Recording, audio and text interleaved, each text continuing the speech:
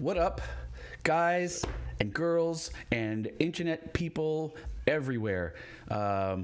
Welcome to a very special edition of Nerd League. You're very distracted. What are we doing? What the hell? Tuesday. It's Tuesday night. D&D game. It's Tuesday night, and we're playing Dungeons and Dragons. It's not Tuesday night. No, it's not Tuesday night, but it is the Tuesday night Dungeons and Dragons game. Pretty exciting, eh? The Grognards, this week we ended up canceling our regularly scheduled Tuesday night game, and this is our makeout session between the Grognards and myself. Make up, not make out. Oh, right. Yeah, totally. I am DM Roy. These are the Grognards, and I'm pretty excited about getting to play on a Sunday, man. This is a wild bit of Sunday. I'm not going to be very distracted by the Saints game when the Saints game starts, so don't worry about that. There's a Saints game wasn't tonight? worried. Yes, That's a sports team, right? that's That's all. Yeah, They don't that play only the happens. hockey. They No, That play only some- happens with non-professionals. We're professionals. We won't get distracted by the Saints game. Mama always said foosball for the devil. Bobby Boucher. You still playing that foosball? Yeah, so we so not only is this a Sunday night game of D&D, which is really exciting, we are making the switch this week. We've been talking about it, and we are officially going to be running the game tonight on Fantasy Grounds Unity. Hooray! I'm the only one cheering. All right. Yeah, you are. All right, well, Sean, cheer. You should be cheering. Yeah. Yeah, I paid for this thing. I should be cheering, but we'll see. Yeah. Well, not We're this still thing. in beta, I believe. No, it's a release. It's It actually is a release. coincidentally this week, and this is after we decided that we were going to make our switch. I'm pretty finally released it? sure that's what drove them to actually release it. They're like, oh well, if Nerd League Gaming is going to be using it, we may as well just go ahead and make the official release, right? I mean, We got to get it out there. That tracks. Like we got to get it out there. So I'm pretty sure we're the drivers for that. So stay tuned here when you want to find out about new releases for other new games and stuff. Because when we do it, then that's when it's going to be coming out. It's not really true. Anyway, but bear with us. So there may be some technical stuff tonight. We are going to be, mostly on my end because it's a new thing, and we're going to be doing line of sight. A lot of fun stuff like that. Yeah, so super exciting. So one thing as players you guys are gonna have to get used to is that, remember, I'm since we're using line of sight, I'm not using masking because it's sort of redundant. So I kind of It's on us to be honest with what we see. Lock tokens. I have them locked currently because Elliott was going all around the map. And I'm trying to remember where I actually was. we'll figure that out. Yeah. But that's one thing to bear in mind. Is so when I have tokens unlocked, when the masking is on, it's clear what wherever you go, you can only see what the masking has. When we're just using the line of sight, you can go anywhere on the map that you want. I have, if you guys have a preference, let me know. I'd say let's try it like this, just sort of like say, see what line of sight looks like for here, and then, I can implement masking if we want later or whatever. But this is a little simpler for me, so I would say do it this way. Okay, well we'll try that. The only advantage to the masking is that it helps us to know what we've never seen. Like we've never seen this face. But I haven't seen. Line I'm of not sight seeing- does the same. So. Yeah, line of sight does actually do the same. It's subtle though. Like, okay, then I must have seen everything here because I can see everything that's not within my line of sight. We went through most of the map, I believe, to the point where you're at, or y'all did. that's true. Yeah, could you see like the whole layout of the? I guess no. whole building? No, that's not. No, that's correct. I cannot. I can see. Hey, let me unlock you. No, I don't want to delete Well, you. I can see the whole. I can see the whole inside the building, but then there's a lot of like masking outside the building. Everything inside the walls I can see. Inside the from the street in. How about you, Tony? Because I might have actually used Elliott's token as like my tester token. Oh, and you would have explored around. I got each of. Hey, what was that fun sound? That was me advertising that I resubbed, and I'm on a 7-month streak. Oh, nice. Is it time? Is it that time? Hang on, I might need to do that too. I just resubbed for my 11th month. I might already be resubbed.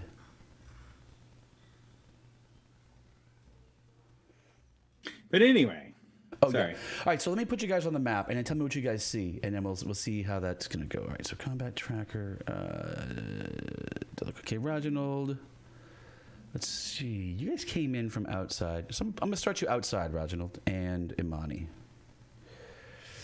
I'll just start you guys outside. Gale, you can go outside. Delacroix, you can go outside. All right, so can you guys see the? Can you all see the interior of the building? I can see through the door. I see 2 creatures through the door. Yeah. Now I see no creatures Now they're through gone. the door. Well, I'm not talking creatures. I'm talking like the floor plan of the building. Can you guys see the floor I plan? can. I. The only part of that floor plan that I could see was the part that was visible through the doorway from where I am. Gotcha. Okay, yeah, you must have just used my token. Yeah, so that's cool. So it's sort of an implicit masking. I wonder how I. All right, John, you're our resident expert. Do you have an idea how I can reset a player's view of a particular map? No, I do not. Well, you just showed you the whole just did map it. for a second, and then it It's- Well, no, disappeared. you just did it. You just got. I can't see anything now. Oh, really? It reset it. Yeah. Oh, cool.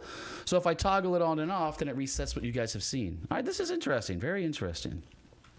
So now you can just kind of see the courtyard area out there or whatever. Correct.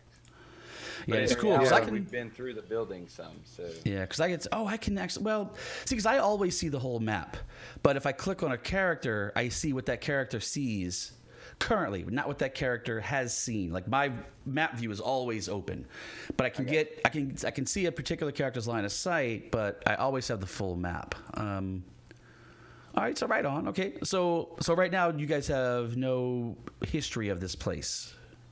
Right. Interesting. Tokens have no history. All right, so let's see. So if I, for example, let me unlock tokens for now. So if I, for example, Elliott, let's see, y'all went through the barracks, right? Yes. So if I kind of bring you down through the barracks, and you come in the quarters, blah, blah. We went up the stairs. And now you can see like all these areas sort of in your history. Yes. But like this door, you went can't around see the what's on the other back. side of the door. Right, but we went around to the right, around to the back also. Yeah, yeah, Right, yeah. 'cause- There's nothing out there that's important. All right. Oh, out here. Yeah, I see. So we will. Let's see. Did you go out here, Elliott? Yes. Oh, it's giving you the stables because I didn't set up the line of sight for the stables. That's fine. All right. Interesting. I'm learning. All right. And so let's see, you guys. All right, this is interesting, and definitely gonna be a learning curve, but It'd be easier on you as long as we're following the rules. yeah, we'll get it set up. And it's funny, like I said, because I'm using these custom maps, like I have to set up all the wall. Like I have to draw every wall and door and everything. So it's not a big deal. Once you learn how to do it, it actually goes pretty quickly. All right, so last week we actually went through this door, right? Yes. Yeah, so this is cool. So you can actually even open and close doors. So right now it's closed, but I can toggle the door. Can you toggle the door? You can't. You don't have like a door toggle if you hover the door? Yeah. Yeah, we do. Oh, hover can you over open again. it? You can Yep. open the door. I opened the door. Interesting. Boom, you open the door and that's what you see. Yay. Except for I was there. Not. Yeah. All right, put Yeah, yourselves where actually, you're yeah. supposed to be. I in didn't this. actually open the door. Yeah, this is basically where we left off. So put yourselves where you need to be, and then we'll kind of reintroduce this this setting. And once we get set up, I'll go ahead and lock tokens, and then we'll do lock tokens for a while just to kind of get used to the line of sight stuff, and then Yeah, in fact, you can see my novice map drawing skills. Like, I've got lines of sight, like peak holes. Can you see them on the map? Like, where Elliott is. Like, look, Elliott, from like here. So you can kind of see out the. So I'm, like, nice. I'm still Right. learning to draw the maps. So let me DM, put me where you want me to be. Remember, I wasn't here, so I put thought me you where were. you think I should be. I thought you. You know the only annoying part You about got this. super sick, remember? I had to jump out before all hell broke loose. Well, yeah, you guys are all So basically. I was outside. Yeah, y'all together. No, y'all Original. together. Y'all are not gonna. Okay. Yeah, I mean, right? I mean, you know, be where you want to be. I'm just saying, I think it's silly that you know, Imani would sit outside while everybody else went exploring inside the. It was. Then Yeah, he we were just kind of winging it because of the emergency situation. Yeah, and same with Josh. I mean, It's I'm not. like we don't know where Josh is. Yeah, Elroth was standing here a minute ago, and he's, you know, it's annoying, but it's been years since I've really cared about that a whole lot, to be honest with you guys. So, if y'all care, let me know. We'll come up with a good solution. But I'm okay, sort of letting characters just fade in and out. You know, it's the easiest. Like, it's the easiest. Yeah. It's not perfect from a story perspective, obviously, but it's the easiest, and I'm. No, Elroth had a bathroom break. You know, he's right now in the Jakes. No problem. I see. All right, where are you, Elliott? we all kind of Elliott, what are you jumping all doing? over the map, and it just reminds me that he's actually a cat. I wanted to repeat the exploration that we had done. All right, see, this is why we have locked tokens, Elliott. I understand that, but you said y'all go in and get where you need to be, and so I was getting where I needed to be. Yeah, Elliot Delaquin was on the second floor. All right. Eloquent was on the second floor. Oh, I was right behind. Nobody was right behind me. I came downstairs. Oh yeah, I was behind Elliot because I'm following Elliot. Yeah, and I would. Yeah, y'all so, were yeah. y'all were both still Yes. upstairs, and I Yeah, opened. we up were the coming. door We were coming full-heartedly. right behind you. All right, we'll give a space. All right, so you guys could be like coming down the stairs. Technically, Delaquin and Imani are still on the second floor. Gale's on the stairs, and then Raj is at the door. Who just opened the door? Actually, is it open? Closed. Open. It was open, Oh, there we go. Okay. and I got used to this line of sight thing. I have to remember that the last character I click is whose vision I'm actually watching. So. and then the bad guys had said something along the lines like, "We know somebody's there," or "I know you're there because I'm invisible right now, so they can't see me." I like You're- had a really good stealth roll. You and your invisible crab. Yeah. All right, Well, now that's how do I get why rid I of was this? foolhardy enough to open a door. Oh, toggle token lock. That's convenient. I can do it right from there. I like that. All right. That's good. That's good.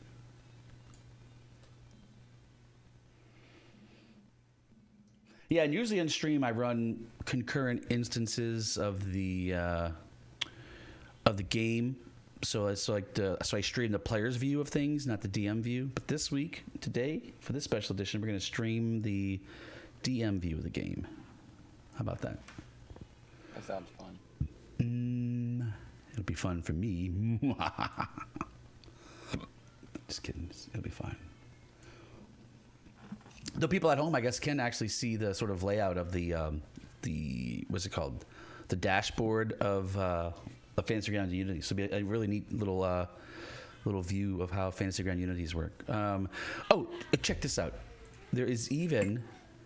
Do you know that there are FX? There are special effects we can do. I didn't know.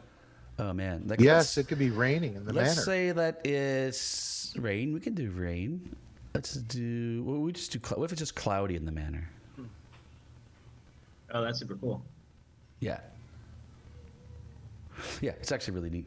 It can even be snowing in the manor. And you realize you can mask where those effects happen also. Yeah, this is. So it could be snowing outside, but not in the manor. Or it So could be it's not snowing in the frozen. manor, like somebody cast Ice Storm. Well, we'll see. Sure. All right. If So let's see. we ever reach that kind of level, which we won't because we can't, be in a level. Tonight we will though.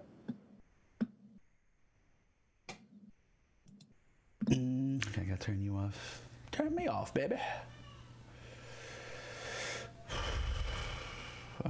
My notes are.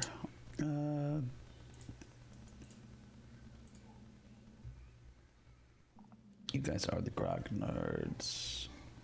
We totes are. Notes Grognards. All right, baby. Totes. Baby, Goats. baby. Baby, baby. Hey, we're going directly up against Baldrainth. Yeah.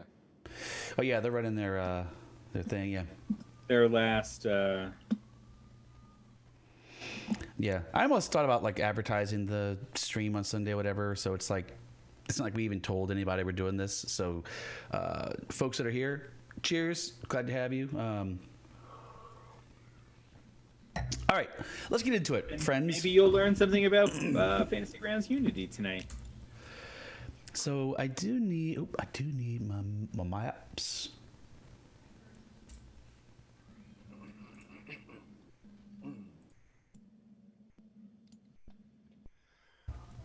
Sorry, all right, I'm getting my bearings. Getting my burns.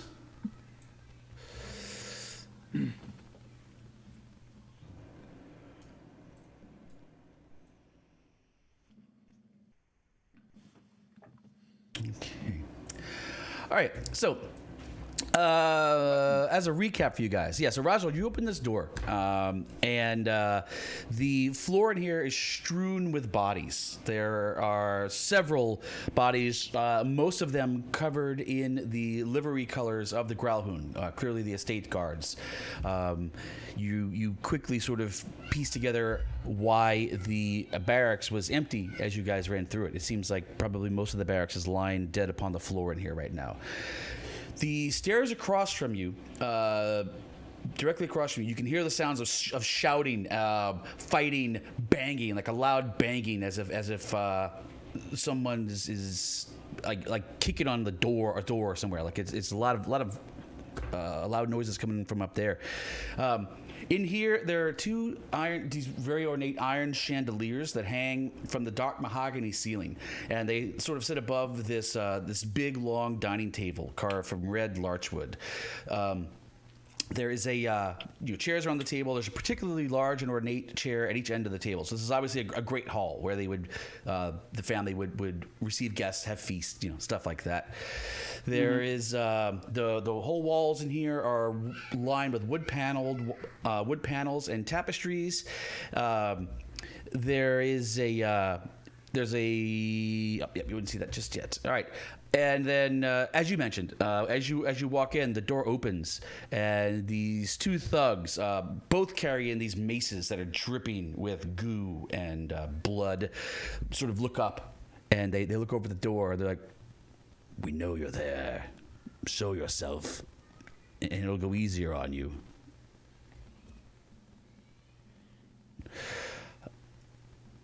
Easier on me? Oh no, it would have to be easier on you. I'm gonna move into the room. All right, let's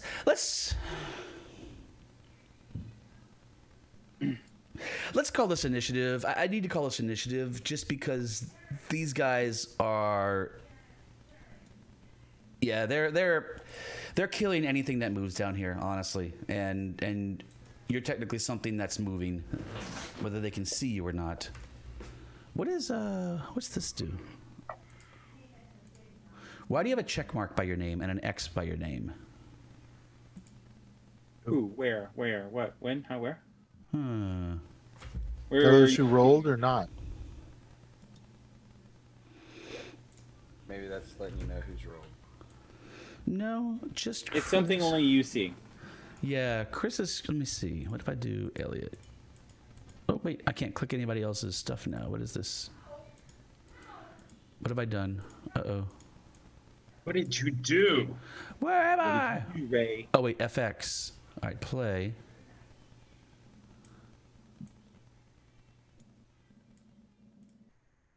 Oh, you tried to make a move. I did try to make a move and then I moved back. Interesting. Maybe you can maybe that's approving or denying the move. That's good. I like that. Yeah, there's a little check and an X on the. Somebody else tried to make a move.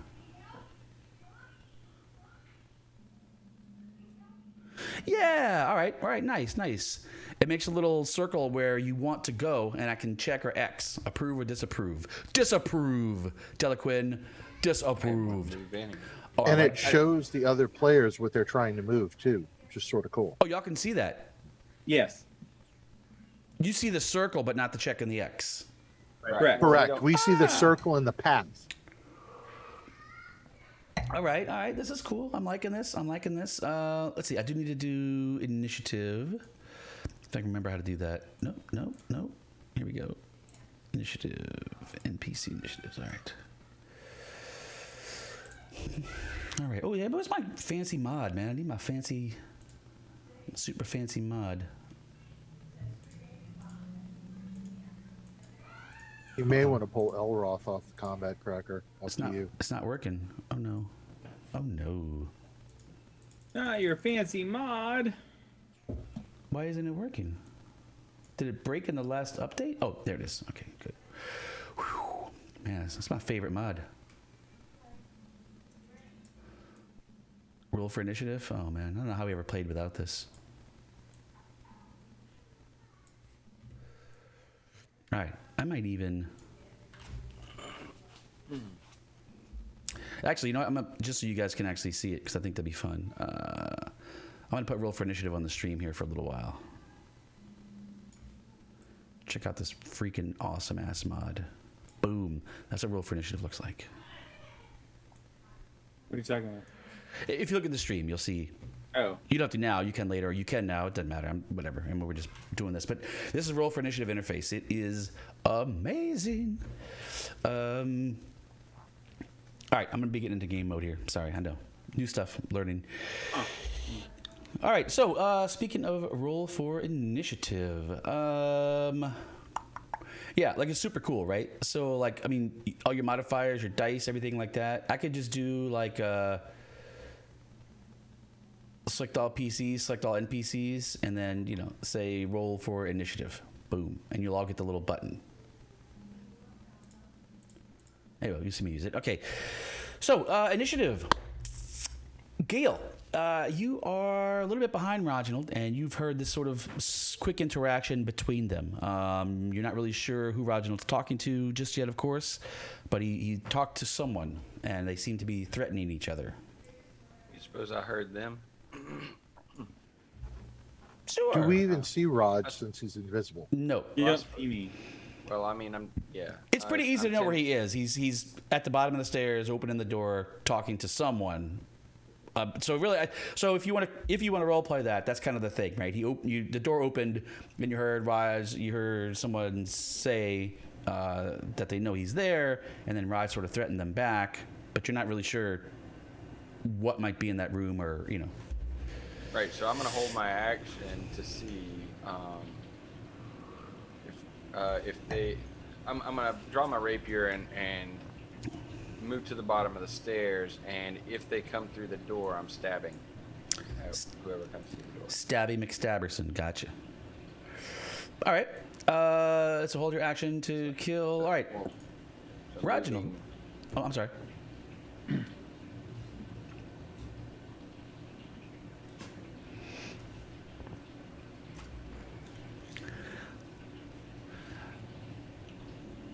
Roginald. So Oh. I thought you were approving his movement. Oh, I'm sorry. His movement. Whoa! Oh, I like this. This is cool, man. This is really cool. So, I am also going to be moving stealthily into the room.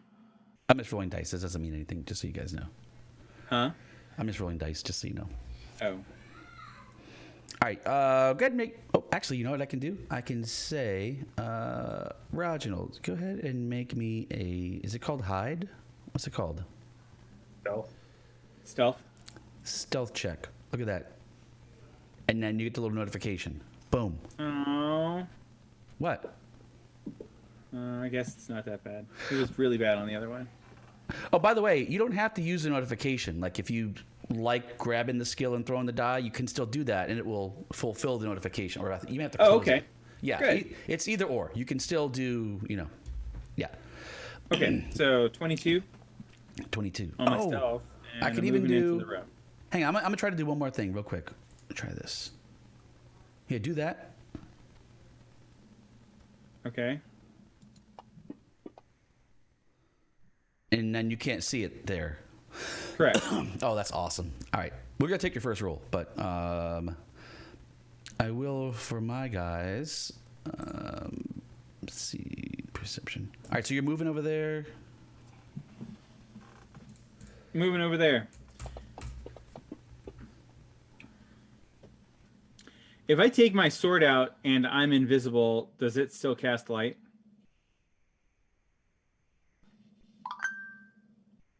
Yes. If Okay. your sword is a light, like if you pull out a lantern that's lit and you're invisible, that lantern would still cast light. Okay. The lantern, you wouldn't be able to see the lantern, but the light the lantern creates would still... I'm going to ready an action. If they approach me, then I will draw my sword and attack. All right. All right. And then that is my action. This is wild. Turns out that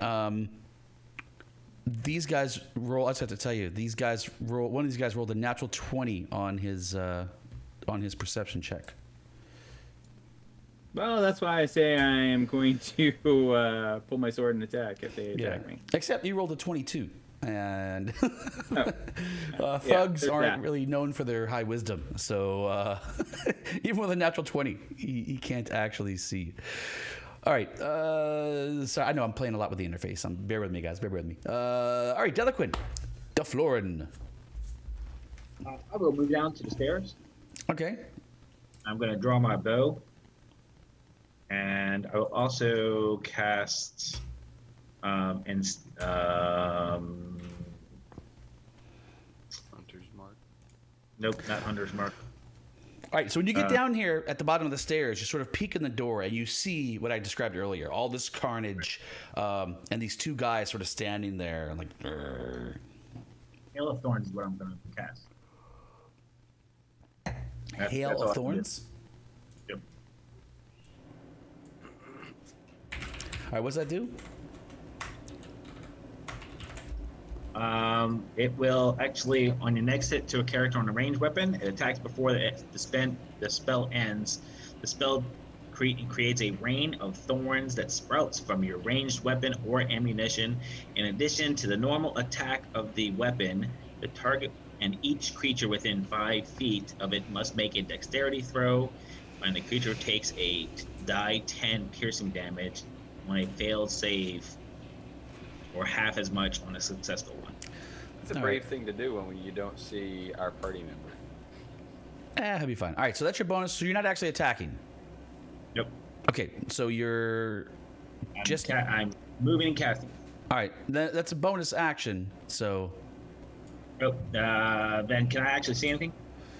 you Inside. you see the room, like you see this whole room, right? Then I will take an arrow swipe at Thug 8. All right. Yeah, that's the cool Select part the of bonus actions is that you can cast the spell as a bonus action, then use your bow, and then that's pretty cool. Area effect arrows now. That's kind of wild. So a bow. One shot on him. That's most likely a hit. That is a hit. Did you roll it on the thug guy? You did not. That's all right. Just roll make dam- sure you drop your damage on him. Yeah. Who's that thug 8?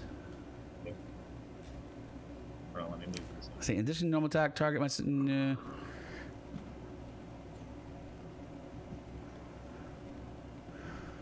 dex save. All right, let me get a dex save from the other guy because he is within 5 feet of him. Which one are you attacking? All right, so you're attacking 8. So 9 will also have to make a dex save. I go on him. Fail. What's the dex save? What's the DC of that? Why are we seeing their saves? Did we see that before? DC is 12 dex. We did see them before. Mm-hmm. Yeah. So I'm trying to think of a good way to do this. So he failed. How can we automate this a little bit better? Did you longbow Put the damage? effect on the fail. Oh, you have the damage of the what's they're called?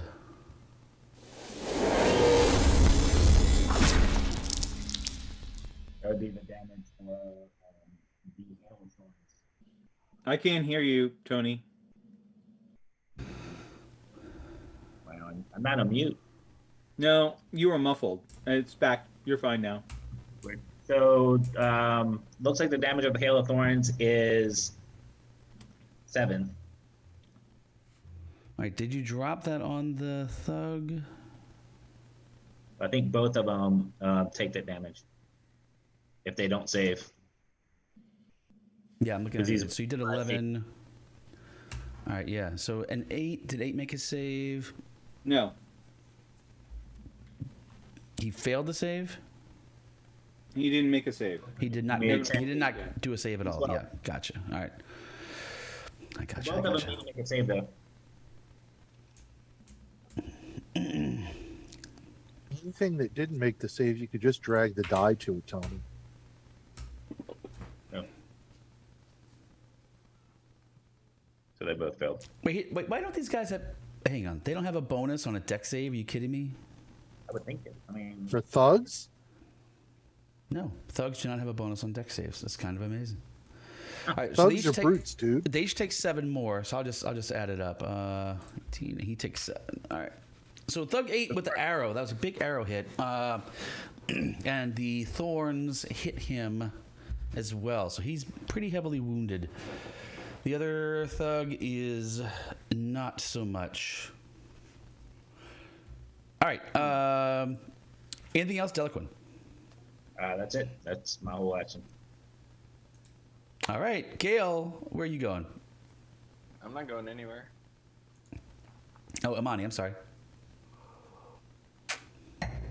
Imani is going in the room there. And Now wait, which remember, thug Imani, is moving away? through friendly squares is difficult terrain. So that may slow you down a bit. So where can I stop then? 5, 10. I got a 30 move.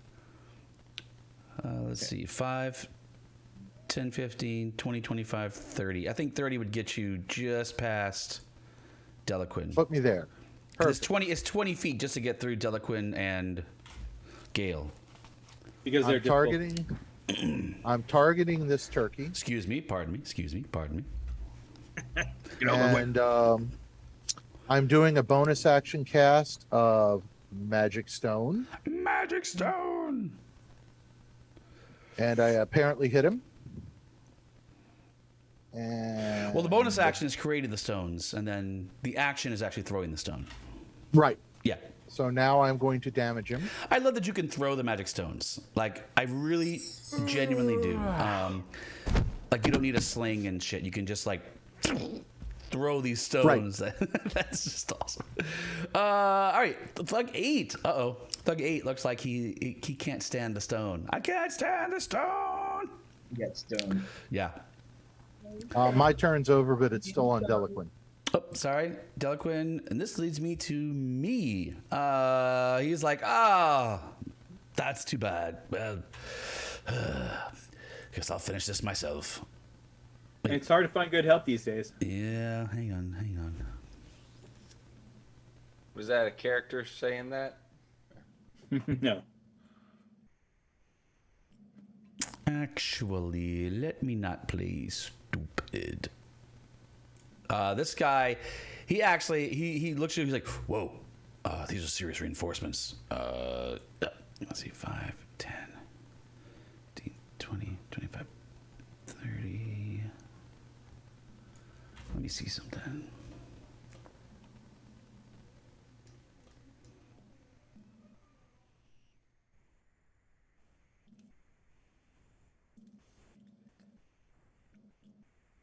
All right, he runs up the stairs and disappears out of view.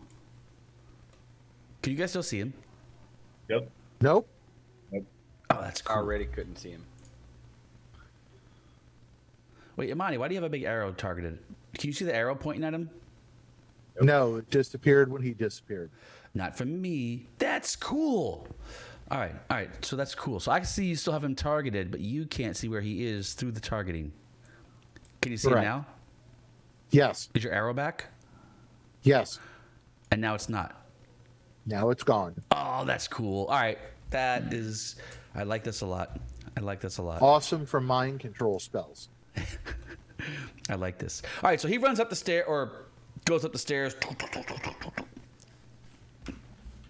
Out of sight.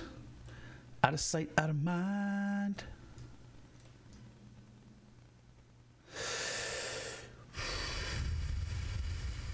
I guess he could have made an attack. Who cares?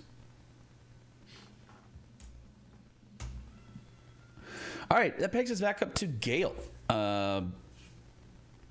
Yeah. So as these guys kind of clear out, or this guy kind of runs upstairs. Remember, up from these stairs, there is this huge thrust. I mean, there are people you can hear.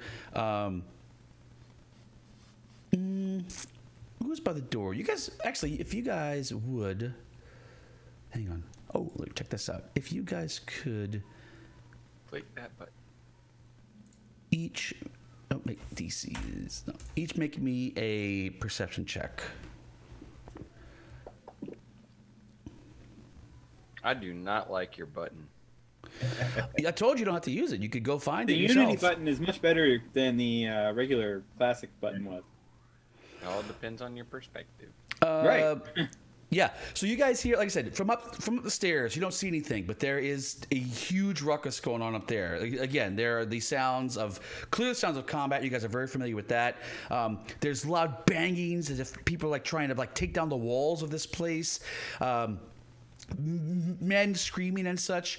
Roginald and Delinquent, you guys actually even can make out sort of through the din what could only be the screeching of children or women, perhaps. It's dim, like coming from somewhere, but somewhere in that din is sort of the screeching or the terrified screams of children or women.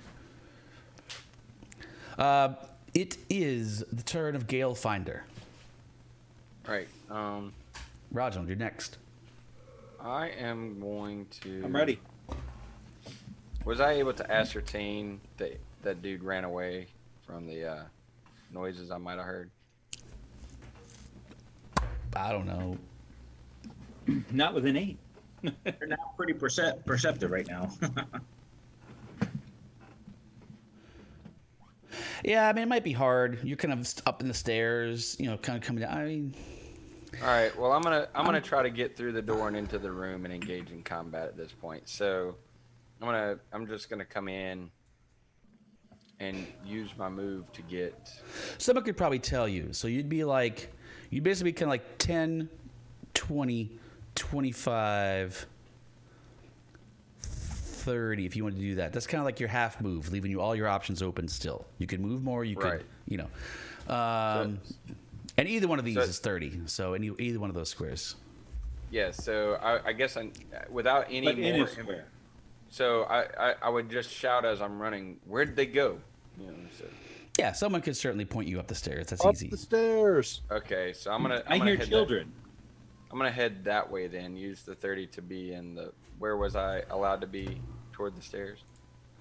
So you could be Right. here. So that'd be 30. So then I'll go the next 30. Look at that. It even maps it out. I love it. Let's see. Gale, are you hiding? Are you in stealth? I'm not stealthed. Not at a full move. Yep, that's what I was wanting to make sure. I'm not in any form of stealth. You see something up here. Do you see them? Did I do this?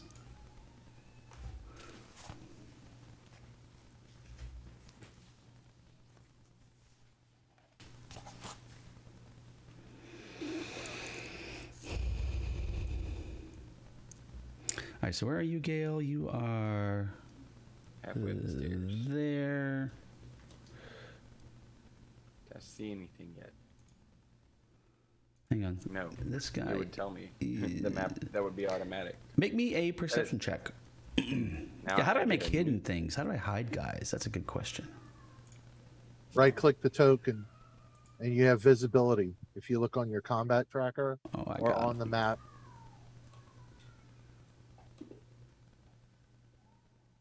Nice. All right, well, he cannot hide that. Fine. So let's see.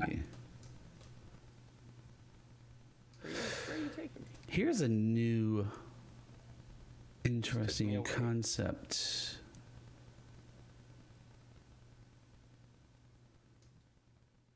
Roy, are any of these doors in this room open since everybody was killed in here? Like where people have gone through, or did? Because right now all the doors in the room are closed, so we can't see if they went that way or anything. Oh, down here? Good question. Yeah. Um, So as we like go in the room, what doors are open?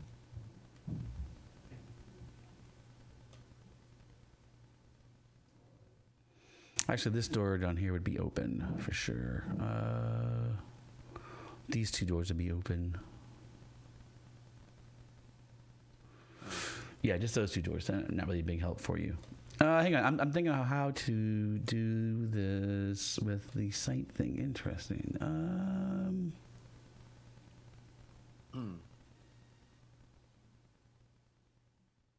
So this is an interesting thing. So this is like because anything the token passes over, you get the line of sight. And so if I need to drop somebody, say, in the middle of a map, how do I get their token in the middle of the map without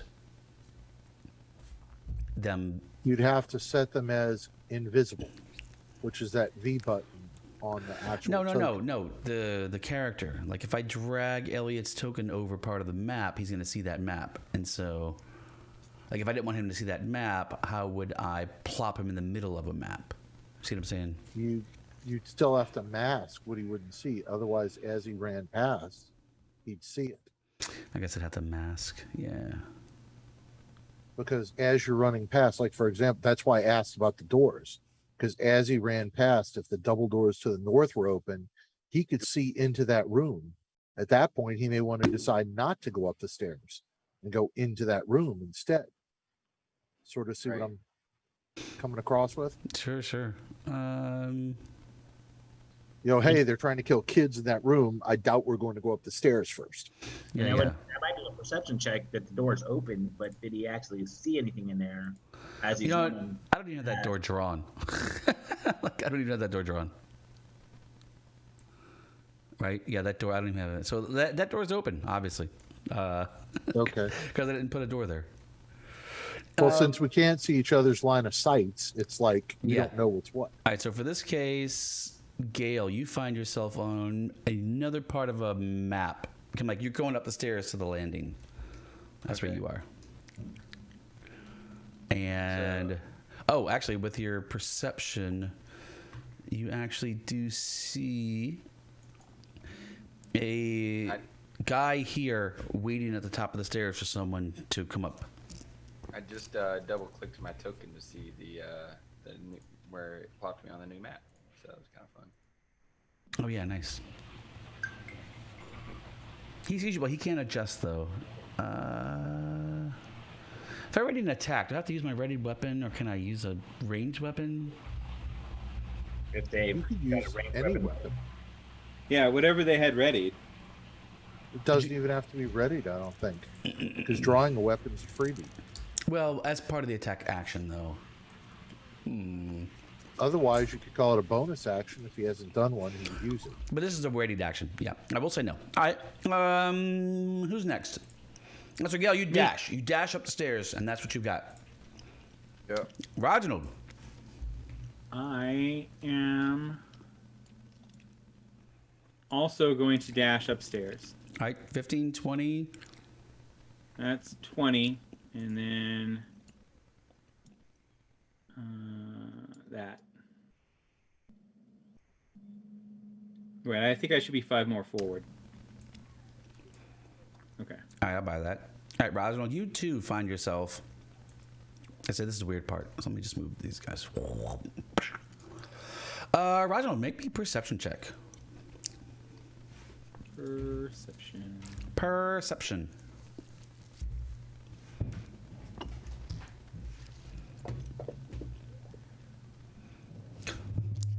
On fire. You guys are out of control.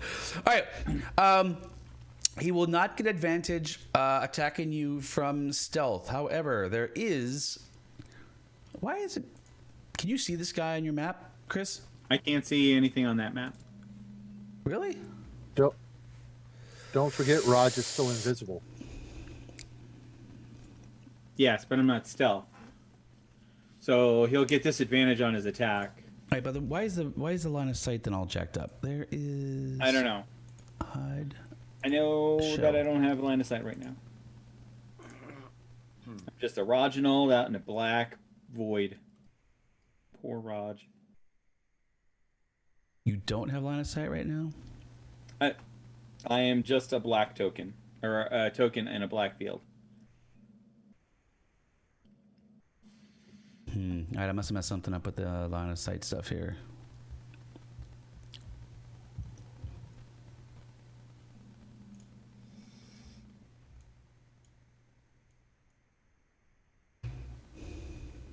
Let's see. Give me a second.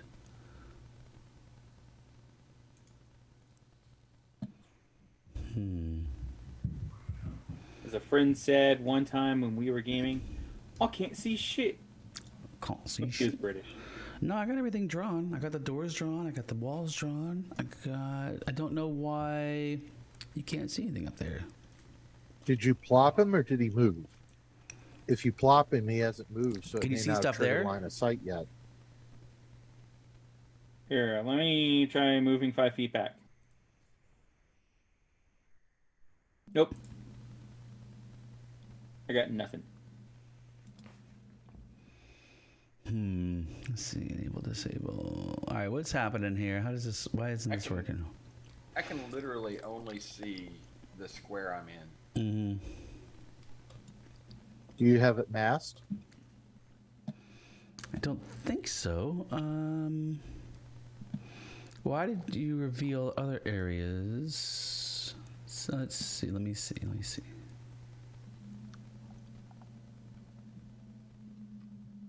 Oh wait, maybe. Oh no. Maybe I do have it masked. Hold on. How do I see the mask? Hold on. Nope, don't want to do that.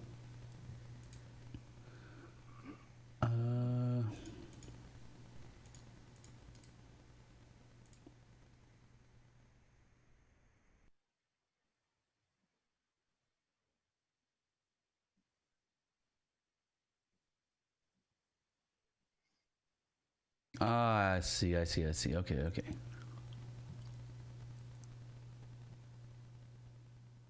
I think I did have it masked. Hey, I got a map. I can see stuff. Yay! All right, let's see. All right. So, Chris, can you see past that door to the south of you? I cannot. Excellent. Then I did that part right. Okay, then I think this should be good to do.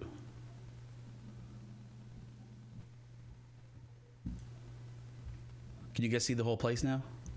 I can Yeah. see. Well, most of it, not the whole thing. I can That's see not part of the helpful. outside. Is that what you're asking about? We can see all the outside stuff, but not in the inside on the second floor. All right, excellent. Excellent. All right, so I did have it masked. I guess I had put the mask in before, which makes sense. Okay. All right, so this is where you guys are. Roginald, yeah, so you come up the stairs, and there's this guy waiting at the top of the stairs for whoever comes up there, which is you. You are invisible. He is going to be at disadvantage, but he is going to get to make his attack on you. Hang on, disadvantage. Obi only gets to make one attack, not take his full attack action. All right, that's fine. This probably is going to miss anyway. Take this, Roginald. You're so open. Oh, no. 17. All right, he can't see you, but he knows you're there. He's like, oh, you. I knew you were here. Take a whopping... Boom! 6 damage. He's like, plenty more where that came from. Oh, shit. Also, oh boy. Where's the rest of my people? Oh no.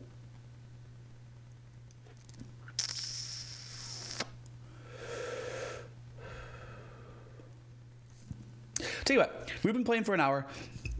My drink is at an end.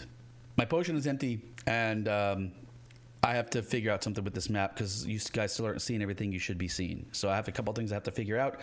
Let's take a quick break. We'll do a quick bio, grab a drink if you got to. We will be back in 5, 4, 5? 5. All right, BRB.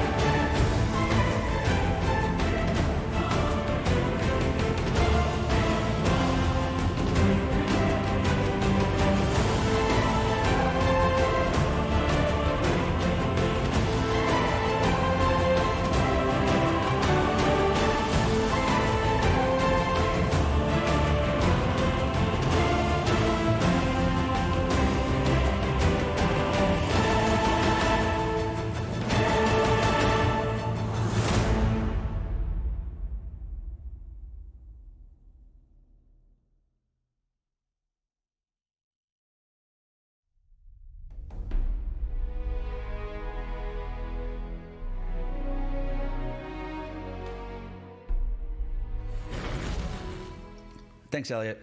Oh, you won. Let's see. From the bottom. No, from there you cannot. You are not yet on the new map. So let's just say no. Then move me up the other 30. All right, so 5, 10, 15. Oh, actually, let's see. Wait, hang on. Let me look at the other map. So you could go around. Let's see. So 5. All right, so that's 5. Let's just count that 5. Okay, so 5 puts you.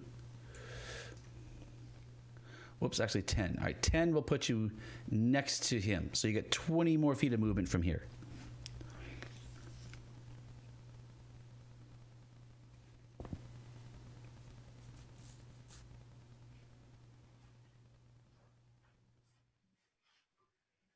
Put me to there then, and I think that does it for me at the moment. All right, yeah. So you see there's a thug that has just whacked. He's sort of gloating, and you hearing Roginald scream ouch of pain just a moment ago. You can imagine why he's smiling. And like I said, down through there, you can see this other guy, another one of these Zentarum guys, going down and sort of bruising his way into this room downstairs. So the door's open. He's kind of like just pushing his way into this room. Oh, actually, it's his turn.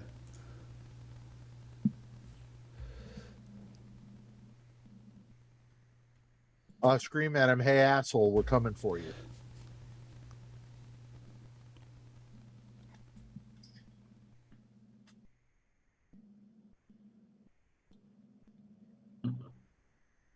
Okay. And so this, actually, this will be open as well, I guess, technically. All right, so in his turn, you actually hear, he sort of like pushes, and you can kind of see there's like, it looks like furniture has been piled on the other side of the door. And he's just pushed his way, kind of opened the door, moved the furniture out enough to sort of slip into the room. The door is not completely open, but he's able to slip into the room. And you can hear him, and he says, and you hear this sort of yelp. Sort of yelp of and you hear him as he says, "Now you will give me what I want." And the door closes. He sort of slips into that crack and shuts the door behind him.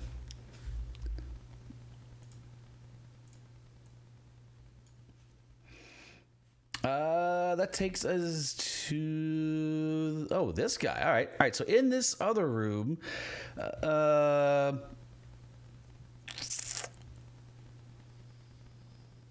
it is his turn. All right, so this half-orc is attacking these thugs that are coming. He's got a morning star, in fact, that he's swinging about, and too many windows. Good lord! All right, there we go. A morning star that he is using to try to. These unidentified creatures now identified. Let's see. Let's call this the half-orc. How about that? Okay. As soon as I find his thing. All right, so he's attacking this guy. Whoa! Hit with a 13. That's pretty easy, actually. All right. Boom. He's going to stack his attacks on the same dude because he's smart like that. More damage on that dude. All right, so he's wounded for, well, I guess somebody can really see in there. He's pretty beaten up. You can actually see there's one of these, at least one of these dark robed guys lying on the floor, bleeding out near his feet. So he's having this huge fight, but the guys that are in here seem to definitely be having the better of him. All right. In fact, I suppose it's their turn now. Okay, so they will.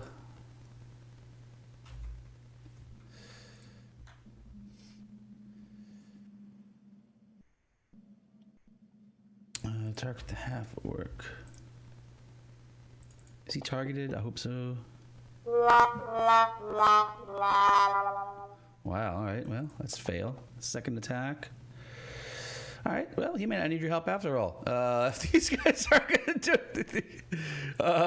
Wait. Crud.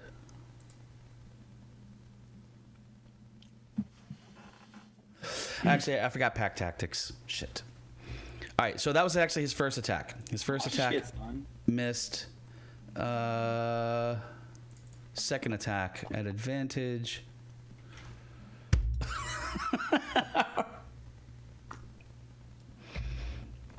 You know, sometimes the dice do the work for you. Let's see. This guy, he...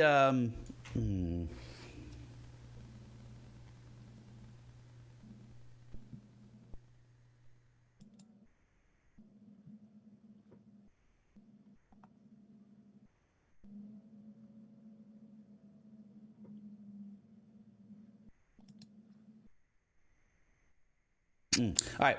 He actually looks over here, sees his friend attack him, and he actually moves into the room and closes this door. And you hear a latch being shut on the other side of this door. Which door? The door that you can't see yet.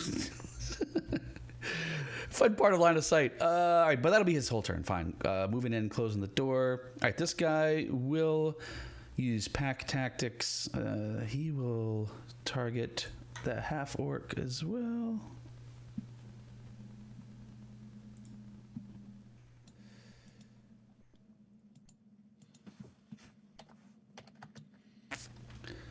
Sorry. All right. He will target the half orc as well. And oh. Hit.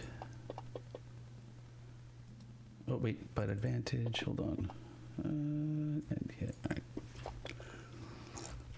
All right. So you hear grunts and groans of pain as the half orc is beaten about by these guys. Who else? Anybody else? Oh, this guy. Yeah. Okay. So this poor dude. Everybody's like closing doors, and he's by himself. Like I just freak. What the?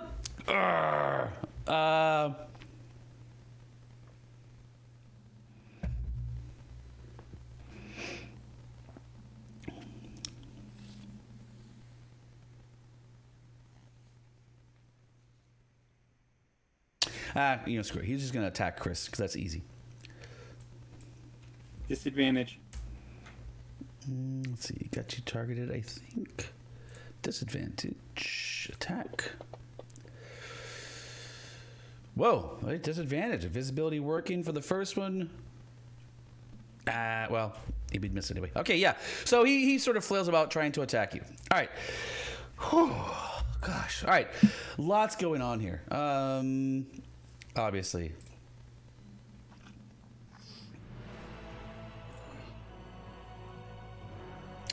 Okay, Gale. This is the situation. There is lots of stuff going on. A lot of door slamming going on up here. People closing doors and trying to shut you guys out. What's your plan?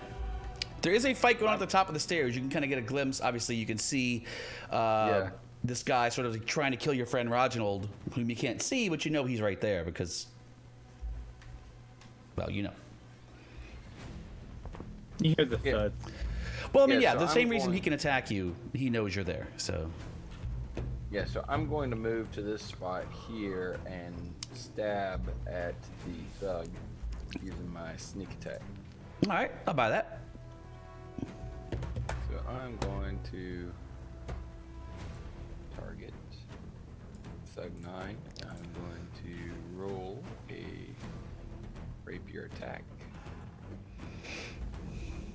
And I am going to... Did I get 2 attacks or 1? You're One. fourth, so you should probably only get one. I'm going to use a point of inspiration and reroll that. Whoa, all right, all right. Oh, inspiration, well spent. And I'm going to do some damage. Gale, I got that as your last point of inspiration. No, I have one more. Do And you? then here's my... That's what I just clicked one off. I just Alright. clicked one off. I had 2, I clicked 1. I got you. I trust your notes better than mine. Okay. And now I'm rolling my sneak attack damage, which isn't one. I'll take that. Wait, but you didn't do that to him, so I have to add that in. Who the hell is that? That is 9. Thug 9. What's that? 5 more. All right. Wounded.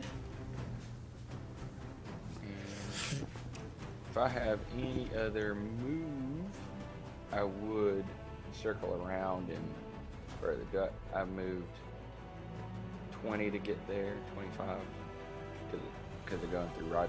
So I'm going to use my last 5 feet of move to get to here. All right, I'll buy that. Anything else, Gale? No, that is good enough. All right, Roginald, you're up. Delaquin, you are on deck, baby.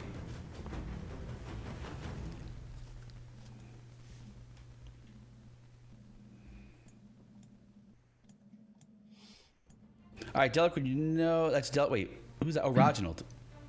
All right, you know he'll still get an attack of opportunity if you do that. He will not. Why? Attack of opportunity specifically says you get an attack of opportunity against an opponent you can see when it leaves your square. No He can't way. see. Yep. All I right. just looked it up to make sure. All right. Sold then. Okay. Right on then. You're like, wait. I know you're here. All right. And then I am going to use Dissonant Whispers against the foe on the other side of the door. It doesn't require line of sight. He just has to be able to hear me. Wait a second. I don't. Welcome to psychic attacks. Hold on a second. Attack. Hold on a second. I gotta look this up. Hold on. You whisper a discordant melody that one creature of your choice within range can hear. There's no line of sight. You have to determine if he's in range. You know, is it within range? Oh, he's definitely within range. Then in that case, One creature of your choice within range.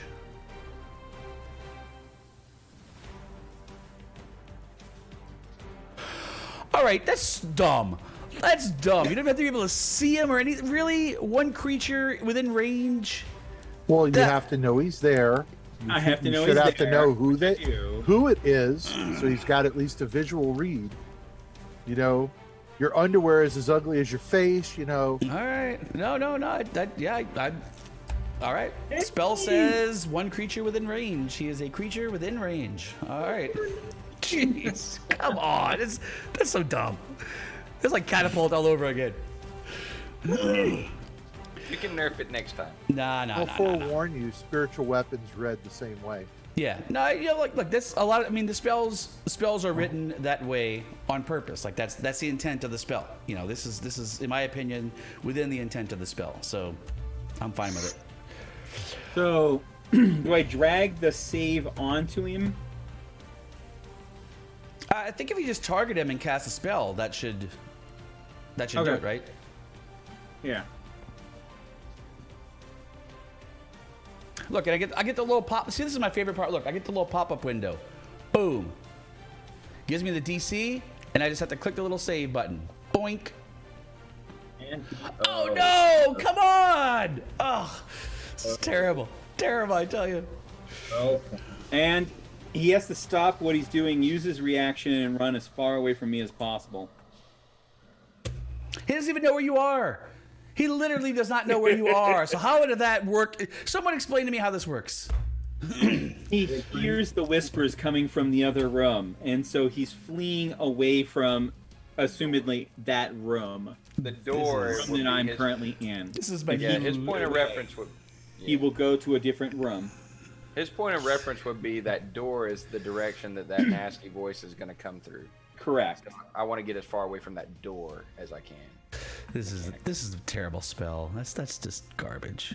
Garbage, I Well, tell bards just got more badass, didn't they? Right? I got 3 more of those, you. But too. then, Run as fast as you can. You can't hide from Roginald P. Smythesworthy III. That'll be his next dissonant whisper. Exactly. I don't know what you told him this time, but next time.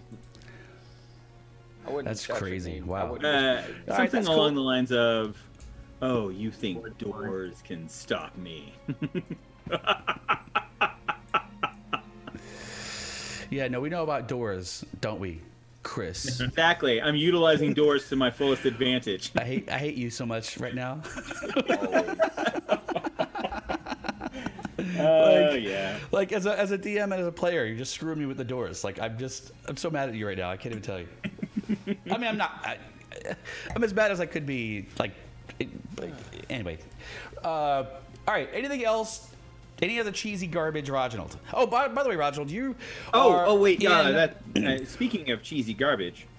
Yeah. Well, real quick, the room you're in. Thanks for the reminder. I am. Yeah. Thanks for the reminder.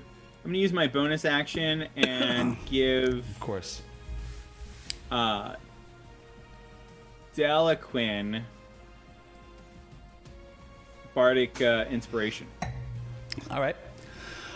And that, keep in mind, since I am a Bard of the Blade, he can utilize that to add to damage. What does that give me? So, if you hit, you can spend the Bardic Inspiration and add a d6 to your damage. Okay.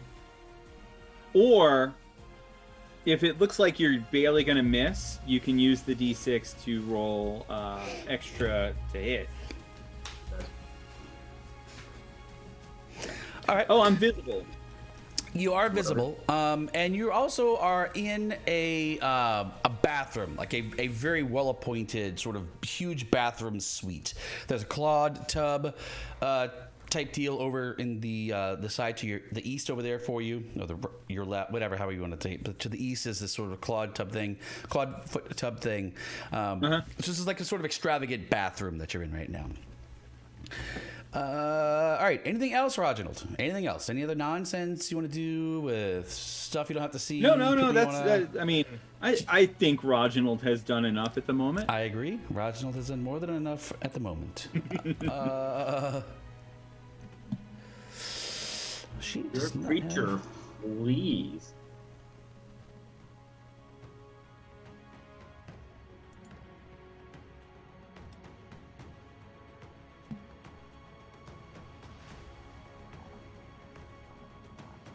All right, you guys hear this sort of shout from behind the door to the east, over here, and you hear this. You hear this sort of shout of like, "Go, lock it!" And yeah, and Can we say we're coming to help? you can say whatever you want. I'm, just saying. Done. All right, Delaquin, you're up, and No. Imani, you're next. Right, I will go ahead and shoot a arrow into sub 9.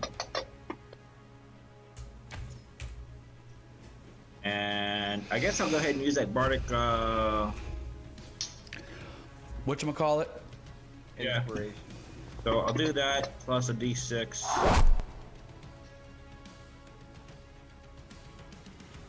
I guess it didn't roll, so there's a d6. Plus another 5. Yep.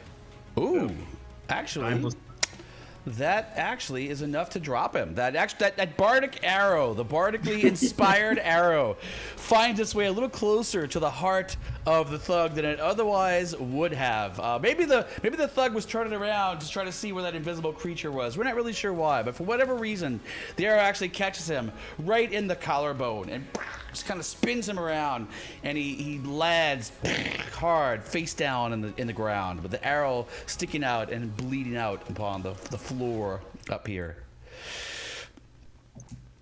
What else you got, Delaquin? I will. Which way did that the half orc? Did I see that half orc when I got up here? He was to the east. Sure, he's like that. That fights through this door. Okay, I will actually move my half move, which is right here. Oh, Roy. Yeah, that half orc is getting his ass kicked. Yeah. What now, Chris? What new cheese is there now, Chris? You gotta wait until my turn. It's a surprise. All right, you're moving through and you try the door, but the door is locked. It would take an action to try to knock the door down or get through the door. Well, I used my whole action. I can't do that. Yeah. All right, so the door's locked. This door is locked. And that takes us to Imani Deller. Imani, what you got, baby? Okay. Well, this is going to be interesting. So the south door, do we know if that was closed or locked? It was knocked off its hinges, so I doubt it can be locked. It wasn't knocked off its hinge. Remember, he had pushed open. It looked like he had kind of pushed open the door. You could see some furniture behind it. He kind of pushed open the door enough to kind of just squeeze through, and he didn't seem to recognize you at all. The guy to the east that went there, he saw you guys and like purposely went in that room, and you heard the door bolted. The guy to the south was just kind of trying to push his way into that room. It looked like he kind of opened the door just enough to squeeze in and kind of just sort of maybe just push the door shut behind him. You don't think that door's locked, but there's still like the door couldn't open all the way. Like you could probably go to that door, squeeze in like he did, but the door is not like. It may take a whole action to try to open that door fully. Does that make sense what I'm saying? Like if you wanted to try to... Yeah. Yes. Okay. Then this is perfect for what I'm planning. All right.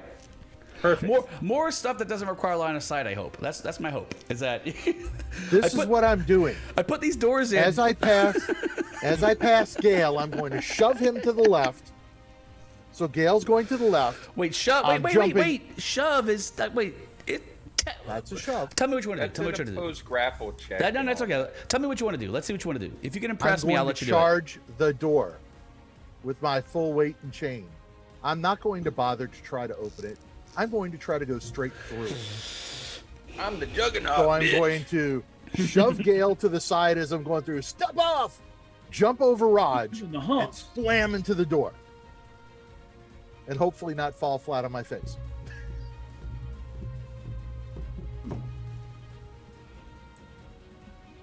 I think that would be a strength check, don't you? I would hope it is. To the locked door, whatever the That's what he's banking on.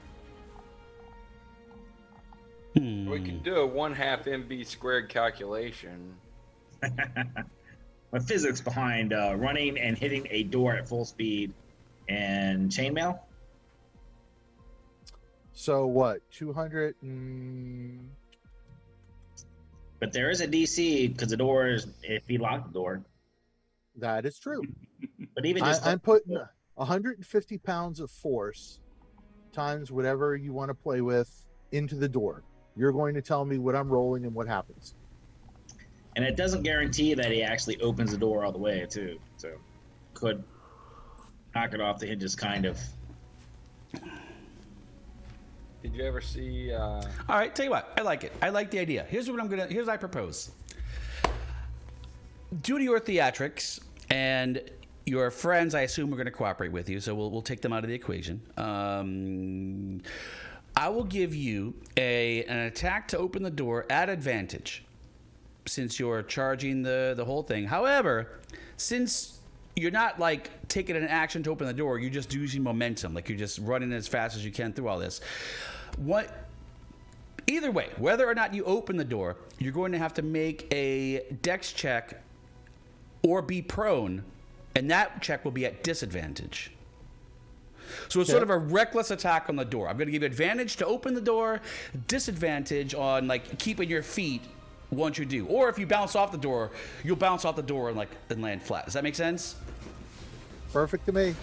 All right. So, strength or athletic checks. Hang on. What's the DC for the door? Oh.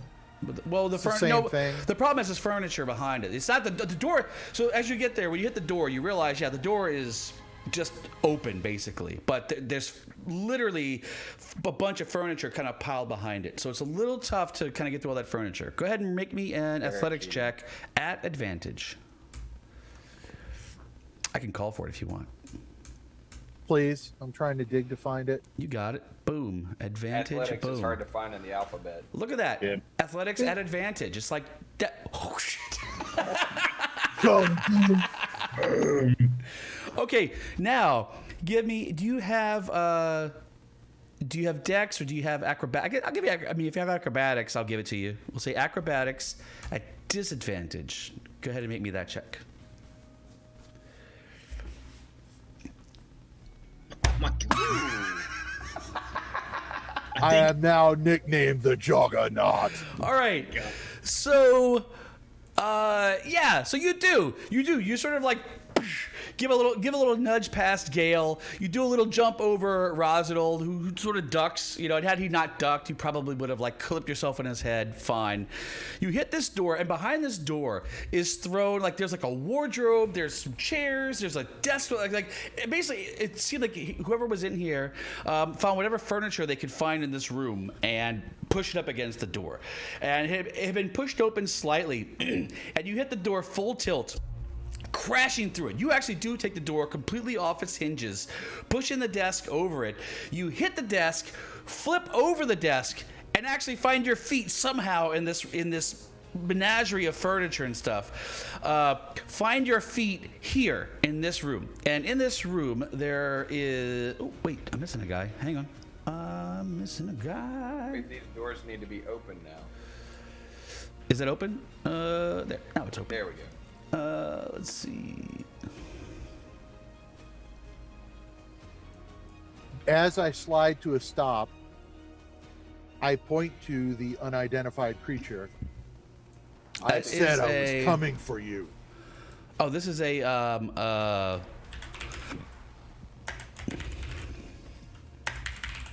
there. That's a Zent human dude, and this is. You stuck the landing.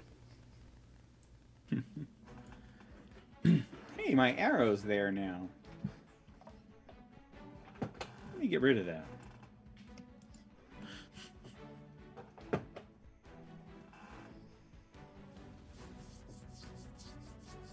Where's this guy? Good, Imani. You got that. There. He will be a fine. We'll just pretend nobody saw that. Short human dude. All right, there we go. All right, so in this room is a short human dude dressed in richly appointed robes, and he is sort of like in the corner. He's got the sort of short sword sort of held out with two hands, kind of like holding a short sword with two hands. And there is the guy you saw beating on the door. In fact, he is, well, run as far away from the door as he could, but eyeing the guy in the corner. You come busting in. So this space right here, the space right in front of the door, is going to be considered rough terrain just because it's still full of that furniture and shit. But the door is completely blown off the hinges, and it's easy to get into the room. There's just this one square of rough terrain right there. But Imani, like I said, you actually managed to sort of flip over all of that, land on the other side of that terrain, and you are in the room. So that's kind of the thing. And so this dude, as you say that, he kind of looks over and he's like, "You may have bitten off more than you can chew, friend. I suggest you leave now while you still are able." Do I need to terrify you again? I guess that's really it, right? Yep, that's all I could do. End All of my right. turn. Oh, Oh wait, I guess I could do a bonus action, huh? I'm sorry, not a short sword, but a rapier. He has a rapier as well. He's actually holding has a rapier, but he's like holding it with two hands. It's like, get back, get back. Everybody here has rapiers. It doesn't They're seem all like rapier here. this guy doesn't seem like he knows really the proper way to use a rapier. Just But hopefully Rough it's a guess. magical one. rough Just guess. hopefully it's a magical one. Oh, okay, I know then. As my bonus action, a spiritual hammer appears next to it. You can't attack with it this round? Nope, it doesn't say you can attack the round you've cast it, because that You takes, sure? I believe, an action. Oh, the attack. The No, bonus that's a action bonus to action. summon it. I thought it. I'm gonna check because I thought you could. You No, I guess you can make a melee When you attack. cast a spell, you make a melee attack against a creature within 5 feet of the weapon. Oh, okay. And as a then. bonus action on your turn, you move the weapon up to 20 feet and attack another creature. Yeah, so that's the bonus spell. Yeah, dude. Well, no. You can't do. No, you still, even if It you is like a dash, you still get bonus action. You still get a bonus action. Yeah, no, you're right. Yeah, you're right. Yeah, no, dude, yeah, take your attack. Smack. So So which the dude are you Zent killing? human dude is the one oh wait, hold on. The Zent dude We're or the not dude doing who that. doesn't know how to hold a rapier? Not the short human dude, the Zent human dude. All The right. one that was busting through the door. That's him. Yeah, that's the one. So let's cast. Why is he wounded? Oh, Chris. That's right. Fucker. Dude, John, And- you're killing the dice tonight, man. Back. Don't backtalk me. Ooh, that sound effect actually works really well for that spell. Did you guys hear that? The Yeah. The whooshing thing. well, it's like a round swack. Swack. Like that's actually really good. All right. All right. So you anything else? God, you guys are. Good thing you're at 5th level, man. Jeez. And See, never will. This is why I can't level you guys. You're too powerful already. Way too powerful. Way too powerful. All right, John, you're done. I am done. Thank God. All right.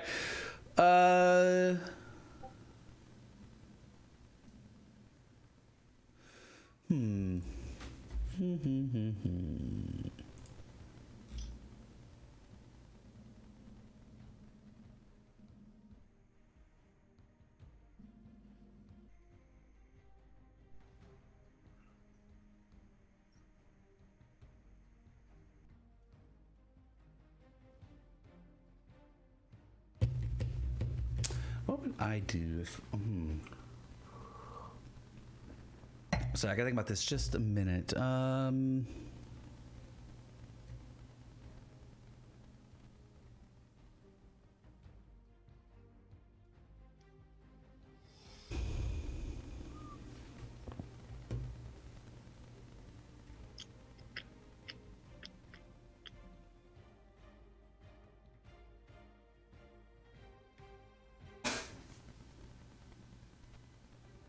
All right, this guy.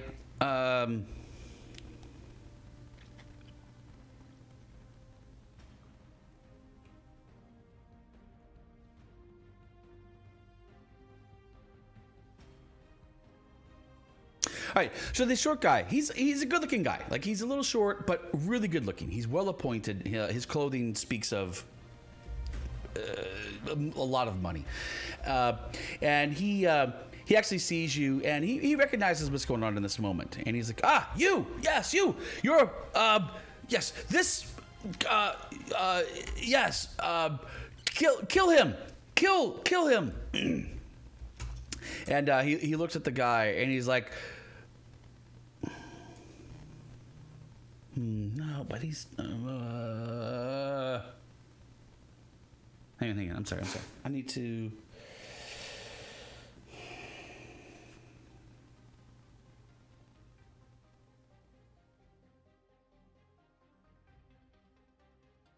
All right.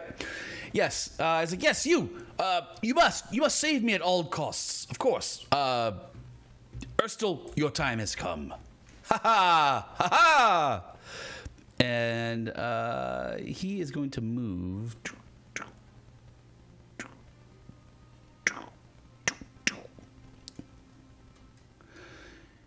And Is he still going to be hostile toward us or neutral? we can make him neutral. Get an insight check. I'll make him neutral for now. I'm hoping this is the aristocrat of the manor.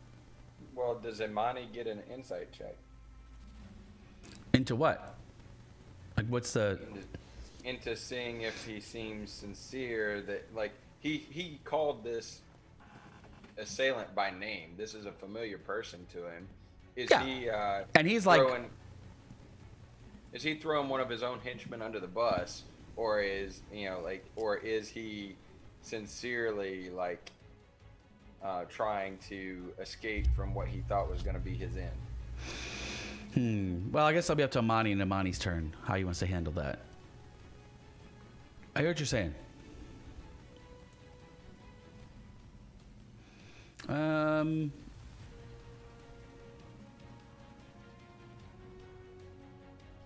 Yeah. So he's using movement to come here, and then he's like, "Where? You're a short one. Where the Zents have they been dispatched? And he pauses Not as yet. he hears screaming. He's like, ah. They're in the room with the half-orc and the woman who doesn't look like she knows how to use a sword.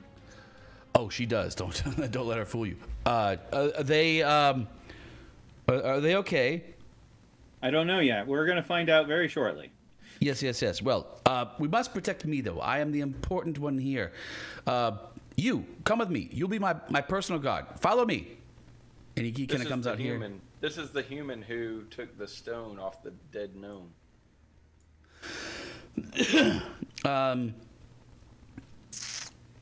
And he sees Gale and says, you two shall be my personal guard. And he looks over I'm in the middle of something at the moment. at Delaquin, and he's like, yes, you go in there and help the help Carubba's and the lady, and the rest of us will ensure that I get out of here safely. That's plenty for him to do. All right, Zent human dude. Nope.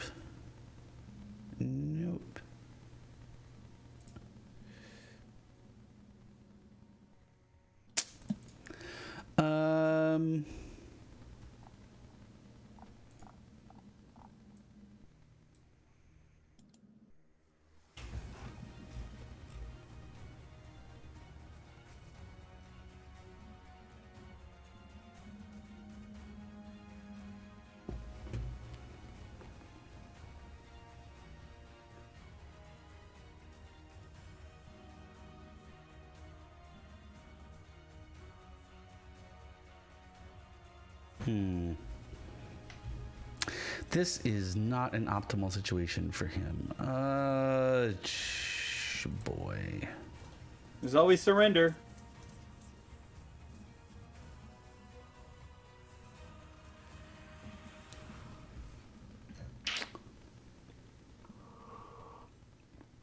Not an optimal situation at all.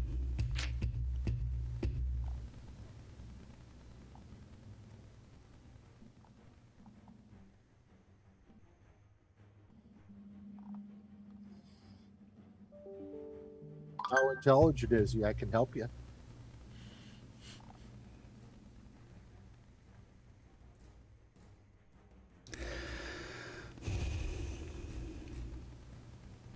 There's one thing the DM knows that this guy may or may not know. I've used my bonus action.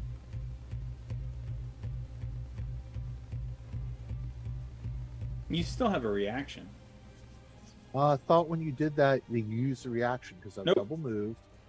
So I still have a reaction. You get your action, your move, your bonus action, and then off your turn you get a reaction for reaction items. I thought that was Wow. only if you didn't use your bonus action. Yeah, so did I. Am I I don't confused? think so. No, you get a reaction. You can Probably do, not. yeah, you get an action, bonus, and reaction all the time. Yeah, that's, Okay. Oh, wow. yeah, 100%. Yeah, that's right. I was having a brain fart.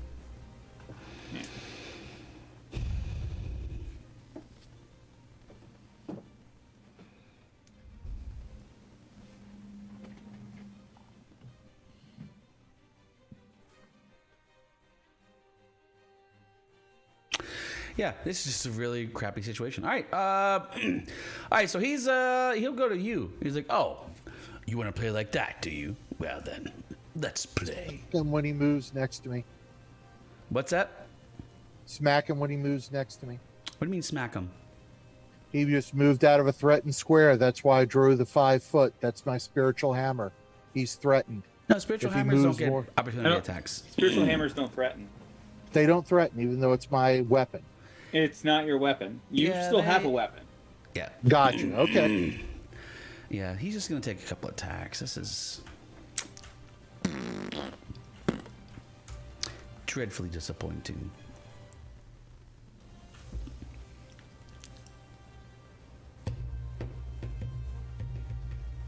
Yeah, that's fine. You caught him with his knickers down, and you deserve to fine. All right, Imani, have some short sword. Imani, you get hiya. Huh? How you liking that? Have more short sword. Ooh, you are gonna take more short sword. This is tough. All right. Imani's not used to getting damaged. Oh! This dude is clearly knows how to use this sword well. And you are really lucky that none of his friends are around. Otherwise... You're going to have pack tactics. No. No. Otherwise, he would have done an awful lot more damage. Let's see. He's actually going to move to here just to kind of protect himself a little bit. Imani, do you recognize this guy? And he actually, Imani, he's like, why are you helping this filth? Help me, and it will be worth your while. These demonic scum don't deserve your help.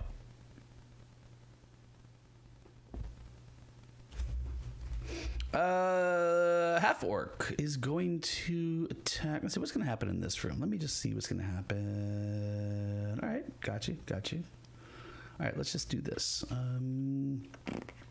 Average might be.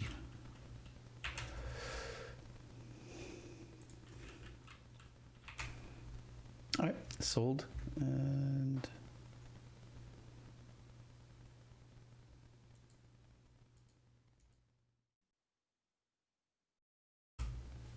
All right.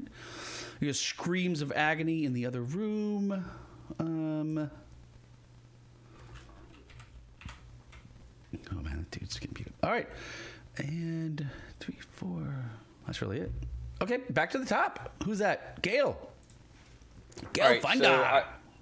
I do want an insight check into this short human dude's motives, because at this point, you know, he was running out of the room and starts bossing Roginald and me around, and we know that a human stole the stone off the dead gnome after the fireball in front of our tavern. So I'm going to be very suspicious. I'm a little bit racist against humans right now, because we came to this villa in search of a Nimblewright and a human. Mm-hmm. And so... Well, all these guys are humans dressed in black robes, and this one guy is actually wearing finery, like the finery of an aristocrat. So, your initial insight is that this is the Lord of the Manor. Like, okay. Clearly the Lord of the Manor. Now, if you want to roll insight, yeah. Okay, in that case, I'm going to totally ignore his commands and continue to try to save the half-orc in the other room. Right now, I know that Imani's in the other room fighting that fight. I'm gonna move in there. Wait. Yeah, I'm gonna move in there to assist Imani and stab at thee. All right. Did I? Yeah, correctly targeted. And I'm going to... 15, 20, 25. Actually, well, 30. Yeah, you can still get there. That's fine. Yeah, sure. Yeah. So I'm going to stab... Yeah, I counted. Well, it didn't count Roginald. Oh, wait. Plus the door... Actually, the door... Remember, this square right here is actually difficult terrain as well. Okay, then I'll stop there. Just as a technicality. It's a small, tiny detail. I'll stop there, and I'm going to use my rapier and sneak attack. This having friends around is pretty nice, I gotta tell you. I am going to use my last point of inspiration to turn that into... What? And... Whoa! At least your inspirations have been used well. Yeah, and I'm going to do some damages plus some extra damages. Where is that?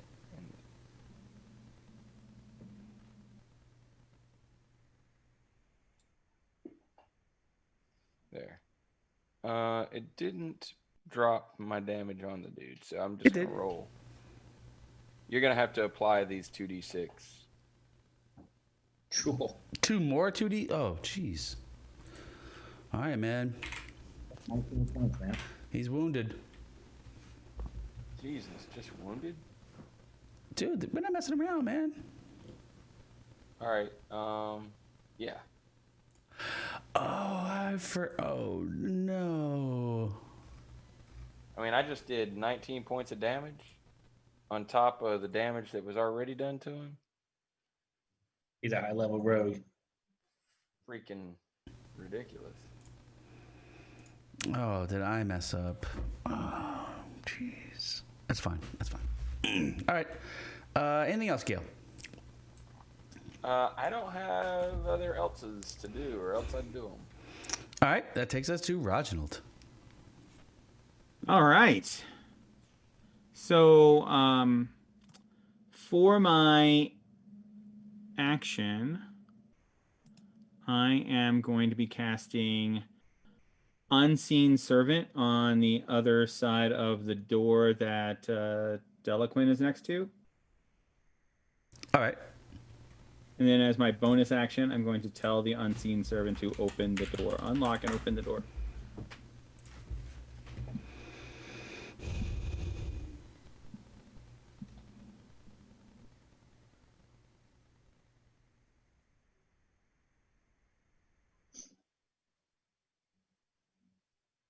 It's pretty damn clever, Chris. Got to give you some props for that. All right, Delaquin, as you're standing there, magically, literally magically, the door here just opens. Oh, look. Door opens. Thank you. Well done, Chris. Well done, man. Anything else? I am going to move to here, and I am going to tell the short human dude that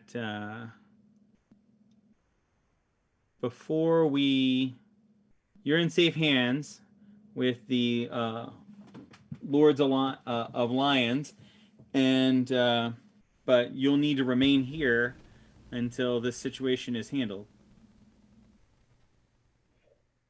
We'll keep you safe, but I don't know what else is in the house, so remain here. All right, so you're yelling that into the next room.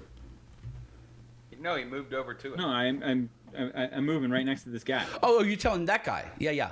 Okay, I'm yeah. telling that guy. Gotcha. I'm telling the other guy, hey, guy, you're dealing with the Lords of Lions now. You had best just surrender.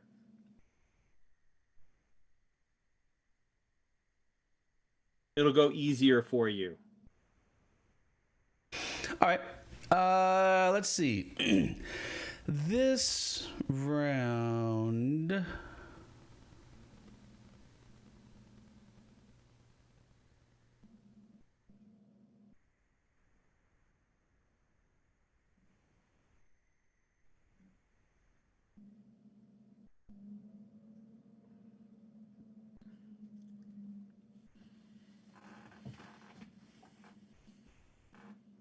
All right. This round, from the ceiling in the bathroom, in this sort of middle room, there are actually these. Oh, you guys have actually seen these guys. There are these. They look like snakes with wings, and you guys have seen these things sort of flying around before. Uh-oh. Wait, what did I do? What did I do? No. You're supposed to be on the... God damn it.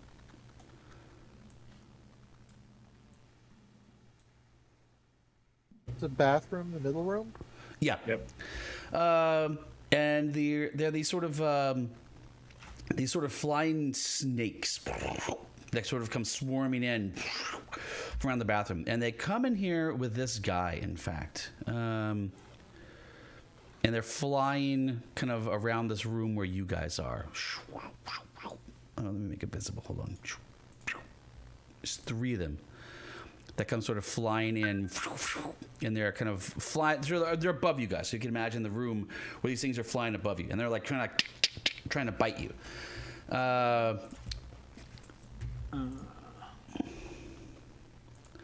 And you have, let's see, Gale, you get a snake.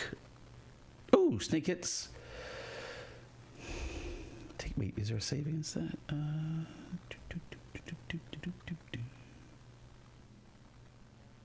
No save, really? All right. What was that? Hi, Gale. So you take There a should tiny be a bit save of in there. a tiny bite, but there is some poison damage that you take on top of this. All right, Gale, you're hit by a snake. Let's see, be right Imani, you get a snake. Whew. Getting all the rolls tonight, man. I'm rolling like Imani. Take a damage. And let's see, Gale, you can have the last snake. Gale, have a snake. All right, nothing. And he says she's out of sight, so she's gone. All right, that takes us to Delaquin. So the room to the south is pretty hairy. You got this really dangerous guy, and these snakes flying all about. You definitely get a sense that you're in trouble. And as you've seen, you've beat this guy up pretty hard, and he is he is no lightweight, clearly. Delaquin, it is your turn. The door is open magically in front of you, and you are in the doorway. There are two of these slugs. There's another body on the ground. In fact, there are three bodies on the ground in this floor. There are these black cloaked bodies lying about on the ground. Blood everywhere, stuff overturned. There's like huge fight been going on. This big half-orc is a monster, but he has got cuts and scrapes all over him, and he is clearly getting tired. He seems to be on the downside of this entire fight. He's got multiple wounds and gashes everywhere as these thugs are sort of trying to come in for the kill. That sounds good. I will cast Ensnaring Strike on an arrow. All right.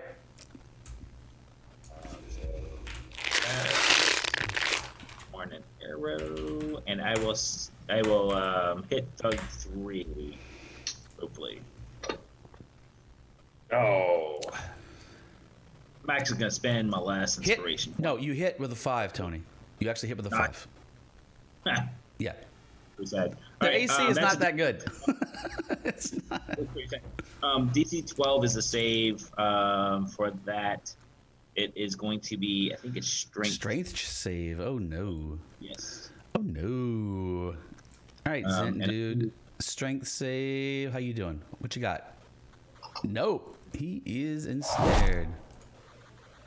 He gets an extra little bit of damage, which is, I think, 6 points. If I'm not mistaken. So will do effect on him. No, it's at the start of his turn. So technically, at the start of his turn, he would take that damage. And I think, if I'm not mistaken, let me make sure, but he's going to be ensnared. Yeah, so this is concentration, so you can have him snared up to a minute.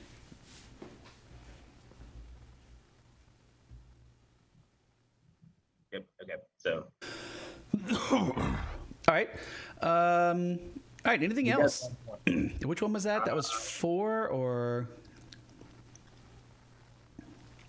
I will step in and draw my rapier, and I'll move to here as well. All right. Rapier's out, bow's down, and was it 3 or 4 that you ensnared? Number 3. 3, gotcha. Okay, all right. That takes us to Imani. Imani, tough situation in the south room. You and Gale found yourselves in. Yeah, I've got to decide whether I'm going to try to heal myself or force this bastard to flee so we can all get opportunity attacks on him. Tough choice. You are beat the hell up. I am beat the shit up, but I don't think it'll matter if I even heal, because the amount of damage you're doing, I'm going to drop either way.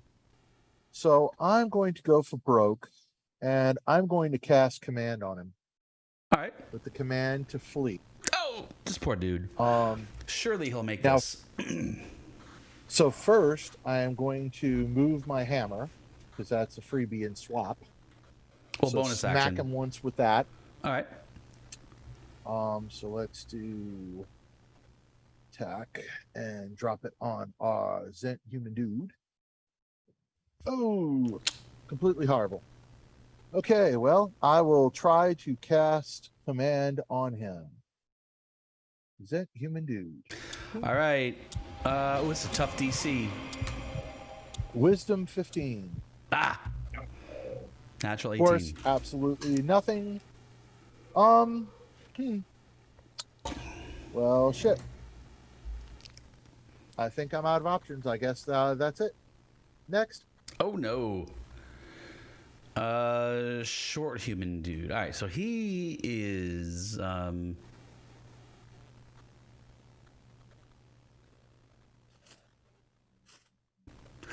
right. Is downstairs clear? Well, he's technically talking to Roginald.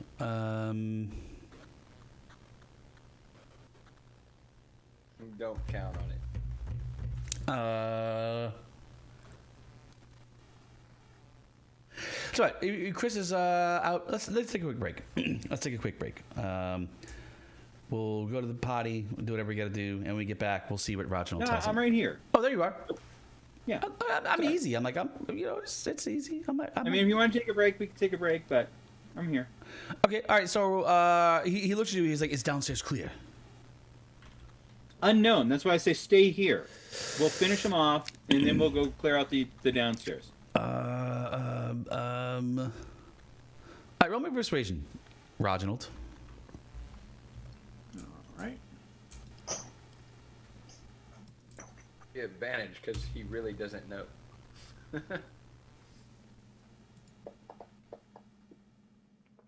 going to spend my point of inspiration on that.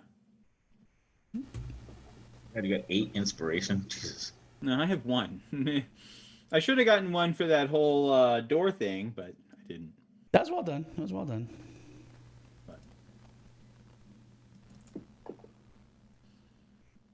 Not much better. All right, yeah. He's, he's like, yes. Well, I suppose that's a good idea. And he has his rapier out. He's like holding his rapier in 2 hands, looking out where he goes. He goes, it sounds there. How are the is my wife okay? We're finding out shortly. She's in the next room. Yes. Well, let's not be too hasty. Make sure we keep me safe. Yes. All right, that's his turn. Zent human dude. Man, this is the bad stuff. Who's he going for? Well, he should take out me first, probably, then Gale. Yeah, he's mad at you. You were talking smack to him. He doesn't like that. Well, until he brought in his little lizard bitches, it was true. Well.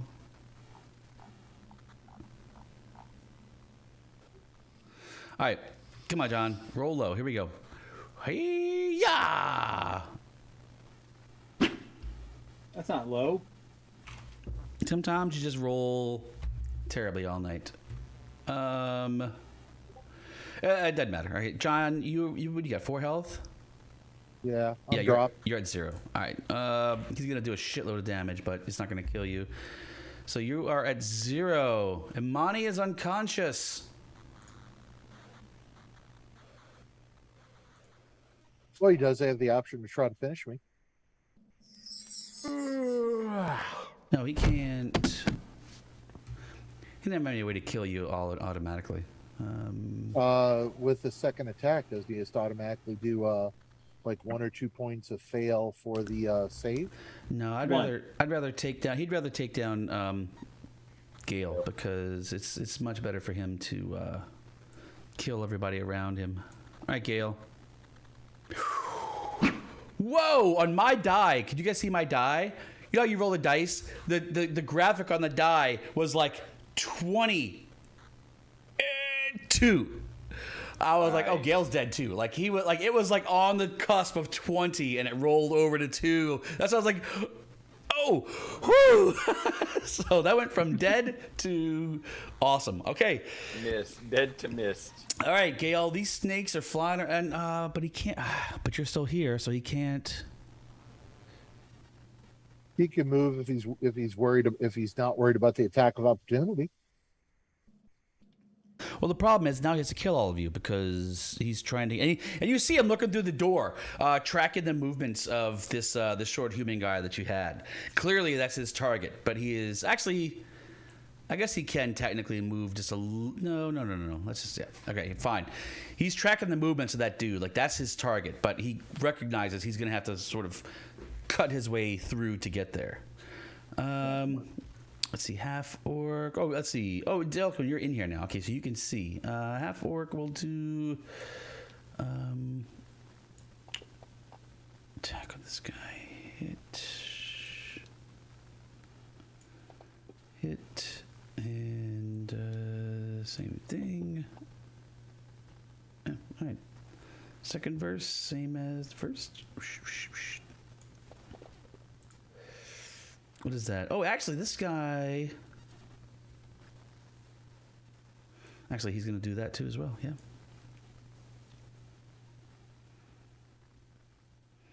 All right, and you see this half-orc's eyes. His eyes are big and huge, and he is like fighting out of desperation, just screaming these guttural things, just like sort of. He's a sort of a creature that has been beaten down, and he is in his last throes, trying to take these guys down, and he is just absolutely enraged, trying to fight all these guys. But he's not able to actually kill anything. Let's see. Yeah, these guys are just going to keep killing him. That one's entangled, though. So don't forget, I think that's negatives, isn't it? Nah, just kidding. Oh, wait, he does take D6 damage on... Oh, wait a minute. He does actually take D6 damage on his turn. So let's see. Tony, Tony, you want to roll me a D6 since it's your damage? Oh! That actually, all right. So actually, at the beginning of his turn, he's like, ah! and these thorns sort of just grip into his legs and stuff, and he's like, and they just drag him down to the ground, almost as if they're trying to eat him. And he's feeling and dies. He only had 3 health left, so he is out. Well, the what's his name? The half orc had actually beaten up on him pretty good. But this guy, all right. So this guy would just take his attacks on the half orc. And another 3 and a 2 is not going to do much. All right, back to the top. Gale, Roginald. Then the snakes are going to eat you guys. Okay, I am going to use my fast hands feature to plunk a good berry down Imani's throat. It uses my cunning action bonus action to use an object. Interesting. So, all right, I'll buy that. I plunk a good berry down Imani's throat and stab at the Zent human dude.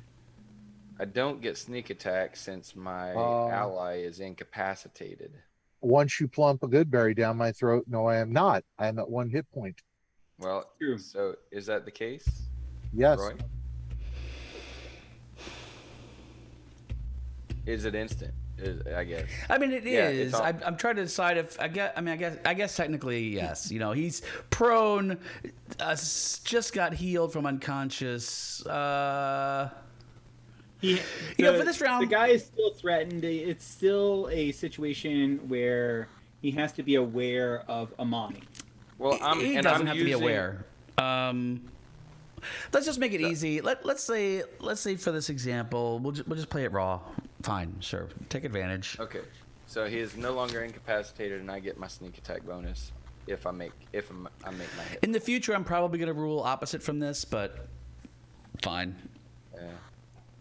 Just because, you know, Imani's not so doing I think anything. I think it is. So the point of the sneak attack damage is that he is distracted, and I'm able to do a more piercing blow because of the distraction. Wait, I rolled attack twice. My mistake. It was just a regular hit. Oh man! Which means that when you roll damage, it's probably going to roll your critical hit damage. So yeah, it's going to roll critical hit damage. Not if you don't target him. Untarget him. Mm. Yeah. That's what I'll do. All right, so you're gonna have to manually apply the damage. I'm used to it. So I've got my initial 1 die 8. I was about to roll an attack again instead. My initial 1 die 8, and then my additional 2 die 6. So 14 points. That's a human dude. 14 more is jeez, 55. Woo! I've done a lot of damage to this guy. Yeah, unfortunately, the snakes go before I do. Otherwise, we're doing a hell of a lot more damage to him. Yeah, you're in a bad place. No, I'm only in a bad place because I'm an idiot and forgot I'm a life cleric. All right, Gale. Anything else? I mean, you and Gale are just in a tough place right now. Well, if Yeah, I would I have am in a been really, smart really- enough to realize that preserved divinity gives me up to 20 something hit points that I can give to anybody, up to half their hit points. Yeah, we would have been pretty much really in a good place. Yeah, that would have been good to know. Anyway, I'm about to take a lot of damage from the flying snakes before it's your turn, but I don't think I'm gonna risk opportunity attacks by moving away. So I'm going to stand here next to Imani and just hope for the best. Okay. Let's see. Snakes. Imani's still lying on the ground. I guess the snakes. Oh, but I just... I am gonna say to the Zent human dude, there are more. There are more of us. You may want to surrender. He's this big stout. He's like this dude in his 40s. So he's like this big stout dude. He's like any of us who won't back down from a challenge. But I want to say it in like a very like I'm not threatening. I'm just stating facts. Like the odds aren't in your favor. So I would like as like a persuasion. I'm trying to persuade him to surrender. Okay. Not just like idle chatter in battle. Gotcha. You've already taken your action though, so you can't take like another action to try to actually. I got you. Yeah. And I mean, if you want to roll a die, you can, but it's Roginald. Since it doesn't count. Yeah, sure. I forget. Can I I'll take that cast 20. a bonus action spell and a action spell? I can't, right? You That's cannot. a Only if it's a spellcaster- cantrip. only that's if a the sorcerer. action spell is a cantrip. They have to like both be cantrips, right? I see. Okay. No, that's not right. I think it's like a wizard. The sorcerer action thing. has to be a cantrip. The action has to be a cantrip. Okay. I think that's right.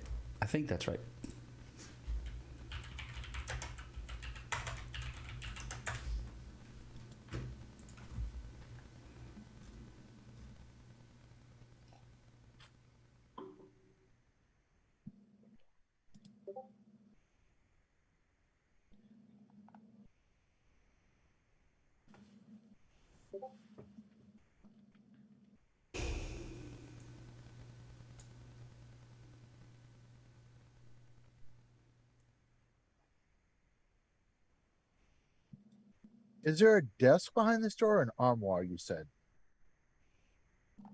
It's fine, Roy. I'm going to do something else.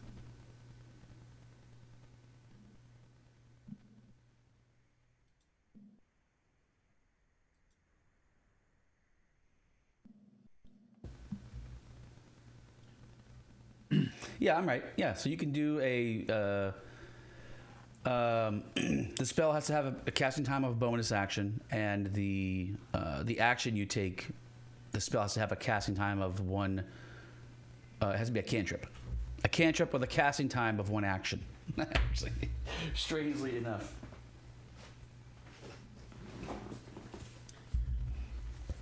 Okay. In that case, I will cast.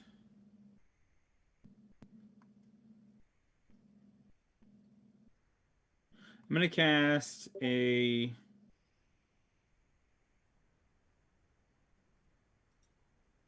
I'm gonna viciously mock him from the other room. Of course. Because why not? That's the bonus Why action? not? Or is that the cantrip? Huh? Is that the bonus action or the cantrip? That's the cantrip With a casting time of 1 action? with a casting time of 1 action. All right. Sold. So he is going to. Come on. Saving throw. No, not with a 3. That's no. fine. He's only taking D4 psychic damage. Except He's threatened. now he's got to run away, right? No. This is not it. Oh, that's the okay. Good. That's dissonant whispers. This is vicious mockery. Oh, that's right. And he has disadvantage on his next attack. On his next attack. Yeah, gotcha. All right. Disadvantage to hit, right? Yes. Yeah. And then Imani. Oh man, he's getting beat up. It's getting beat up.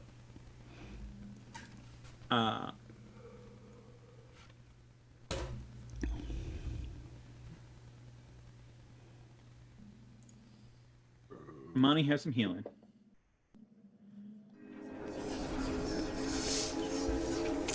All right, Imani. You are feeling good, baby. You are almost at full health now.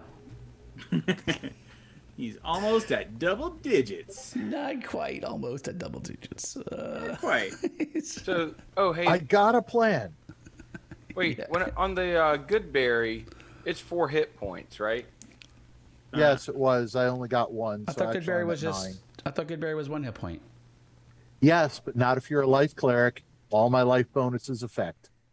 Each good berry I give is 4 hit points. Is that true?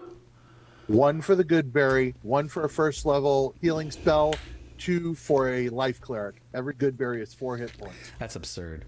All right. Well, then Chris is right. You're almost at double digits. Anything else? Bring on the snakes. Roginald. All right, snakes. He is, however, still lying on the ground. So let's just let all the snakes eat Gale, since Gale's hanging out there. Let's see. Gale have a snake. Hiya! Whoa! All right, Gale. Snake misses.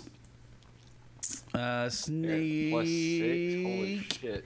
hits again. Have some poison, Gale. Sorry, Gale. This one's gonna drop. Don't do it.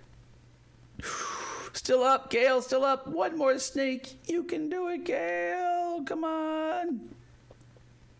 A 3-bit. Whoa! It's like they're like the swarm of snakes all over. Gale's like pyaw, pyaw, pyaw. My cat-like reflexes. All right. This takes us to the other room, to Delaquin, where there is only 1 more Zentarm thug left in here. Oh, we'll take a step right here. And take 2 swings. 1 with the rapier. Your volume is very, very low.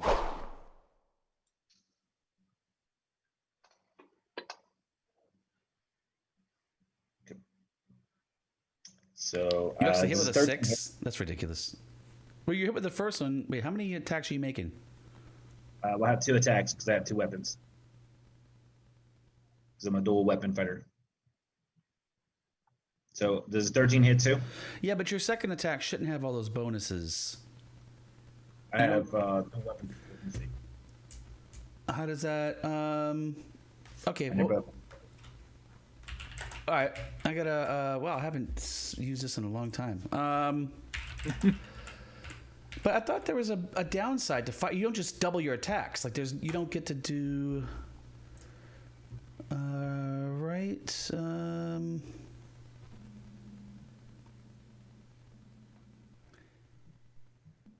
Oh, use a bonus action to attack with a different light weapon.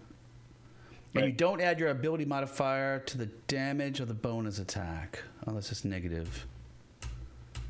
Gotcha. All right, so that usually bonus action is the second attack. Okay, and then your damage should be both. So both hit. But you just won't get your damage modifier on the second hit, or the bonus weapon hit.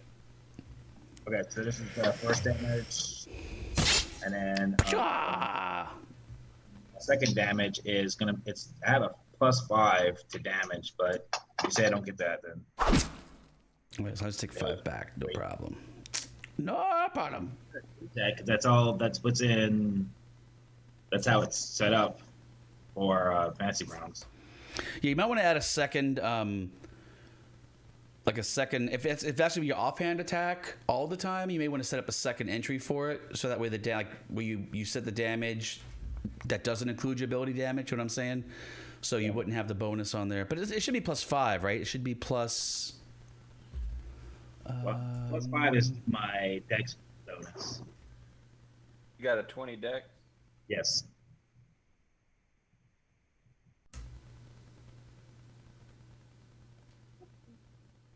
Oh, you have a 20 dex. Oh, is that? Did I allow that? How did I allow 20 dex? Yeah, Too nice. I have a 20 deck. 20's raw. 20 is the max. You guys are killing me. So I'll just take off the 5 out of 10. All right, he's good. He's good. All right. What else, Delaquin? Oh, by the way, it only got to 20 because of level 4. Yeah. Way. Well, I know that. Yeah. That's it because I moved and attacked twice, so that's all my move. All right. Imani. All right, Imani, you are in the room. Gale is up and swarmed by these flying snakes. That dude, the really vicious dude, is still there. You are lying on the floor at 9 hit points currently. Yes. Now I only get attack of opportunities if I move out of attack, correct? Yeah. So I can move. Okay. You can't go any direction that. Yes, I won't. can. Okay. I'm going under the desk under Gale. I'm using the desk as full cover because I am prone on the ground. You told me there was a desk behind the door. Okay. That is making the rough terrain. So now I'm under full cover. All right. Upgrade. Yes, a hell of an upgrade because I get everything. I was talking about Delaquin. We've had an upgrade. That is my move. Now, Well, what am I going to do? No, but we for have a few fun? problems with that. First off, you can't you can't be in a square with another person. Well, he's got to be on top of the desk if he's Well, I was. I mean, I like the idea of using terrain. I just, I was factoring that in as just sort of rough terrain. Like the desk was I'm aware. tipped over. I'm just using my battlefield. Yeah. I hear you. But I mean, all right. Before we get to Will that, it make much difference? Who knows? let's resolve the fact that you can't be in his square. Like we know there's no way you can be in his square. Then the desk is on where I am, and I just roll under it. Yes, but I mean, let me be clear that the desk is going to be a trivial part of that square. Like I like the idea of using terrain and such. I don't want people to be able to just sort of fabricate out of thin air full cover. That's not really fair because then I could do that, right? I could just say, oh, this guy pulls up a desk next to him and he has full cover. You have -5 to all attacks against him. I don't want to get into that business. You know, does that make sense? Like, I don't want to get into that business because that just feels like we're going to be making up all kinds of crazy stuff to manipulate, rolls and It's stuff gonna like bog that. down really. That's fine. Yeah, so let's just say that's fine. rough. Like Doesn't the matter. furniture, you just sort of like blew over all this furniture, but it's rough terrain where Elliott is. I mean, if you the stuff's there. If you need to find some cover, I guess. Jeez, I don't know. I guess No, you don't could. worry about it. I'll figure out something else. Stand by. Stand by. Right. Tell you what, this is a good time for a break. Let's take another quick break because I don't like sitting here in this chair for hours at a time without standing up, especially with an empty glass of tea and an empty potion. So, can we take a quick break? Yeah, I think I got my plans when you're ready. So go take a break, and then we'll come back and resolve a lot. All right, short break. See you guys here soon. Okay. How do we do the break? Boom. BRB.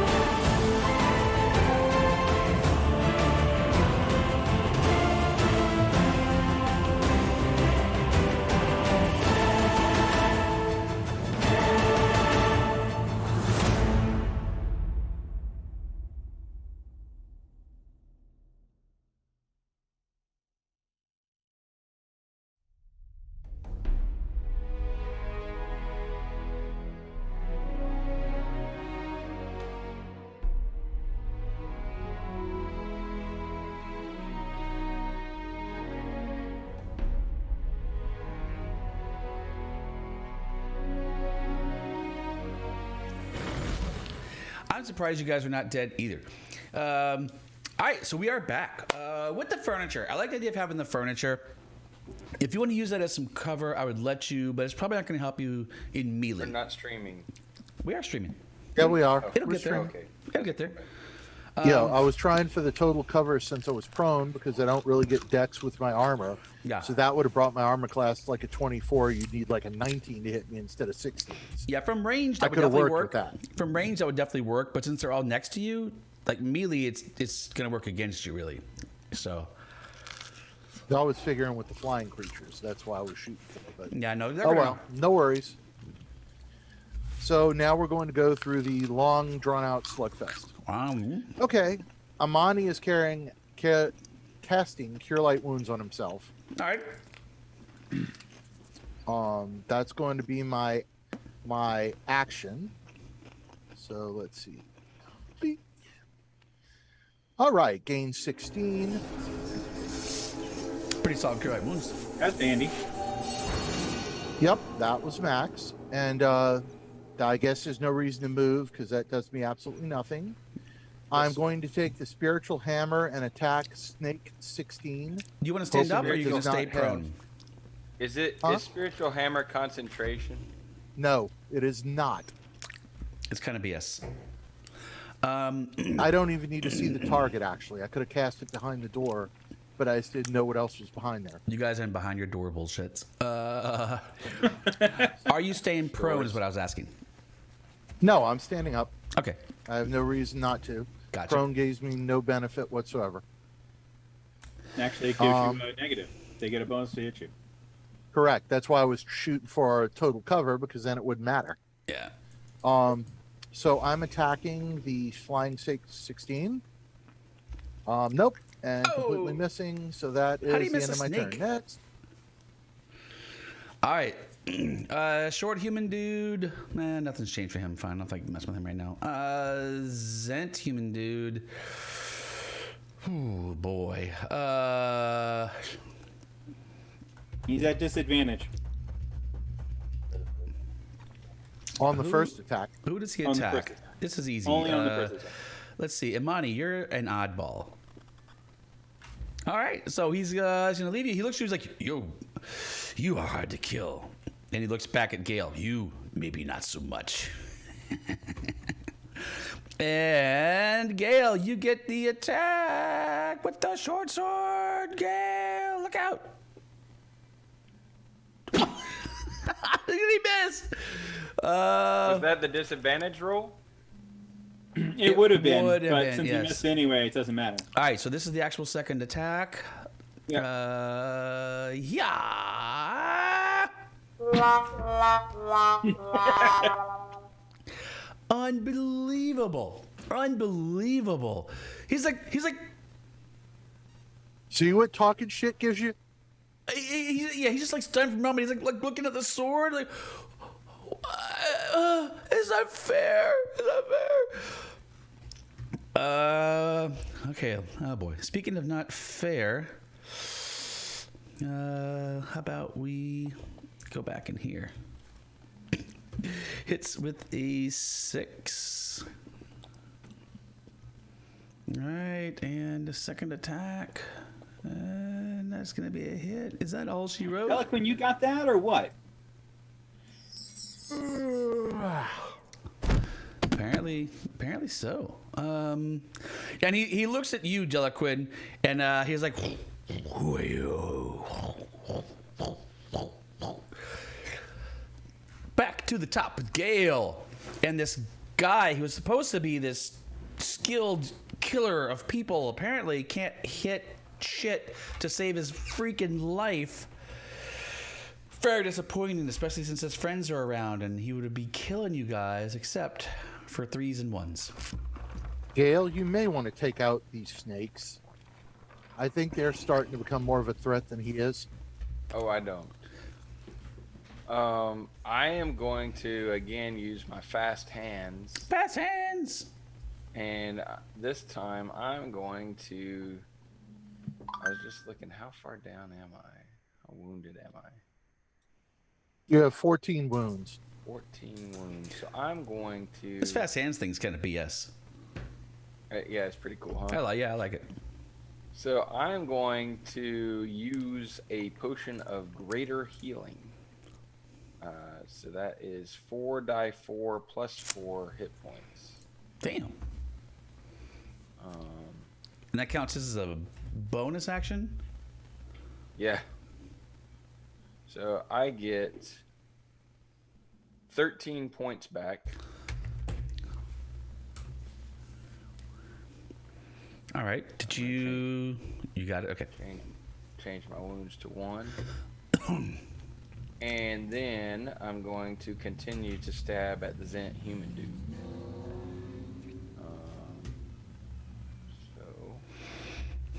Target that feller. He is threatened now. Yes, he is hopefully feeling quite threatened. And I am going to, again, ask him to surrender as I stab.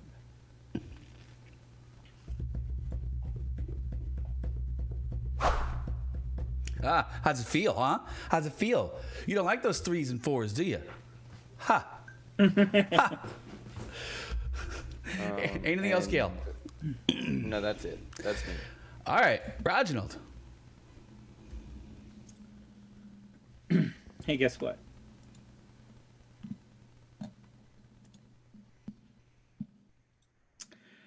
Dissonant Whispers. That's right. He's gonna make it safe. All right, wisdom save. Oh.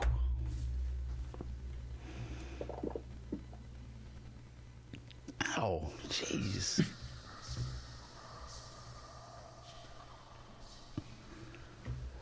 And I am going to give Bardic Inspiration to Gale. Is this the thing where he runs away from you two? Oh, yeah. And they get their attacks of opportunity. Oh, no. Oh, yay. Yay. Do I get an opportunity attack if I... Yeah, that's a reaction. Wait, so. you've not used your reaction. Wait, no, your I cunning used a thing uses bonus action? but not a reaction. All right. All right, so I will take my rapier attack on him. Wouldn't that be a sneak attack too? It's a sneak attack as well. Okay, so the first You don't bits of know. damage. I do minimal basic damage, but then you're gonna have to apply my sneak attack damage for me. 5 more points. Imani? Can I whack him with my hammer there, or do I need to use a weapon in hand? You have to use a weapon in hand. Because I currently have no weapon in hand. You can punch him. You could. It doesn't matter because the attack that Gale had was actually enough. Can I put this on here? Oh. Wait, how do I do that? No. How about like this? Anyway, yeah, that dropped him. He was at 2 health before that.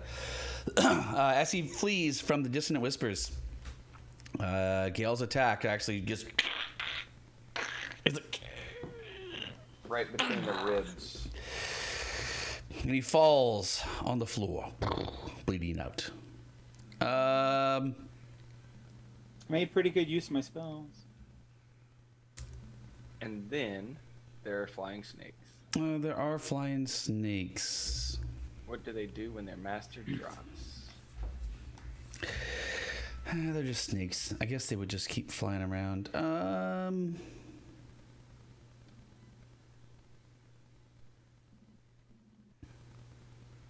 We need to know if they're a threat or not. In a time it takes me, yeah, they're just gonna keep attacking you guys. We'll just do, we'll do Gale. Oh, how you like it now? Not so good. We'll do Gale, Imani, Gale. That'll be easy. Gale, Imani, and Gale. Gale, Imani, Gale. Give me one more attack on Gale. Boom, boom, boom, boom. All right, man. The dice have favored you guys, I think. Down to Delaquin.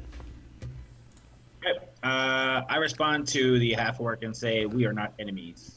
through this door here, as I point with my rapier to the door to the south. To what door? To the south. Just I'm sorry. What did you ask him? said we are not enemies. What is through this door to the south? As I point with the rapier. Oh, he says that is none of your business.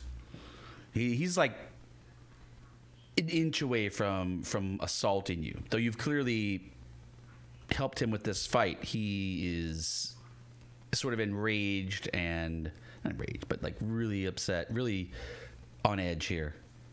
Yep. I'm gonna disengage and come back into this one. All right, I'll buy that. All right, Imani, what's happening with you and the snakes? Okay.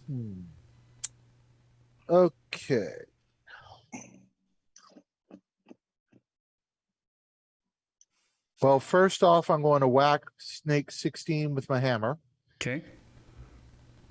which I think I'm still targeted. So, attack. Hooray! Whack.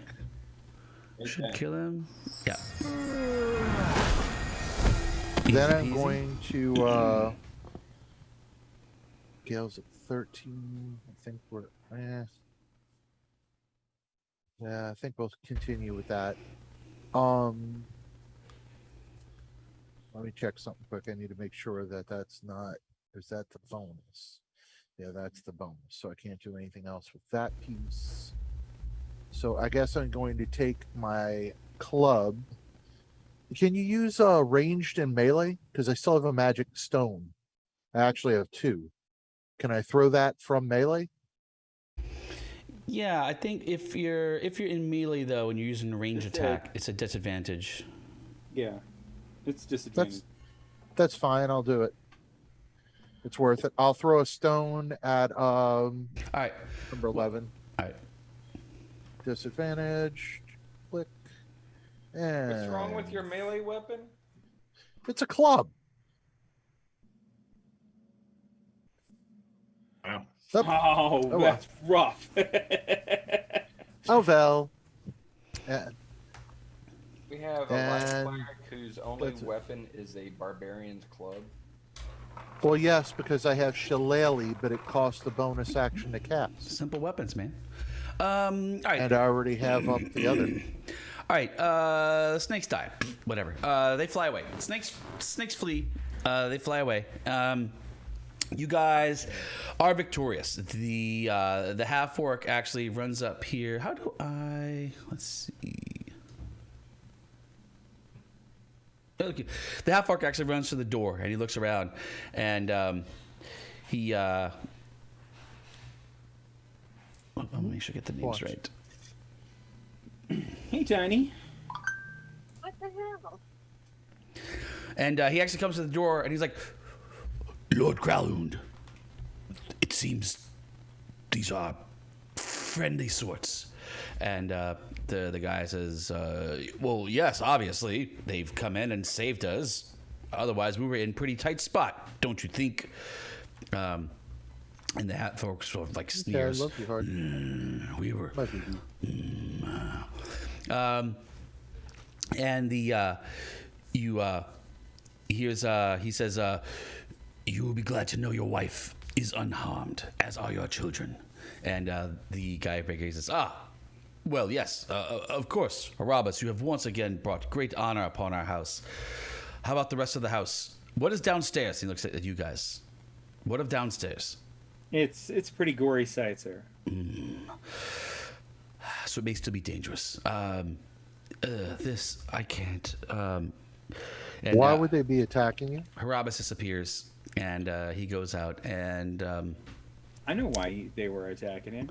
moments later, a woman comes out, and this is. Oh wait, I can do the thing now.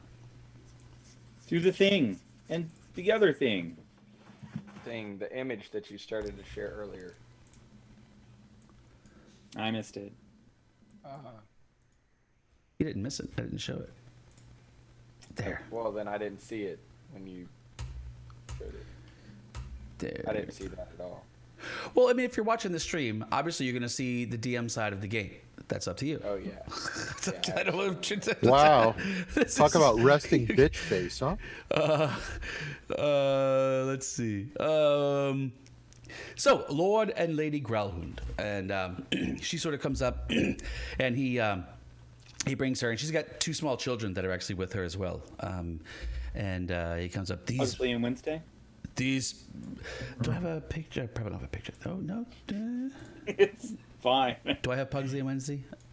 No, I don't have Pugsley. No, wait. The Adams children. Kind of, yes, kind of. I mean, look at him. He's Gomez. She's Morticia. Where's All Fester? right, I'm with you. Where's Fester? He just walked downstairs. That's the orc. Yeah, no, he's the orc would be Lurch. Yeah, the orc would be Lurch. So I suspect they were here for the same reason, possibly, that we are here. Only they were here to also kill everyone here for some reason. We were here to talk. It's a good thing too. We heard the sounds. We heard the sounds of battle. And recognized the telltale symbols of the Zentarum.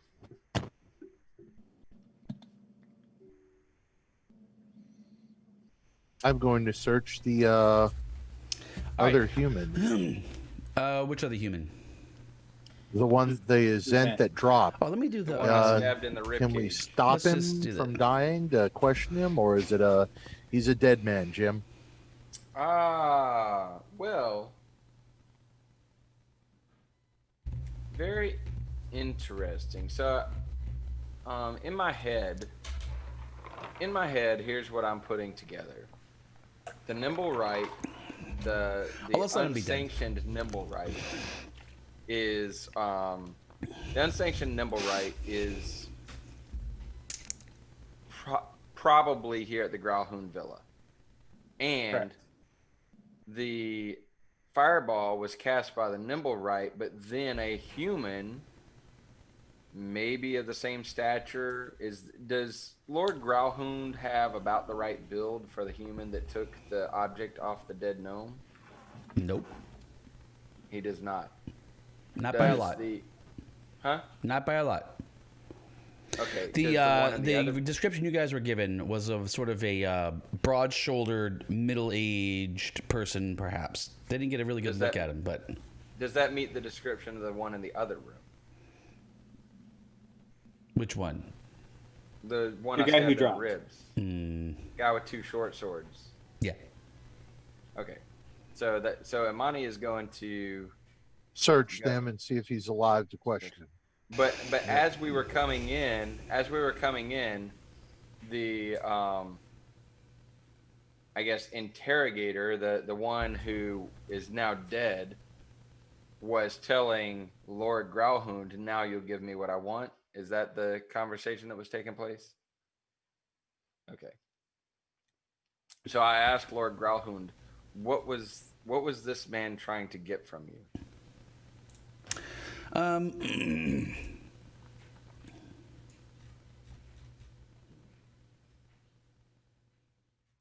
I'm looking for treasures. Anything worth getting here? There must be something.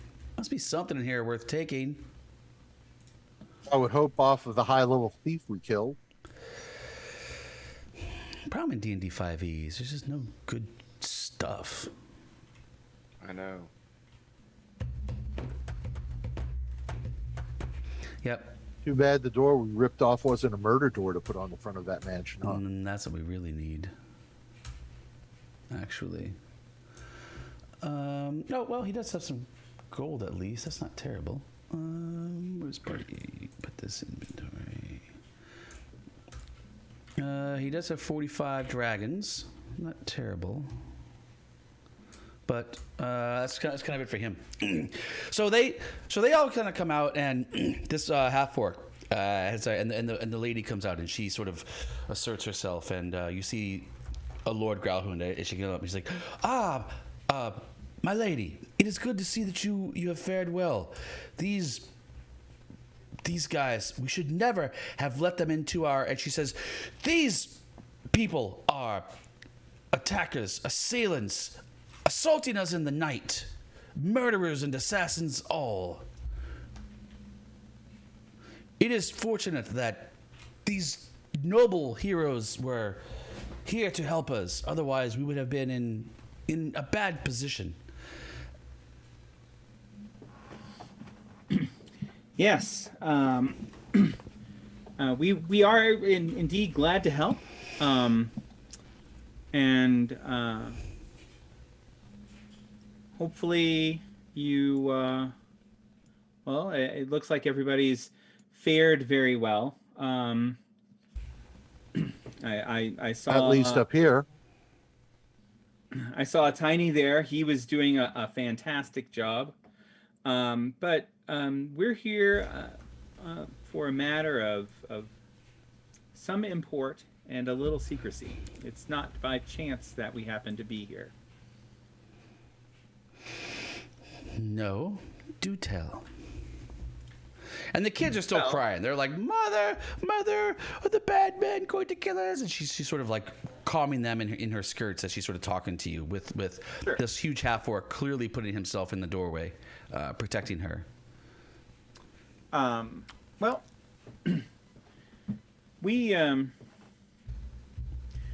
we're a group known as the Lords of Lions, and Oh, yes, we all know the Lord's Alliance. we happen to know, and it's not really a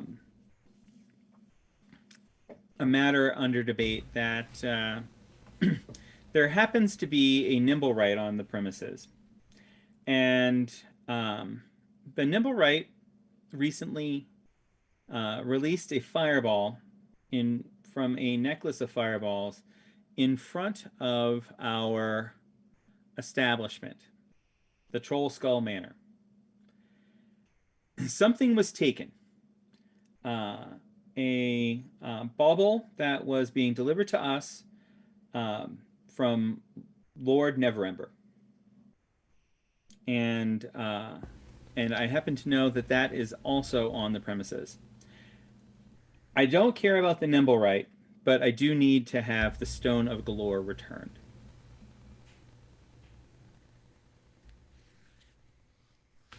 And I personally care about the Nimblewright. He may care about the Nimblewright. I don't know why. A favor to another friend. She her eyes are sort of like looking at you widely, and she sort of puts out, I don't know what you're speaking of.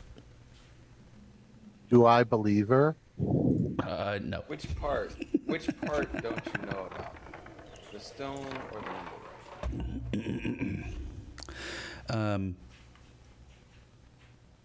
And she sort of seems to be really trying to collect herself. Like she really sort of was stunned by this sort of Matter of fact. or this sort of like information bomb, and knowing all the details of everything and the names of things, genuinely actually sort of stunned her, and she's really sort of fumbling, and Orand actually sort of steps up, and he's like, by the devil's tail, Yala, this is bad business. Bad business. Tell them, our very lives are here because of them. We have been involved in this long enough. We are in far over our heads. And she like looks at him and she gives him a look and he's like,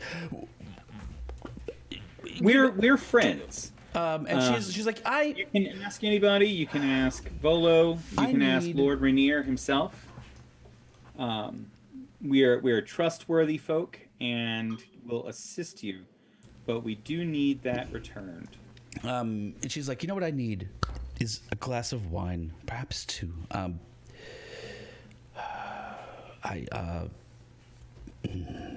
This is. have I would suggest definitely don't go downstairs, and definitely don't let the kids go downstairs right we now. definitely do not. Yeah, as a Not matter of pretty. fact,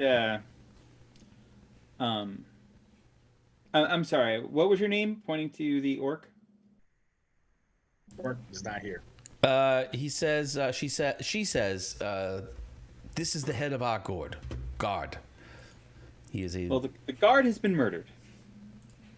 How many of them? The guard has been murdered. The guard has been murdered. And he's sort of like, his eyes go wide. He kind of looks back at her. He's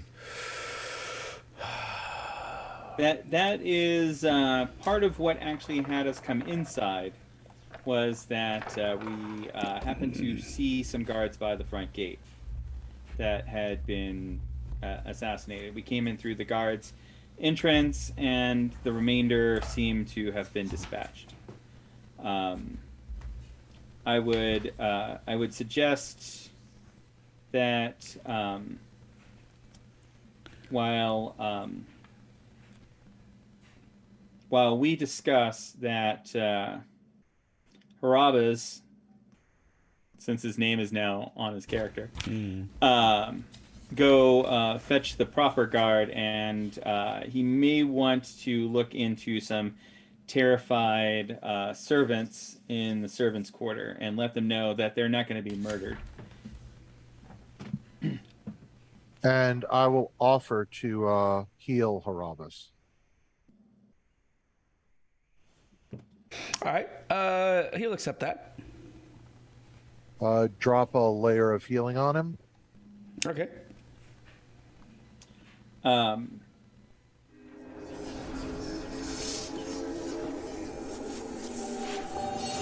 Hey, Roy. Yeah, man. Did I happen to, by any chance, when I was downstairs, like by the table, see a bottle of wine that hadn't been covered in gore? Just for role-playing purposes. Yeah, if you want. Sure. I'm going to send the invisible servant down to retrieve the bottle of wine and bring it up. All right. So,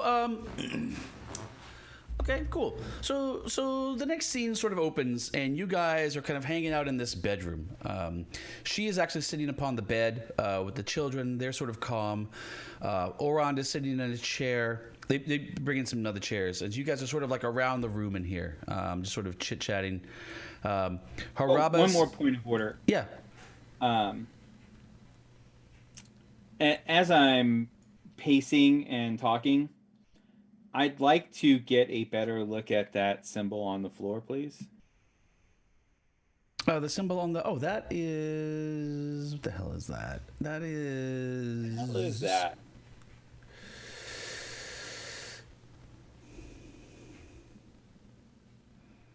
All else fails, ask them about it.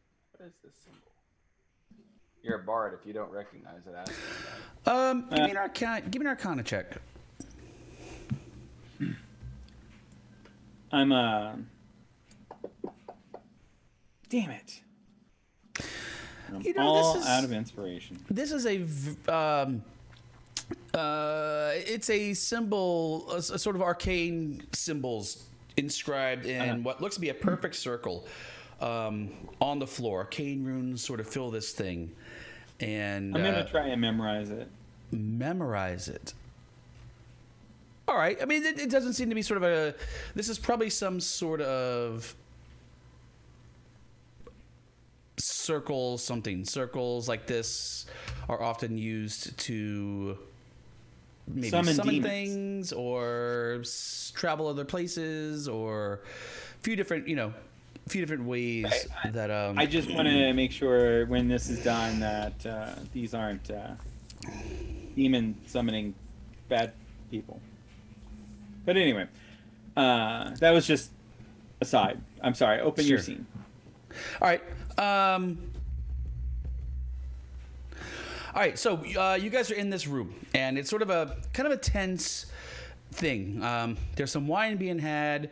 Orond and her are over here. Harabas is sort of have himself kind of placed in between you guys. Y'all can be kind of wherever you want, but they're sort of making their own little place over here. The children are quieted, and you guys are sort of having this sort of tete-a-tete. They're not friendly. The sense in this room is one of tension. Not hostile, probably not, but definitely. I'm gonna try to diffuse the tension somewhat with my demeanor. Sure. Okay, If it so doesn't come across, but that's my goal. yeah, all right. So, Lady Orond is.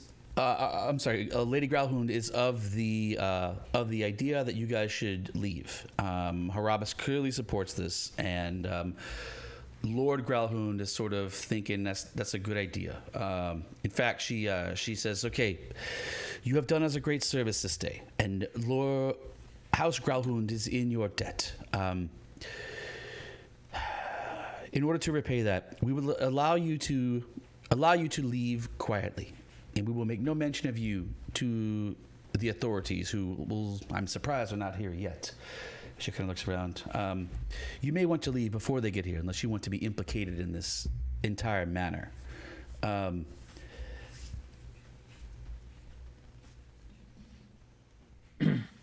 So, what should we tell Lord Neverember about his missing gem that seems to be pointed in this area? Oh, yes, that. I'm sure he won't be too happy with us not returning it to him. And I'm sure he'll want to probably visit you about that.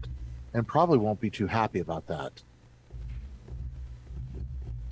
Do we really want that? I mean, we don't want to push that situation, but we do need the stone back, please. All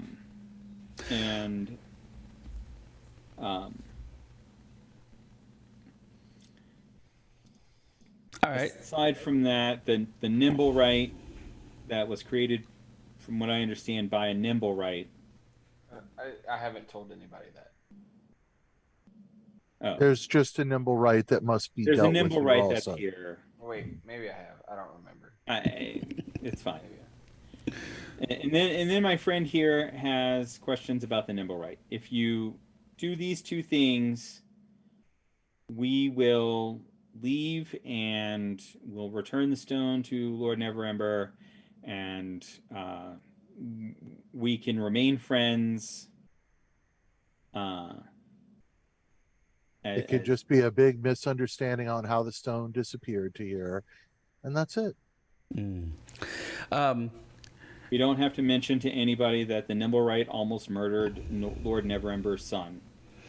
That's fine.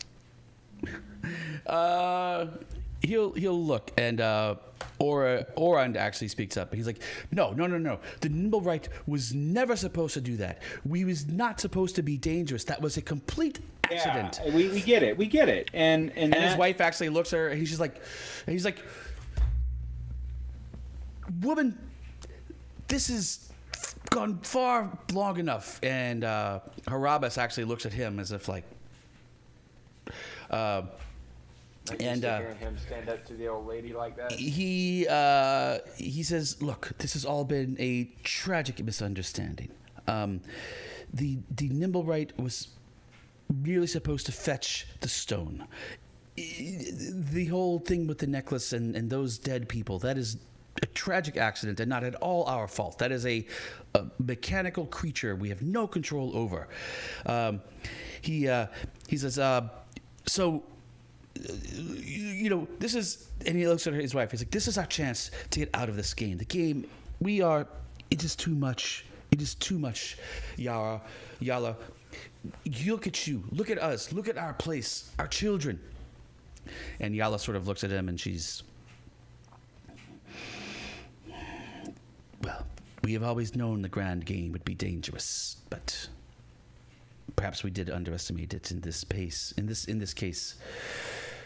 But unfortunately, I can not give you the stone. I do not have it. You don't have it. I do not. It is with the nimble right." And where's the nimble right? well, he has gone to deliver it. To where? And here she looks genuinely scared. She's sort of like, you see this sort of like idea, this sort of look in her eyes as she's like as if perhaps even here with her, she's not really sure that she wants to let you know.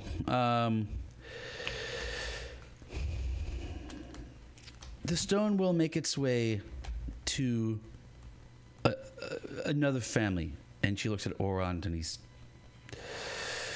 a family that we have been working with, but they are a family far more powerful than ourselves here in Waterdeep. The Nimblewright is on its way to deliver it there. Which family? Because I'm sure Lord Neverember will not be very happy with this news. Lord Neverember, he is a has-been. He is gone. He's no longer even part of the city. He is a memory at best. And his son, drunken buffoon. The Neverember family is a thing of the past. Hey, baby. All right. Hey, Gale, could we use that Nimblewright finder before? I was letting them talk. Yeah. Yeah. Out of character knowledge. I should Yeah, I add was that letting them tomorrow's talk. Monday. I'm sorry, what? That's I what should I'm add that tomorrow's Monday morning. I need help with the girls. Pull it out and play with it, Thanks, sort of absently. No, I Um, was. So you bring out the Nimblewright finder? Nope. Well, so yeah. Okay. No. I was gonna wait and let him finish talking, but Well, we can continue talking while he's playing with it, and That's just true. have them notice it whenever. Yeah, that's easy to do. Um, All right, yeah. She says it has been sent on to deliver the stone to the castle enters. And before we knew that you were here, the day seemed dark, and the only reasonable thing seemed to be to send the stone on. I was not sure that, and she looks at Carubba sort of almost apologetically. I was not sure we would see the next sunrise, but it seems like now we will, thanks to the heroism of my friend here, Carubba's. Can we get an insight check on that? Because are they actually trying to delay or maybe deceive us? Yeah, you can roll me some insight. The Nimblewright detector does not detect any Nimblewrights. And you yeah, are it's already too far positive. away. You're I positive. totally bought that. Yeah. They seem like they're really telling the truth. Or maybe they actually, you're pretty sure they're lying. You're pretty sure they're lying. They're definitely trying to delay you. Yeah. well, No, I don't know. the number right. Oh wait, but I didn't roll an insight check. But I wasn't trying to be insightful because I was just gonna trust the detective. Yeah. The detector says there are no Nimblewrights around. I was gonna trust science. Science. So is- how far beforehand did we try the Nimblewright detector before we came in? Wasn't that right beforehand? Yeah. Oh, yeah. It was when you guys were scouting out this area. The Nimblewright was definitely in this building. And if the detector is to be So- believed, the Nimblewright is no longer in this building. So for in the last 10 to 20 minutes, it's disappeared. Something like that. So let's chase it. Yep. We know it's heading toward the Castle Lanterns, so I'm gonna say I believe them, and we have no time to lose. We should chase this Nimblewright down onto the Castle Lanterns. And hopefully we'll catch it before Lord Neverember's ire comes down on House Growlhound. Let's see what we could do to at least save their reputation in Well. the city. Um, Because the watch will probably be after them if we don't catch this Nimblewright. And even if we do, if we don't catch it before it gets out, Well, I'm sure the watch will probably be investigating in fact, less as talk, for- more movie. Lord Growlhound. yeah, in fact, as you guys are sort of kind of moving out here, you actually hear shouts from sort of downstairs. As you hear the shout, "Hi, in the house? Anyone in here?" Gods! Look at the carnage! Spread out, men. Let's see who still might be alive.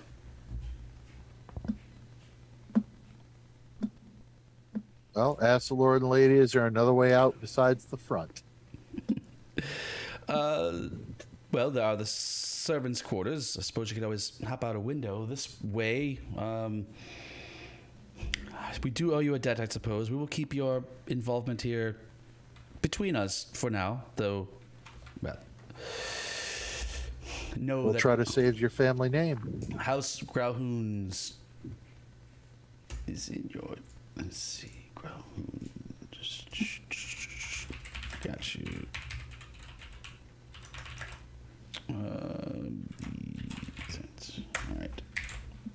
All right. All right. So yeah, you guys can get out the window on the south side. You know, as like sort of the commotion comes up, and they go to greet. Carubba is like, I should greet them, and he heads down the stairs. And Lord Orund and the lady sit in the bed and just pour more wine as they cheer you and wish you well. So you guys could, yeah, fine, get away from the guard, no problem. What's the plan now? We are going to start heading in the direction of the Castelliers. Is that it? Castellaners. Castellaners. And using the Nimblewright detector until we get a hit. Right. But we Because already we know where they were. To narrow down the Nimblewright until we can. But we're moving at full speed. We know Should we start at the Castellaners and work our way backwards? Who's the strongest of y'all? Okay. Get on your shoulders. It's the only way I can keep up. I have movement of 20. the strength is 16. Oh, God. God, I hope you can carry me without being encumbered. Where the hell is... I carry you like a baby.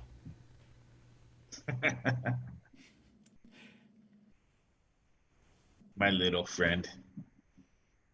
Sure. Run, run, frail elf. Oh, there it is. Give Okay, you, got it. ride you back. Sure, I can't just ride on your shoulders. Sure. Be like, was it the Mad Max Beyond Thunderdome? Master Blaster. Master Blaster. I couldn't remember his name. Yes. Do, I was thinking it was more like Mad Mardigan and Willow. Oh yeah, Jack. That'd probably be the best. do any of you guys know where the Castellanter estate is? Yes, because we knew that there was a nimble right there. We knew there was a Nimblewright already We there. scouted the whole city.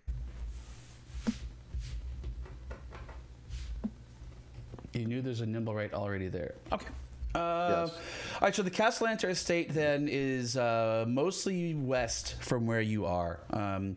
Remember, it is middle of the day, late afternoon, but a bit after lunch. You guys have scouted this out, had this whole fight. By the time this is all here, so it's sort of like late afternoon, so plenty of daylight left. The streets are crowded, so it's going to be kind of your typical sort of slow drag through Waterdeep. It's you're kind of used to this, unfortunately, as you're trying to get somewhere quickly. You are walking through and stepping in poop and dodging people and making your way through. So it's going to take you some time to get across to the Castellanter estate, but you can get there. And as you get to the estate, your Nimblewright detector does in fact ping that there is a Nimblewright on the Castellanter estate. But we It's knew not that. necessarily We already new. knew Yeah. We were trying to intercept the other Nimblewright on the way there. Apparently, you are not moving as fast as it, and you're not moving very fast through the streets of Waterdeep. It's just there's not a really At this time of day, you'd have to be a Nimblewright. It's your typical stuff. Quicker ways are vehicles. Vehicles are faster than walking. Could we just pay for a vehicle to get to the Castellanter estate? Would that Yeah. be, how much faster would that be? Would that allow us to Oh, that'd be Can we Make up get the to the difference? Castellana estate and then work our way back to intercept the? Like, can we get ahead of it and then come back to intercept it? All right, yeah. So it'll cost you reasonably fast transportation. We'll call it a dragon for all of you. Maybe sort of 2 cars, those little carts with the horses. And part of the reason why it's so slow to walk places is that it's crowded.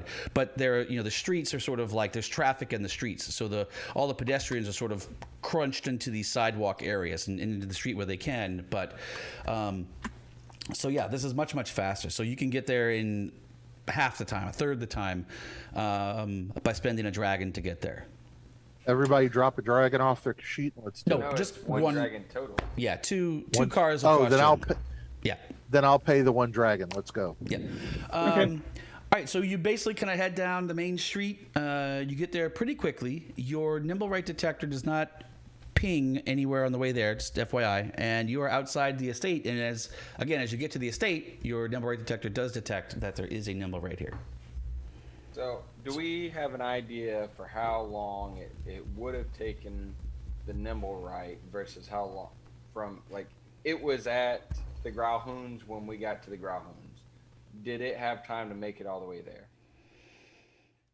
Well, we know I- how fast they move. I've chased it across town. I know how fast it moves. You so know that I they're have- quick. You know that they're quick. But you estimate. You know that like you guys making your way through the sidewalk traffic would be really slow. In a flat race, a nimble right, would not outrun a horse, but the horse can't move probably at full speed. I don't know. There's not much really faster way to move around other than like Griffin Rider or something than the way you guys went. So But you let's don't know how big of a move head start right it out had. of the range. It could have had 5, 10, 15-minute head start on you. You're not really sure. Even with a 10-minute head start, it's a lot of time. Okay. Well, let's go until the nimble right detector shuts off from the Castellana estate and see if it just starts going on. Wait 10 minutes, a half hour, whatever it is. Right. But I'm not following what you're trying to do. So if we start at the we're trying Castellana to estate, we catch know it it coming pings. from the Work outside. backwards toward the Growlhound estate So you're gonna, Okay. until the thing shuts off. all right, so you Yeah, came what's that? from the Growlhound estate to here with no pings, and now Right. you're going to go backtrack that same path. Oh, so we had no pings at all coming straight here. That's what I said, yeah. No Zero. pings. Zero. Okay. So we're gonna assume that the other nimble right made it here. And that's what I suggest. We assume that the other nimble Or right they made met it. somewhere else and we're just fucked anyway. Or that. Since they Other didn't nimble tell us right? where they were going to. But we know that the Stone of Galore is coming here. We don't No, we know it's going to the Castellaners. We don't know which way it's going through. It could Mm-hmm. go through 20 different fences in between. Sure, but we know that the point is that the She did men- Growlhounds are trying to, I'm sorry. the Growlhounds are trying to deliver it to the castle. That is correct. To the Castellanters. She didn't, specify how or where. She just said that it's on its way to the Castellanters.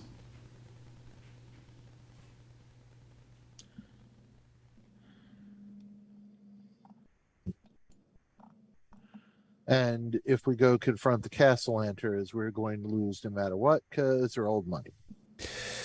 Old money's tough. Tough. Castellanters Now are we not could only pull- old money, but they're rumored to be incredibly powerful wielders of magic. Like the rumor are that they are super fucking badasses. In addition to, in fact, many people suspect that maybe how they've gotten all their money. Actually, there's a lot to the Castellanter story. If you guys, anyway, you guys let me know what you. And we've just learned of this thing that the Growlhounds discussed, the Great Game. So there's this Great Game thing that we're learning of just now, that they were allied with the Castellanters, and now they feel like they're in over their heads. So we do need to find out more about the Great Game. And Yeah. we need to... Huh? Well, I mean, that is. I mean, that's one thing, but we also need to. Well, wait a minute. I got a stupid question then about this magic item. Mhm. So if there's more than one nimble right within range, does it go faster? You don't think so? So it only detects that there is a nimble right. There could be a whole colony and it would run the same way as one is in 5. Right. It mostly tells you proximity. Do I have a second level? So its sound mostly tells you the proximity you are from a nimble right within 1,000. Yeah, if and you're as you within guys saw, 1,000 it wasn't feet- really like good at the directional stuff. It's you can kind of get a rough idea with direction, but it's not good for like nailing down direction. But like you were able to sort of say yes, there's definitely one inside this big house, but you weren't really able to figure out like where in the house it might have been. You know, so it's kind Well, of vague. we're about to fix that. All right. So do I know I know the difference. It was made by Nim. Cast locate object. I want to find the nimble right made by Nim. Is that legal, John? It's an object. That's what you ruled. You said it was not a creature. What? No, it's definitely a creature. You told me it was an object like a golem. So it's an object. But a Remember, golem we is a even have creature. this question. No, golem is a creature. It's not an object. You called it an object. That's why let I me said see. you can locate an object that is familiar to you. I can sense the direction as long as the object is within 1,000 feet. If the object is in motion, I know the direction. I can locate a specific object. Locate creature. About the Stone of Galore. Yeah, the thing is, there's a locate I'm creature. not familiar with it. Yeah, if there's a separate spell called locate creature and locate object, so I can't let locate object do what a 4th level spell does. Like I Well, can't. I again, can't just do that. This is a creature. 100% You told me- creature. A golem was a construct, which is not a creature. A golem is a creature. 100% golem is a creature. Is a thing that will eat you. It's a creature. Sorry, I mean it just is. It's a creature. Like it's in the book, right? It's a Locate construct. the Stone of Galore. I'll buy that. What's your range on that? 1,000 feet. 1,000 feet. All right, so you guys are 1/5 of a mile. you guys are outside this this incredible place. There is no Stone of Galore within range. Well, that's a good thing. Yeah. No. Yeah. I don't know. I've got 10 minutes and 1,000 feet, so I guess start circling. How long do we have these horses for? Just to one destination, or is it for a set time? Let me Well, see. we just give him another dragon. Hang Yeah, on, just let give me- them another dragon hang if on, they hang have on, gone. hang on. I need to, because this isn't really.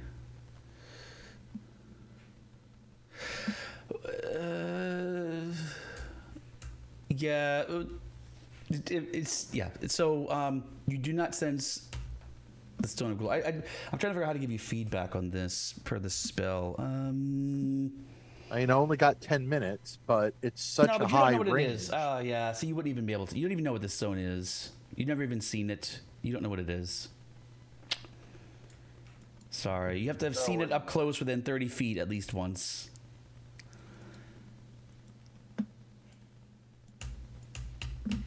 Yeah, I like this idea. Locate the simple truth is that locate object isn't going to work for this. Then it ain't even worth casting because I can't find the creature. I can't find the stone. That's correct. We You wouldn't- basically are like usual at a fucking dead end. That's not true. You're not at a dead end. It's just that for locate object, it's not going to work. So yes, you wouldn't burn the spell slot because you know that you can't. Or that. basically, we rush for absolutely no good idea. We would have done better going to Lord Neverember, and now let's just let Waterdeep fuck itself. No, because we don't even know if Lord Neverember knew. Hey, We about know the he stone. wants the stone. Well, we know where the nimble rights are. So No, we don't. We know where the other nimble rights are. True. So why don't we try to Grab another You griffin, were- but we huh? grab another griffin. Yeah. What good is knowing? I mean, the whole problem is that the griffin thing's across the freaking city. Well, no, we'll just take our Yeah. car and the nimble right detector and see if we'll pick a direction and see if we get a hit. Not a We terrible discussed that. That would take days. That's why we did the whole griffin thing. Probably a couple days on foot. A car would cut that to maybe a third. Griffin would cut it down And- to just a couple of hours. So Yeah, so like I said, it won't help us. I mean, I mean, we could tell where the nibble rate is finally, but that's still hours from now, if we're lucky. At that point, I think we've already lost it, except for we can do the split and pick up the nibble right mission, but that's about it. Otherwise, we basically have blown this one. So, Roy, you I mean, we didn't blow it. We didn't really have a shot. well, in this the Roy, direction you went, you guys the simple truth is the direction you guys hurried in was just not the right direction.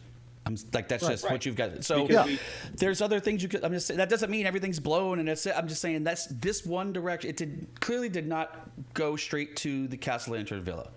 You're not sure where it did go, but you know it did not go to the Castle Lantern Villa.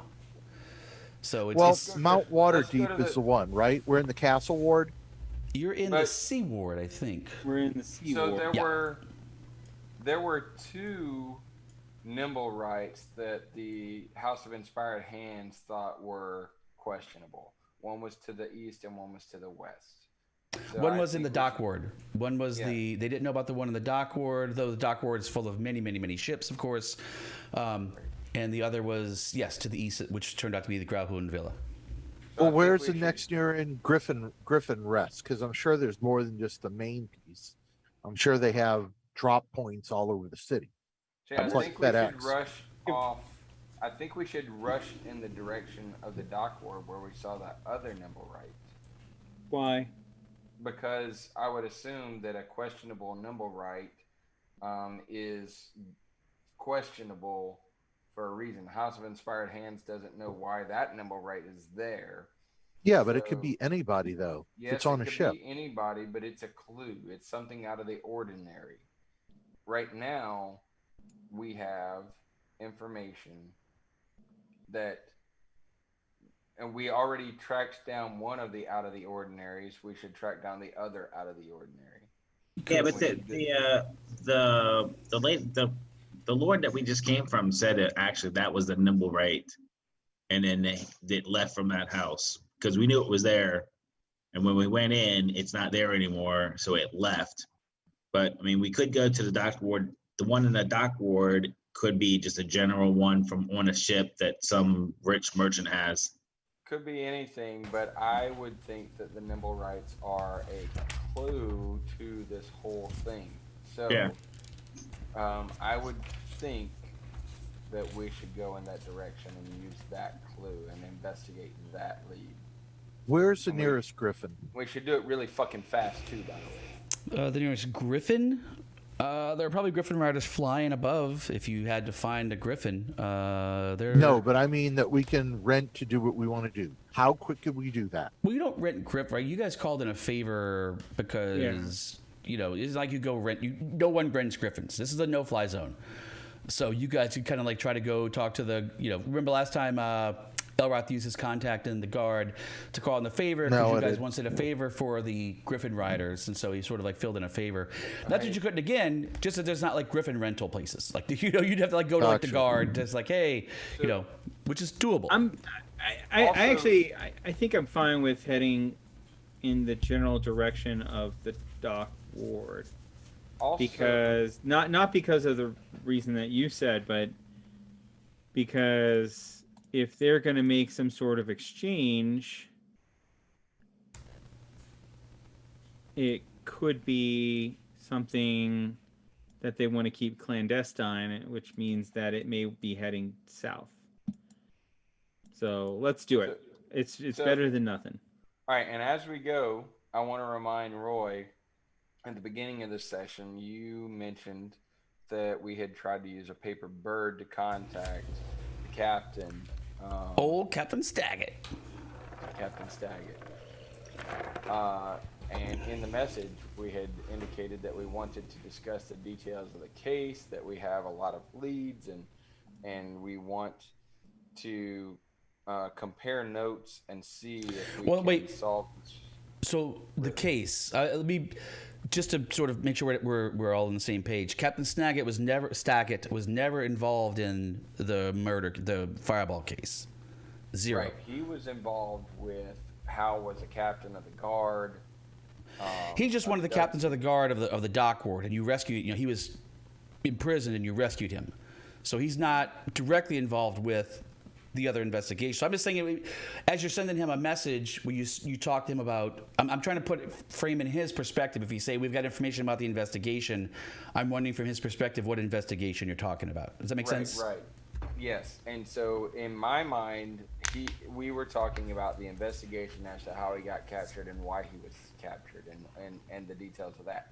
And that ties in with the fact that there is a nimble right in the dock ward that we've discovered that doesn't seem to fit with what the House of Inspired Hands knows.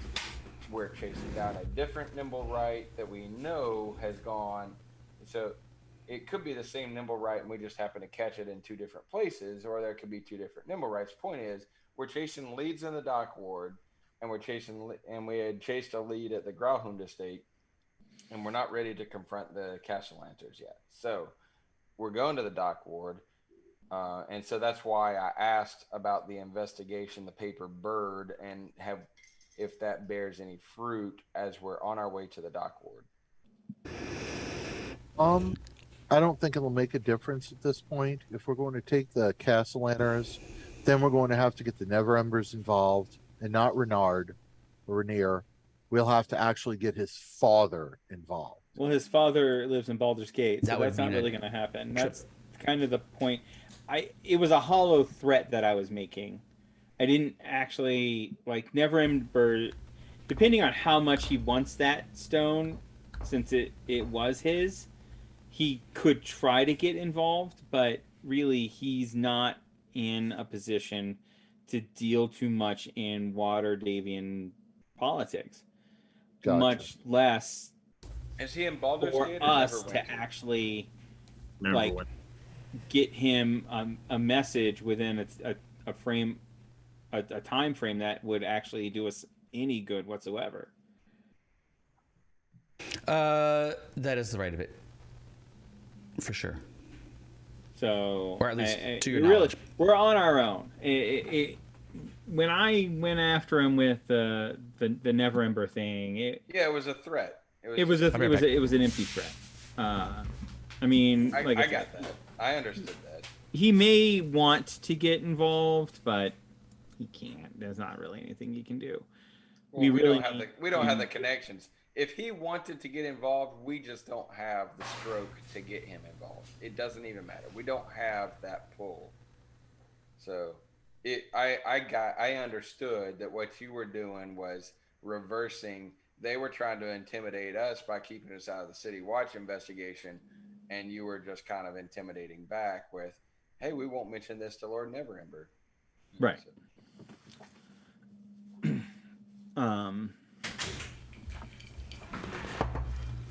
Yeah, I mean, again, we are heading down towards the dock ward now, right? Okay. Sure. Yeah. I Okay. mean, it's up to you. With Like, the I know you guys nimble are right just- detector. Yeah. I mean, you looking guys are. for- Well, I was gonna say, so you guys are having discussions, which is totally fine. At some point, if you guys let me know, like, here's an action we're taking or direction we're going, let me know, and then. so we already did. So talk as much as Yeah. you want. All right, so you are heading south. So we're having all of this conversation. Sure. But our action is that we are taking the carriages. That we hired a car, a limo, to get us to the dock ward. A limo. All right, a limo to the dock ward Just a joke. from up Just a here joke. is going to cost you, or the regular thing from here to the dock ward is going to cost you 5 dragons. From here to the dock ward is 5 dragons. It's a much longer trip than it was It is, from. and that's kind of that's going to work to our advantage. I got that. Okay. It's done. Yeah, I mean, I'm just saying, because you're, you were going from like 2 parts kind of in the top of the city to each other. Now you're going from the top to the bottom of the city, which is a pretty long hike. That's fine. It works Sure. to our advantage because Gives us longer to pass the nimble right. Let me correct. see, It gives 1,000 us feet. What's the range it of that gives thing? more- 1,000 feet? Yeah. Is it 1,000 or 500 each direction? I don't remember. 1,000. Nice.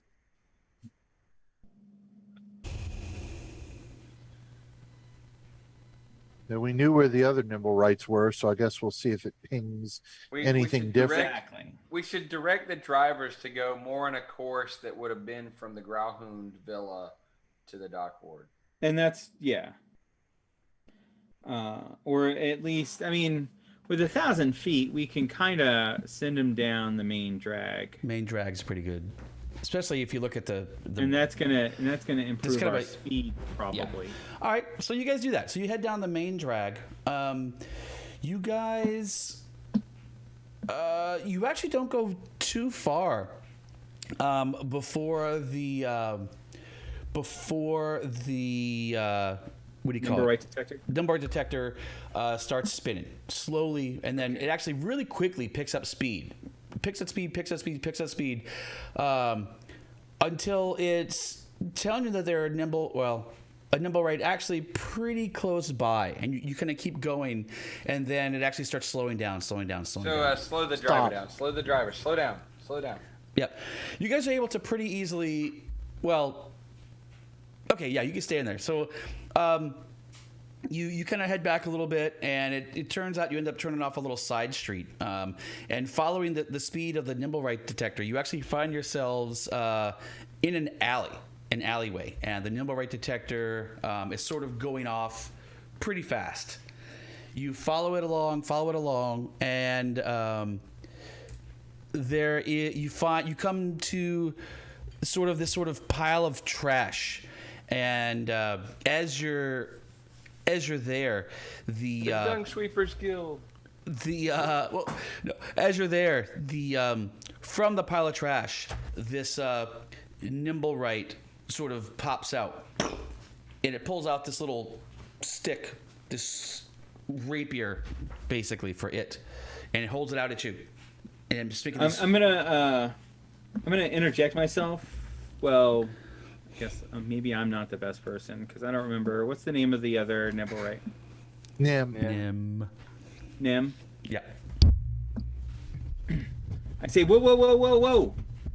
We've just saved the Grauhunds, and they have sent us to you to retrieve the Stone of Galore. Don't get Nim into any more trouble by attacking us.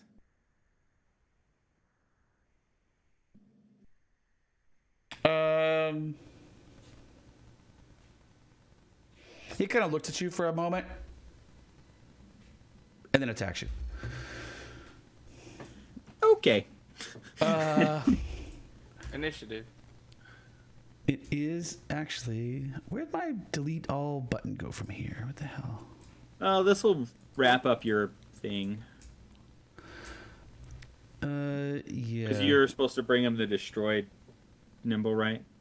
Yep.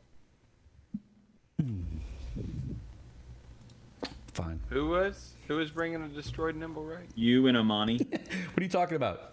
I don't know what you mean. Yeah. I don't remember. Where is my? I didn't really want to destroy the nimble right. Well, I know. I didn't either. Yeah. But, And this you know. guy, maybe a perception check, Chris, as you're talking to it. Perception. Actually, let's go. Did anybody already roll? No, nobody rolled. Okay, good. Let's do this. Check this out. Select. Hang on. Where is my? Gale wants a perception check. Okay, sure. Anybody who wants to make a perception check can. That one. Boom. Here, look. Give me some initiative. All right, and then. Yep. All right. So one thing you guys kind of notice about this, as this thing is attacking you, like it sort of listened to Roginald for a moment, but the light of its eyes, like when you talked with Nim, it was a very different thing, right? Talking with Nim, like it looked at you and reacted to you as if it was like looking, hearing, and considering the words you were saying. This creature seems much more automated, as if it was just sort of listening for something didn't get what it expected, and now it's just sort of attacking. It doesn't have any of that sort of like, I don't know, intelligence, if you would, cognizance, maybe something like that. It just feels like a simple, automated creature as opposed to. There's a password, and the password triggers a response. There. Could be, or like I said, Nim is. And you remember that Valletta told you that Nim was definitely a very unique creation, very different than other of those guys, which is why she mentioned that Nim was still in the tower and had not been given out as one of the other nimble rights had. In fact, Nim, as you guys know, was smart and creative enough to actually create his own nimble right. So he's this sort of unique creature, and seeing this nimble right, you see not a intelligent creature, but clearly a much more sort of like, this seems more like a clockwork being than Nim did. Does that make sense? Probably sort of more typical of a nimble right. As is, Deliquin is the only one that has beaten this initiative. So let's put you guys at Theater of the Mind. But what about that perception? Perfect. That's what the perception gave you. You sort of picked up that this is not the intelligent creature that Nim was. Nim, like seeing them, you're able to sort of now in your mind, contrast. Oh, I see. Nim seemed normal to you now, but this creature seems very different than Nim. Much more dull, much less cognizant of hearing and considering your words. So you guys can all basically be in, I guess, melee range with this guy. Sure, you can all be around him if you want. Fine. Deliquin. I guess since he seems to be threatening, I will go ahead and attack with my rapier and hand axe.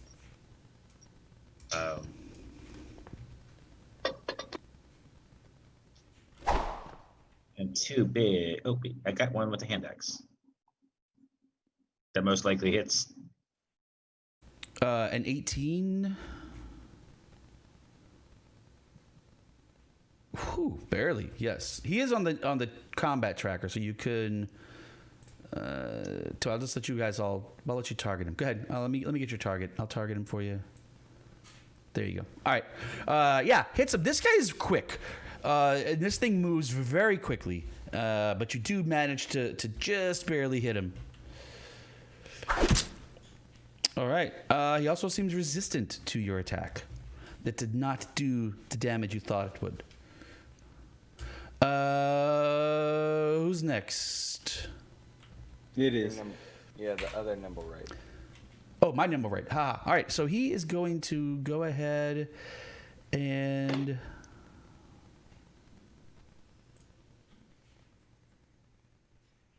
Yeah, and this dude is really cool.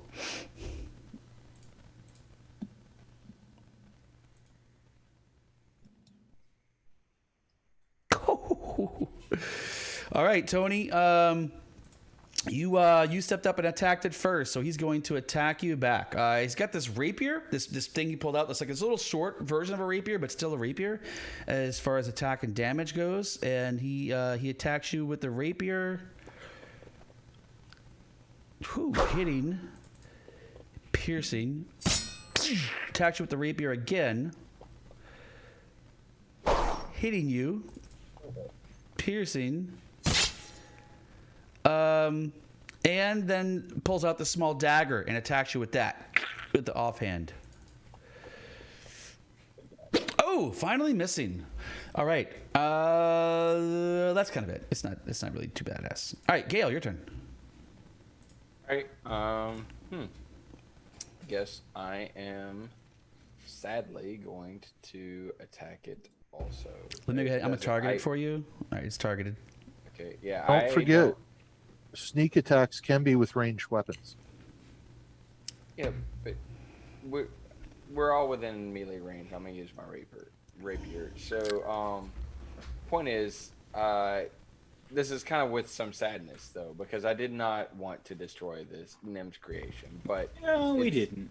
But it's something that's just got to happen, and I can give the spare parts back to Valletta and also ask her to let Nim repurpose the parts, solving two problems with one. With one. 23. Jeez. All right. So, That hits. so I've got the initial 1d8, and then the additional 2d6. All right. So, and you did not do that to him. No. Okay. Yeah. And again, just like with Delaquin, this guy, whatever Nim made, man, this dude is resilient. You're hitting it and you're like scratching it and scraping it, but you are not affecting it the way your weapons should be affecting. It's like your weapons are not effective against this creature. Anything else, Gale? No. All right, Roginald, on you. Your mother was a snowblower. I'm going to use Vicious Mockery against it. All right, I'll target him for you. I already targeted him. Oh, okay. This should be actually funny.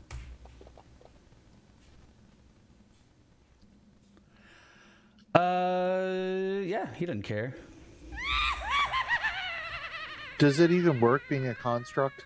It does because it's a creature, as we've already discovered. Yeah, but I That's thought bad. constructs had no minds. So where nothing depends. Done. This guy Okay. obviously has some. Well, as you guys saw from the roll, some sort of something, but yeah. This did work. He did take damage, but he is not affected by the other part of the spell. Doesn't take disadvantage. Oh wait, no, I'm sorry. I was thinking that was the. It's not the 3d6 one. I'm But out of he made a spells. save, right? So he made a save, so he wouldn't be affected by that, right? He failed his save. Yeah, it's a failure. Oh, You rolled a Disadvantage on 6. his next derp. attack. My bad. You're right. Yep. All right. And so he took 3, and he's at disadvantage on his the first attack next round. And I am going to give Bardic Inspiration to Imani. Yeah, because he takes psychic damage, so he's not immune to psychic damage. So that psychic damage affects him.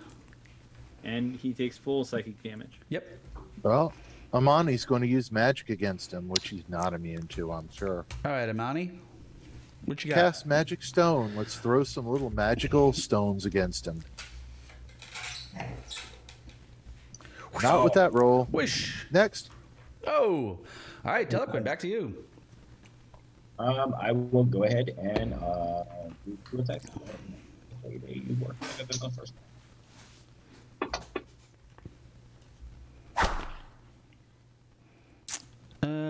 Was that 20? 20. Fine. 2 hits.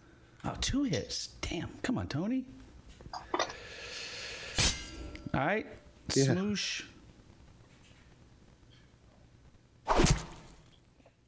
Damage 0. Yeah, this thing's a little bit of a slug, basically a slugfest. But Tony, anything else? I don't think I have anything else. All right. Let's see.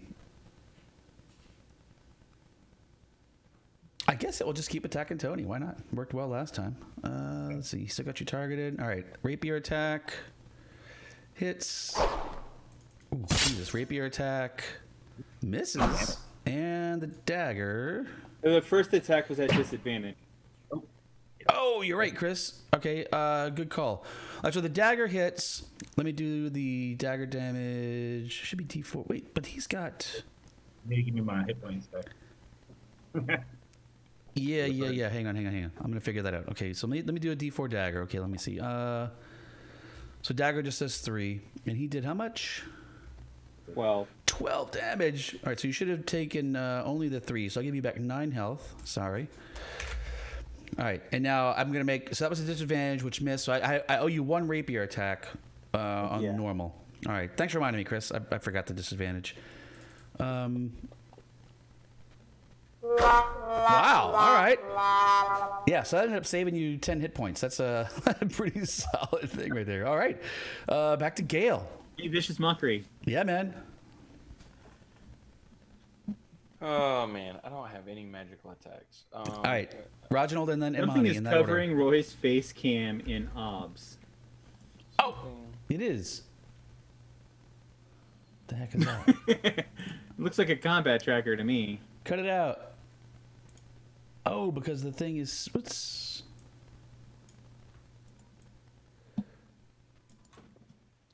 I thought I already sized that correctly. I guess I did not. All right, how's that? Thank you. We'd hate to see Roy's Yeah. face. We'd hate to not see Roy's face. Yeah, that's right. Be terrible. Terrible, I tell you. Okay, so yeah, I will. Even though it's does it seem to be having any effect? Yeah, with the definitely some rapier? effect, sure. It's just Okay. muted. Well, that's everything I have does the same piercing damage. So Yeah. I'm gonna go with another. It's my strongest. All right, come on. attack. I'll still Yes, do it. yes, come on. This isn't supposed to take an hour. All right. Okay, that's it. All right, come on, Roginald. All right, I'm going to try a different tact. I'm taking out my sword and I'm going to attack him with that. Biatch! Longsword of whatever it is. Huh? Is that the Which long- is magic. It's magic. It is? It is. It is. When did you get a magic longsword? In the blue alley. Oh, man. I gotta That's stop. a hit. What am I doing? Giving out magic's weapons already? Really? Well, I haven't gotten one. I haven't either. I was Boom. hoping there was a magic weapon. I was hoping that the one of the rapiers at the Grahun Villa was a magical And rapier. It is not. wants my last inspiration? Who wants my last inspiration? Tony. Oh, Delaquin can have it. All right, Delaquin, you got it. Yes, he definitely does not resist that weapon. Imani, Delaquin, you're on deck. Same thing. Throw a magic stone. Magic stone, magic stone. Nope. He definitely Next. misses. He definitely maneuvers and muscles for rank. All right, I'm going to actually use my class feature of a Colossus Slayer. Of a what?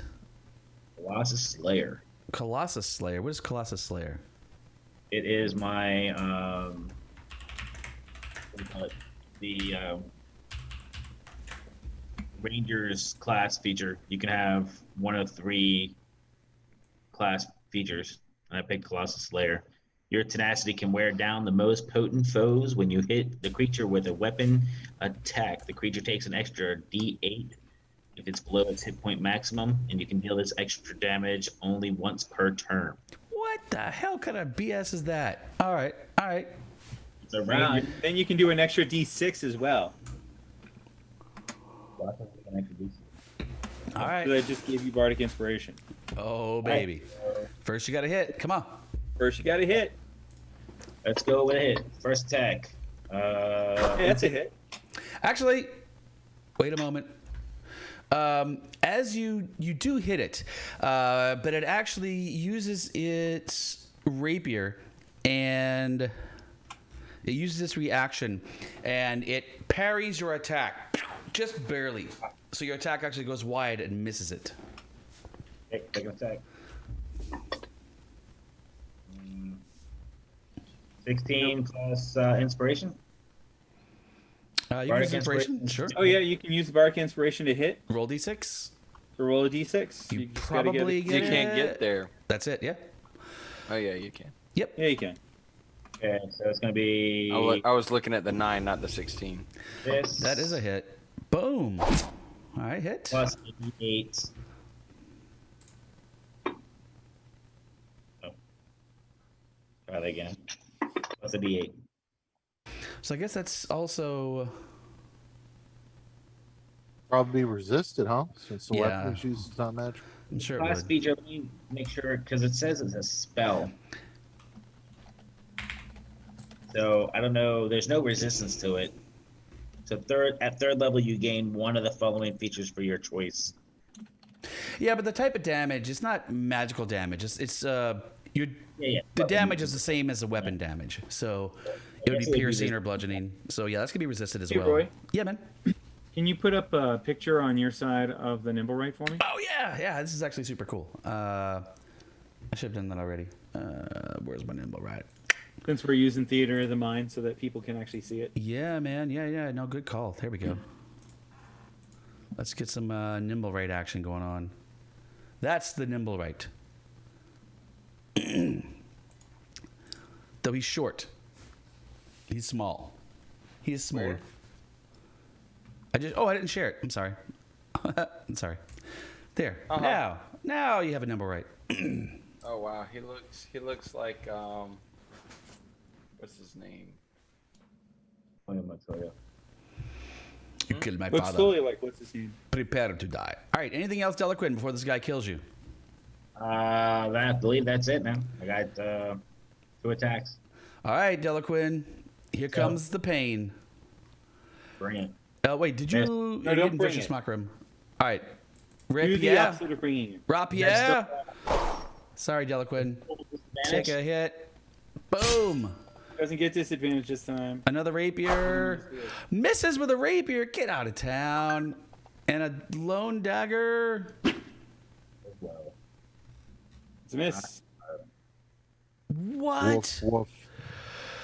who else needs healing now? Poor dude. Man, this dude. All right, you're lucky, Delaquin. All right, Gale. Then Roginald. Then Imani. Then Delaquin. You guys should know what by now. Okay. I'm gonna do the same old thing. Yeah, baby. That's all I got. That's all I got. This is just a little bit of a grinder. This is a little bit of a grinder for you guys. Six not having any kind of Pound it like hate sex, buddy. Pound it like hate sex. Nothing. Right, I missed. Oh, okay, Roginald. Oh. All right, I'm gonna try the sword again. Nope. No. Heat metal would be awesome if anybody had that. Anything else, Roginald? I don't think so. All right, Imani. Delaquin, you're up next. I'm going to throw another stone at it. Throw the stone. Nope. Ooh, he is. Actually, no. you have, Wait a minute. I'm going to throw my bardic inspiration on this shit. Yeah. That's how you use bardic inspiration. That's enough. Boom! Through the inspiration of the friendly bard, he actually hits. Ouch! Full damage. You dropped it on him, right? Yeah, to him. Yeah. Yes. Yeah, he did not resist any of that. Whew. All right, he is definitely getting beat up. His inner gears are starting to show. His the tabard he wears is tattered. One of his legs has a limp, and he is like, but he's still just sort of like just this automaton trying to kill Delaquin. Speaking of Delaquin, I'm gonna have to use a potion of healing on myself. all right, done. Remember, potions do max healing. So what is that? Wait, what? Yeah, potions on my game do max healing. Well, when I used a potion earlier, I rolled for it instead of taking max. Oh well, that's fail on your part, Whose eh? fault is that? I think it was only 1 hit point difference. I'll give you a hit point. It was only 1 hit point difference. All right, there. Now, all right, Delaquin, go ahead and fix yourself up like there. And I'm going to have finish that because then I'm going to have the number right kill you. How much is that potion of healing? Isn't it 2d4 plus 2? Yep. Yep, 10 so points. you will have 19 wounds. All right, Delaquin, here we go. Boom, rapier. Boom goes the rapier. Uh-oh. Ouch. Boom goes the other rapier. Oh, no, Delaquin. I think I will be down. Holy! That's a lot of damage. Yes. All right. He looks to the next one. In my combat order, that is Gale. All right, I'm going to use my fast hands to pop a good berry into Delaquin. I got my last good berry. So that's 4 points for Delaquin. And then I'm going to... Wait. No, I'm attacking you. It's not your turn yet. I'm attacking you. Oh, I thought you said go to Gale. Well, he's going to Gale. Yeah. Hang on, real quick. Whoa, wait. I rolled way too many dice there. What the hell? What the? That's okay. They all missed. Why did I roll? No, they didn't all miss. Why did I roll so many dice? I had advantage for some reason. I'm just re-roll it. Let me re-roll it. So he's got 1 dagger attack on you. Why is Because it you advantage? didn't roll it against him, you rolled it against Delaquin. Yeah, But you he's keep attacking targeted. But I don't have target. I don't have Delaquin targeted. I have Or whatever. Gale targeted. Point is you missed. I didn't miss. Hold on. Yeah, even with advantage, you missed. Oh, I got a clear ice. Durr. All right, fine. All right, So, now it's my turn. Yeah, go ahead, Gale. All right, so I pop that good berry into Deliquin's mouth with my fast hands, and then stab Home Skillet with my rapier. Oh, home skill's gonna kick your ass. Skill. Ooh. Oh, and this time it hits. Except that So- he uses his reaction to parry that out of the way. Oof. I don't like your attitude. That's an automatic thing. You don't have to roll for that. He adjusts his armor class by 2 when he does this parry as a reaction. Well, I don't have any other way to counter his counter, so fine. But he's used his reaction, and he's got Yeah, he can only use 3 other people to go. That is correct. All right, Roginald. With Do I the do the D4? he of the big sword. Or do I use the sword? I think I'm going to use the sword. Yeah, Smack him like a bitch. He's Come looking. on. He's definitely looking pretty ragged at this point. Your bitch. I'd like to hit him. Oh, that's gonna do it. Granted. Hoo-hoo-hoo. Oh, Oh no! Still up. Still up. Still up. Not by much. Oh man, not by much. So rock him. Rocket and rocket. Use my last stone that I Oops, have sorry. and throw it. Big man. Oh man, I think Deliquin. You're like It'll be. Can you make him not unconscious? Deliquin. Oh yep, I sure can. Dude. How about that? And then Go full attack because he is going to drop me if he hits me. So I might as well That's go. right. Actually, he's currently focused on Gale. Like he seems pretty sort of single-minded. So you're probably fine. With the 20. Oh no! don't That's a forget to do big your hit. extra damage from your Colossus thingy. Yes. So Oh no, this might be it. This might be it. Hang in there, Nimblewright. You're okay. You're okay, Nimblewright. Oh no! It's too much. Can't stand it. Boom. All right, Nimblewright. You actually. What's this weapon? Rapier. Oh, it was a rapier. Oh, rapier. All right, you want to give me the death blow, the image of the death blow against this sort of clockwork creature with the rapier and how it kills them? Yeah, it right through the guts and all the way through the back.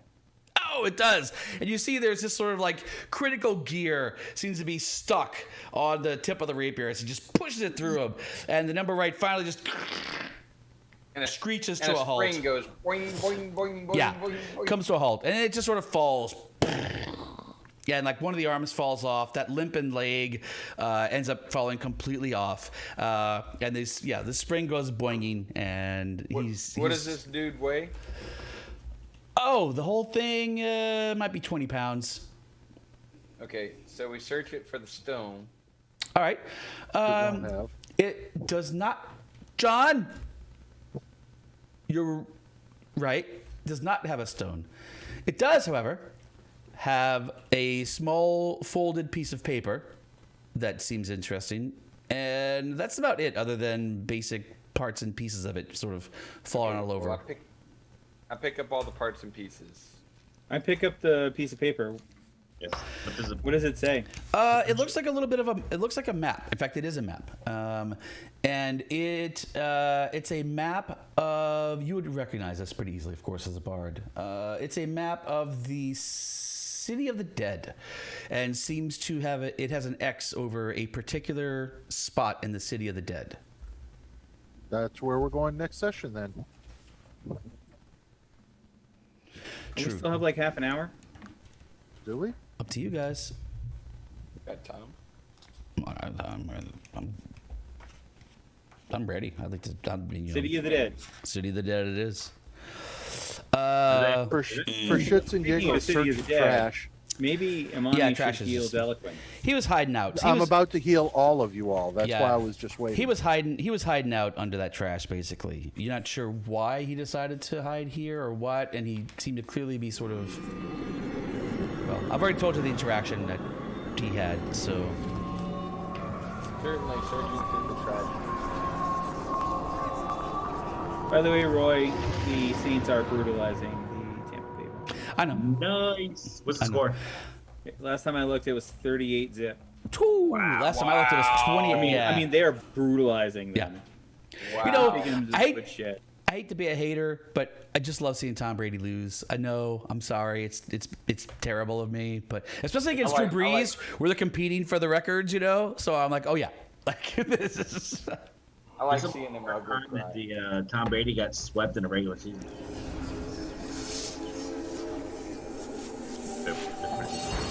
Did we find God. anything trash that we were looking at where he was hiding? Yeah, y'all search. It's just trash. It really seemed like he was just sort of like came into this pile and like hey, put this box over himself, like he was trying to sort of hide in a box or something. So Now the city Boy, he was like He was avoiding attention. there's a city Well, that way here. That just burned all my spells. is the city what? I'm Wait. sorry. Yeah, City of the Dead, is it on the way to where we are now?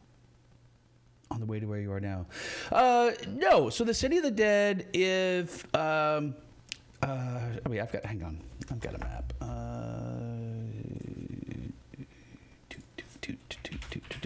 Chris, I know you know this because you've got the cool map, but Just trying to figure out like where this Nimblewright came from, where he was going, and how come he doesn't have the stone. Well, we should go to the City of the Dead and look at this place. It's Let me share possible, like this. maybe he buried it here. So or here's a little something. map of the here's a little map of Waterdeep. So if you look at this map, you guys sort of that big main road that goes north south, that's where you guys were at, right? So you guys were in the top corner, like the top northeast corner. Oops, no, go back. Don't do that. You guys were in the northeast corner is where the Grauhund Villa is. You got Castlanters is. Can I draw on this? I can. So Castlanters is kind of over here on the seaward. The Growlhounds are kind of in this general area here. So you guys started off over in the seaward, headed back to the main road, and then headed down the main road here. You guys were just getting to the market area where they. When you got that hit. So you ended up coming back right in this little system right in here. This little alley system right in here is where you had the encounter. So this is kind of where you guys are on the map right now. And the... Oh, no, I didn't mean to do that. Sorry. Y'all can see all my markers that I've got here? Yep. And so the map this guy is carrying actually has a marker pointing right kind of to the center here. It'd be pretty easy to find that if you were in the City of the Dead. And the City of the Dead, as you guys would certainly know, is the sort of the graveyard of the city, right? Like New Orleans has a graveyard. Right. There's like one giant graveyard where people who can afford to be buried get buried. Not everyone gets put there, but people who can afford to be buried. Certainly the families, the noble families of the place, they would have mausoleums and crypts and stuff like that. But So go there. okay, so you guys, You so have it's no spells. I don't care. Let's go. It's true. If we're gonna finish this, we should finish this. all right. What time of day is it? It's still late afternoon. I mean, it was late afternoon when you guys got that, but not a lot of time has passed because you basically just got in the car, Okay. started down, had the fight, which is super fast, did the search. So it's still late afternoon. Plenty of daylight. Do we still have the car? Yeah, you paid him. Sure, fine. He can Yeah, drop you off at the bring us city. to the City of the Dead, boy. Sure. He gets to take us closer than the dock ward and still keep the money. Perfect. Yeah, in fact, he mentions that. He's like, the fair is a fair. Yeah. All right. So he Consider takes, it a hefty tip. he takes you down to the entrance here to the City of the Dead, and you're there. So you go into the City of the Dead, and well, you can decide for yourselves who's been here before, but this is sort of a reverent place. It's quiet here. There's there's a guard, a whole guard sort of established just for the City of the Dead, and there's sort of a special guard detail and such. And so you guys kind of go in there, and there's a guard station, and they look at you, but they don't stop you because it's during daylight hours it's free travel, so you can easily just walk in. You go through the map, kind of following the City of the Dead, and Well, let me just make this easy because it's going to be super obvious. Around the area of the X, as far as you can tell, in the City of the Dead, there is actually a very well-maintained mausoleum, and written in big letters across the top of the entrance of this mausoleum is the word Castellenter. Yeah. Well, can we sneak in without the guards? Seems. Easily. I mean, the guards like I said, during the day, it's sort of open area. So, worst case, you can kind of wait till nobody and not many people are in the City of the Dead on a normal basis. You guys, Slip in a crypt. hang on. All right. The outer door is. I'm sorry. Excuse me. The outer door is locked. I got. We have 2 thieves. We've got 2 people who can pick locks. All right. Search around the outside just in case while they're picking. We can All right. do it Give with- me an investigation check, Okay. John. Wait, who? John mentioned John, searching you around keep the an eye outside. So give me an no. I thought you were searching around the outside. Yeah. Give me an searching investigation. around the outside, Give me sorry. an investigation check, John. Yep. Everything's good. No problems here. Gale, are you picking the lock? If so, I need a sleight of hand check with your thieves tools. No, it's a dexterity check. It's not sleight of hand. Which? All right, I'll take Well, dexterity check. Yeah. I mean- it's the same thing since I'm not proficient in or I don't have sleight of hands as a proficiency. It's, Oh, good, it's yeah. Still a dex check. Oh, all right, easy. Oh, Oh, I yeah. forgot to include advantage. Doesn't matter. Easily done at that point. You're like, oh yeah, this is actually a pretty simple lock. I studied this and blah blah blah. And then, the lock is open and no one seems to be around.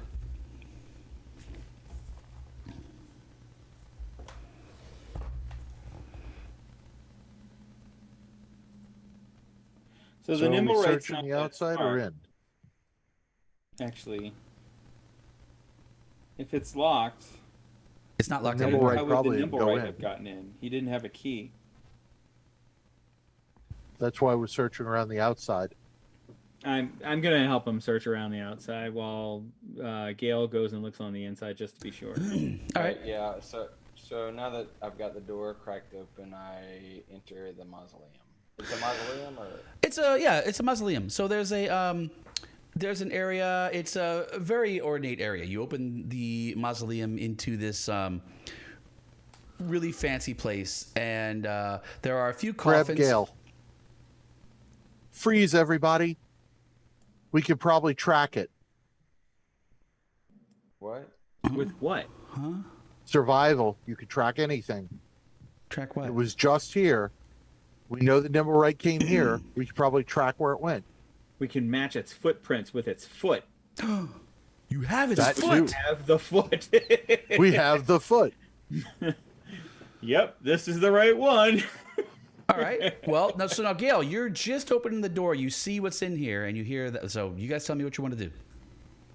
So, inside this mausoleum, it's a small area. It's maybe like a 30 by 30 area. There are a couple of coffins, a couple set up on here. The cast lantern name is built on here, and there are other sigils and glyphs and stuff like sort of carved into here, and there are stairs leading. So nothing in this room of note, other than sort of like obviously a place of reverence. There are stairs leading down from this small entrance area. Look for any fresh footprints. Okay, well that's what I'm asking now. So Imani says stop, just as you're cracking the door looking in. So what are you guys doing? Yeah, let's do that first. Imani, I think you're the. I got the +7. Anybody want to help? I'll help. Sure, advantage, baby. Tracking at advantage, survival at advantage. Okay. Advantage. Survival. 21. Wow, yeah. So you actually are. I mean, it's actually, it's funny. Like when you're this skilled and you're like, wait a minute. You tune out all the noise, and it's pretty obvious. This small set of booted feet, actually come up, and you find it, and it comes from kind of the same direction you guys made. And from what you can tell, this set of feet came up to the doorway where you are, and stopped, and then exactly left. Well, so it never It went looks in the right tomb. here, next to the doorway. No. Dropped it off. These steps clearly stop sort of just outside the tomb. The Nimblewright did not enter the tomb. I'm gonna investigate there's a name right above the door. Is that right? Castle enter. Yeah. Yeah. I'm gonna investigate the name to see if there's like. And you would tell, just give you, I'm sorry, with the 21, since the door is sort of cracked open already, there definitely are footsteps sort of inside this place. This place is, there's lots of dirt just inside the doorway from this place. And you can tell that there are like lots of footprints kind of around. So what you can kind of piece together is look like the Nimblewright steps came up to the door. There are other steps inside the door, and then the Nimblewright went its way, and those steps went their way. Oh, okay. So we are they going already in. gave the handoff. Little drop. Follow the steps. Follow the steps. All right, so you enter this. I got a quick question. Yeah, Ben, sure. Did the Nimblewright detector go quiet once we killed the Nimblewright? Once we destroyed it? I don't recall you activating the Nimblewright detector once you destroyed I it. don't recall me deactivating it. You are not in combat holding the Nimblewright detector active all the time while you're trying to stab things and kill them. You had to Simple. hold it. Try it now. It's pretty simple to try it now. Okay, I try it now. No Nimblewrights in range. Okay, good to know. Good question. I like the question. So you guys go down the steps Because into the we know that the castle lanterns have a Nimblewright, so there's a chance that there was another Nimblewright inside the tomb. So. That's actually pretty brilliant. Yeah. You guys go down the stairs into this tomb, and it's this sort of like 10-foot wide walkway, and it's kind of this sort of tomb thing, right? So there's like, it's a 10-foot wide walkway, ornately carved. Stone crafters have created all this place, and every 10 feet there is an alcove on either side, and there's a coffin there, and it bears the name of one of the Castellanters of legend, supposedly, probably their family. You actually oh shit, you probably would have noticed this. 21.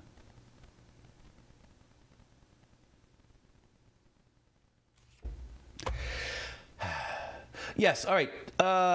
I should give you this, John, because you rolled a 21 for your tracking. I'm sorry. I was focusing just on your footprints.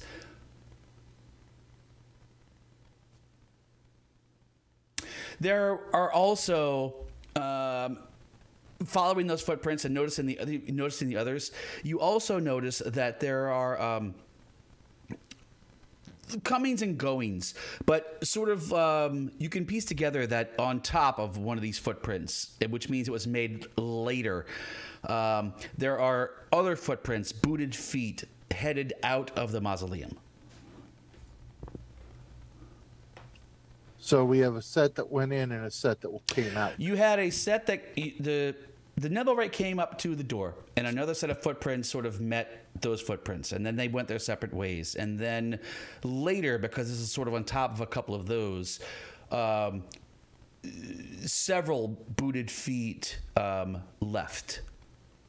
So do we want to follow in the crypt or follow the booted feet that left? Well, let me. So I just want to give you that information. So let me so as you come down the stairs and you're kind of thinking about that, you actually hear this sort of moaning from just out of sight down in the crypt.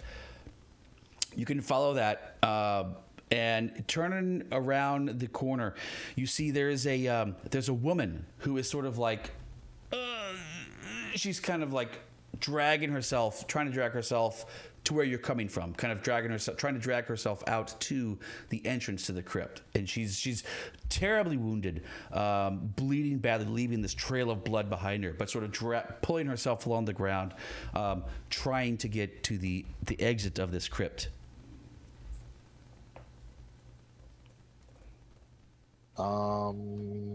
Is it undead? No, it's like a woman who's been like terribly wounded, trying to get out of here, but she's dying or close to dying. Go help her, bandage her. You can. She you run over and you can kind of stop her wounds, and she's basically like almost dead, and she's like, and when she sees you, she's like, help me. Feed her a good berry. Spits up a little blood. You have a good berry to feed her? Yeah. Okay. We've only used 4 out of like 10 so far. Oh, all right. So you give her a good berry, and she's like, and she grabs your face and she kisses you. She's like, oh, you've saved my life, my lord. I thought I was dead. They left me for dead, and I didn't know. I could not remember. It was so dark, and then I saw the light crack, and I thought maybe there was hope, and I tried to drag myself, but you saved me. Who attacked you? Them. I thought that my cursed, and she kind of looks back. She says, cursed boyfriend. I thought he told me that he had a new thing we could try, and I thought, well, sure, but it's they left us for dead. They What's your boyfriend's name? his name, oh shit, his name fucking names. What's your name? Fuck you guys. Bob. My name is Bob. No. Babette.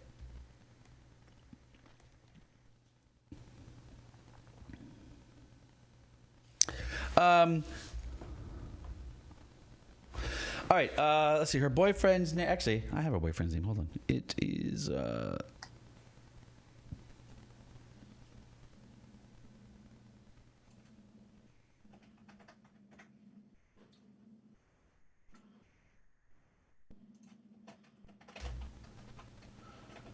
Yes.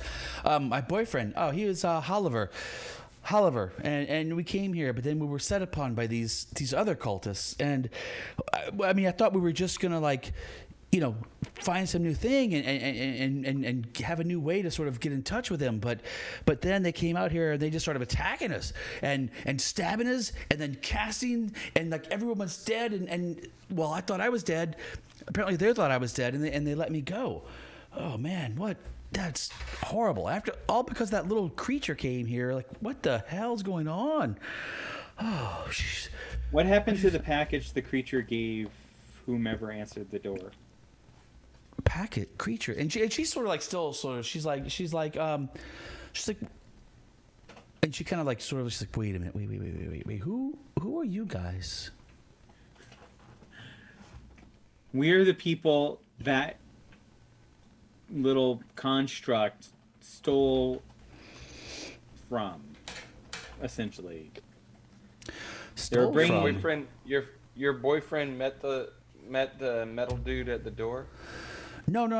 We were just here like hanging out. The other cultists, man. They have the other guys. That was actually Arn. He met the thing, but then when they talked to that dude, that thing, and then they just came in and it was like kill everybody. Like, what the hell? It's wait.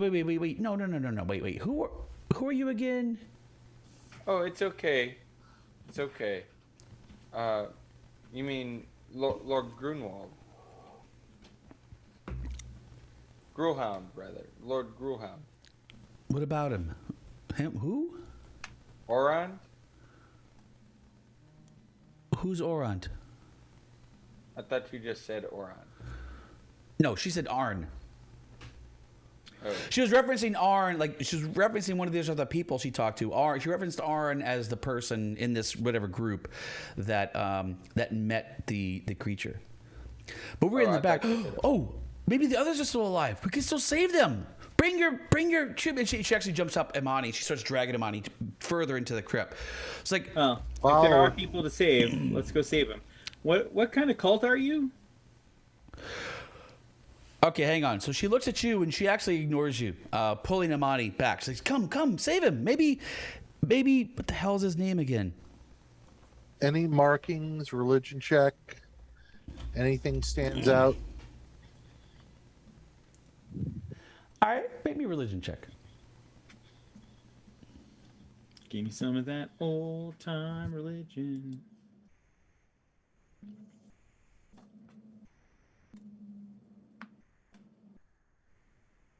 Are these the Manchun Zents? She is no. She is wearing almost a costume level stuff, not like well embroidered stuff, but she is wearing this sort of set of red robes. The Wizards of Fae? No, it Ball? doesn't. No, They're no. not ball. They're not ballish, are they? No, red They're and not black, balling, are they? red and black trim robes, and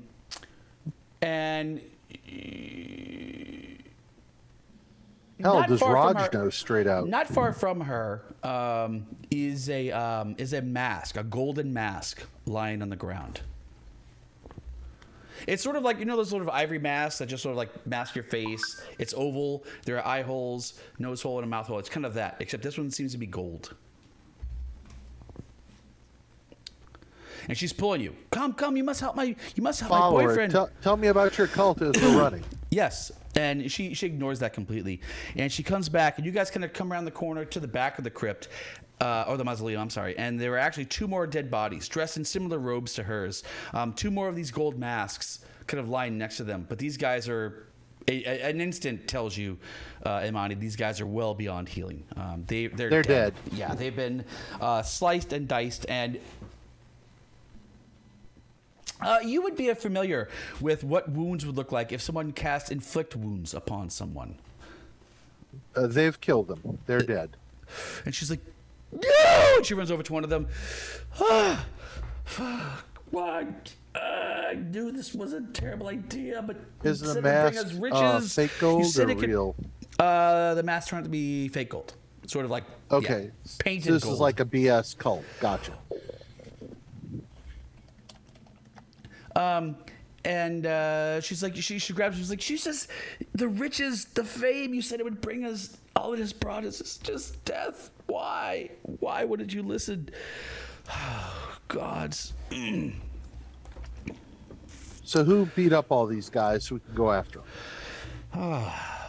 Arn and What? Sophia, they were the leaders. Like they said, I mean, they told us that he would bring us uncountable wealth and immeasurable fame, and we came here because we've seen it. I mean, it's happened. Like, it's happened to. And she's like, she seems really on the precipice of like being sort of hysterical and wanting to talk about it, but then realizing that she really should not be talking about it. And you find her sort of waffling back and forth. What's their last name? Castellanter by any chance? Castellan. Well, of course, it's Castellanters. I mean, they're the That's Castellanters. what we thought. Yeah, we're in their crypt. I mean, they're the guys, and they were supposed to get the something from the guy to bring it to them, and he was going to be like celebrating us. We were going to be like even closer to him. Like he was going to actually make an appearance here, but then he didn't, and now they're gone. And this, we should just. Oh, man. So they sacrificed you all for what? Well, that's what I'm trying to find out. Why did they sacrifice us? We're supposed to be part of them. They're going to give us the real mask. We're going to be part of the whole thing. And then they kill it? Like, what? I don't understand. I just don't understand. Is that Lord and Lady Castellanter that we're discussing? Oh, no, they weren't here. I mean, they're like the heads of it all, of course, but they weren't here. Like, please, are you kidding me? Well, who's Arn and whoever? Is that the Lord and Lady? Who are they? No, they're like they're the guys who sort of like, they're like the head of our local chapter. You know what I'm talking too much. John, I need you Maybe to make we me need a to go talk persuasion with check. Oh, persuasion? Yeah, Okay. or however you want to try to run this. I told her she seems like she's really on this thing where she's like wants to blab, but then she's like, oh shit, I don't think I should talk about this stuff openly. She's really kind of in this. Sure, we'll throw a persuasion. Just remember, we just healed you. We're trying to help you here. I'll give you advantage on it. They're then. going to probably come kill you. Roll me another one. Here's the second one. Roll another. Have another one. It'd be Because they're going to probably come kill you. Because they thought you were dead. Yes, you're right. They probably would. But now everything's crazy. So I don't know. They're always casting these aspersions. Arn and what the hell's her name? Nephilia, you told me? Sophia, you said. Sephia, Seffia, Sephia. Arn and Sephia, they're always casting these aspersions, and they always like are telling us that they're like in with the castle lanterns, but I almost start to wonder if that's not a. They keep saying it, and we keep meeting in like places like this, but is that really? I don't know. Do you know where they are, where they live, or anything, or is you just meet them randomly? Oh no. We've known them for a while. I would not be surprised if they didn't take the stone out to the old windmill. They talk about it a lot. We've had other ceremonies there, and that seems to be kind of a normal meeting place. This was a weird place. I'm not sure why we came into the city of the dead. Usually, like, why are we in the city and in the city of the dead and in this mausoleum? It almost seems like they're trying to. Where's the old windmill? It almost seems like they're trying to what? Like I said, they're always casting these aspersions, like they're like in with the Castellanter family. But Castellanters are so famous, like maybe they're just trying to. I don't know. It's not like we've ever. Do you seen... have someplace? Do you have someplace safe to go? I'll go home. Yeah, of course, sure. I mean, But they know where your home is. But well, you see, one thing in the cult is that anonymity is a big deal. That's why we always wear masks. Everyone wears masks to the meetings, so we're not really sure. Usually, we don't really know who's who. We've only known Arn and Sephia. We've known them for. My boyfriend has known them for a really long time, apparently, and that's why we came here. So I just don't know why they would attack us here, but they must have gone back to the windmill. Where's the windmill? You said that they're casting aspersions, and you started to continue before we cut you off. Oh yeah. Apologies for that. Well, no, like I said, it's just recently they're trying to make themselves like part of this whole big thing with this noble family, as if like what we're doing is like mainstream or something. And I don't know. I had my doubts, but Hollister, he's like, no, they're legit. And if they're in with the noble families, and they're legit, but if they were in with the noble families, why would they murder us? Why would they? What is this? Doesn't make. I need to go home. Do we know who the two dead ones are over there? Yes. Well, Hollister, my boyfriend, and his friend Bob. Boyfriend and Bob. Yeah. Gotcha. So. Is there anything What's else? her name? Vale. Vaelle. Is there anything else in this area, or is this she just happened to survive? Where's the old windmill? It is to the southwest.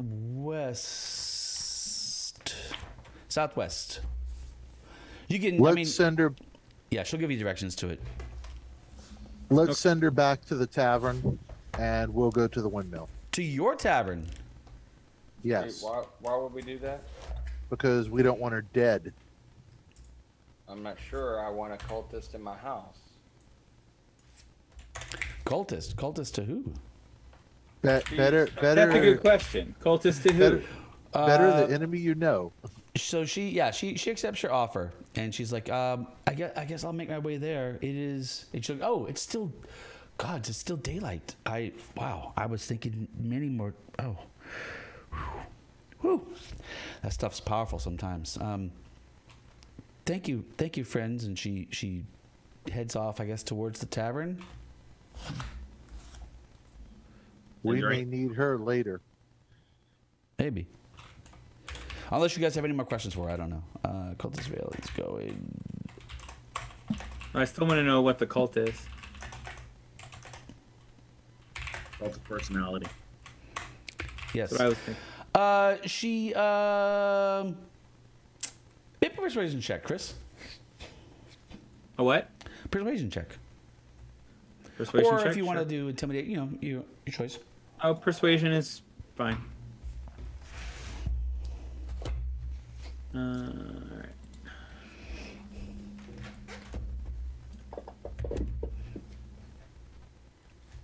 All right. So you guys are at the top of the crypt. You guys head back out to the city of the dead, and you're up at the top of the crypt. And Imani is like, here's our place. Go there, you'll be safe. And she thanks you, Imani. Hang on, I need to actually notice that. I relocked the door. After you guys leave, okay, yeah, sure. Actually, make a save. Imani, I'm gonna give you +1 reputation with her. And grab one of Random the person. one or two of the cloaks with the mask on the way through. Off the dead bodies is fine. Okay, sure. So you guys are gonna all right. So the dead bodies in the mausoleum, you just leave in there. Yep. We're just taking the clothes. all right, and locking the door. Unless there's something else on the bodies, I'm assuming there's nothing on them. Gotcha. And so she does. She kind of gets her mat, and she sort of she comes back out. She's like, oh, and she finds her mask. Get her mask and her cloak too. Yeah, So we'd have 3 of them. Oh, you're correct? taking it from her? No, she wants her mask and cloak. She's like, I can't leave openly. You can leave the city of the dead openly. If No, nobody knows I what cannot you're be here for. seen. You don't understand. You can't be seen here. No, I you can't don't be seen understand. here. You don't understand. You draw more attention in your cloak and mask than you would just somebody who was visiting a deceased Look, I relative. got here. I know how to get out. If you Okay, value my safety, that's fine. Go ahead. You do Well, you. I thank you, friends. I thank you. And Roginald's like, wait a minute.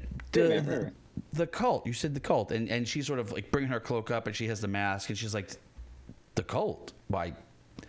The only cult worth watching. The only cult worth joining. The one who gives you the power. He can give you power and all the riches you want, so long as you can gain his favor. And she starts to turn, Wait, who's that? and she looks back. She's like, why, Asmodeus, of course. And she puts the mask on and pulls the hood up and walks out of the city of the dead. Wonderful. That is a So fair. now we have another one.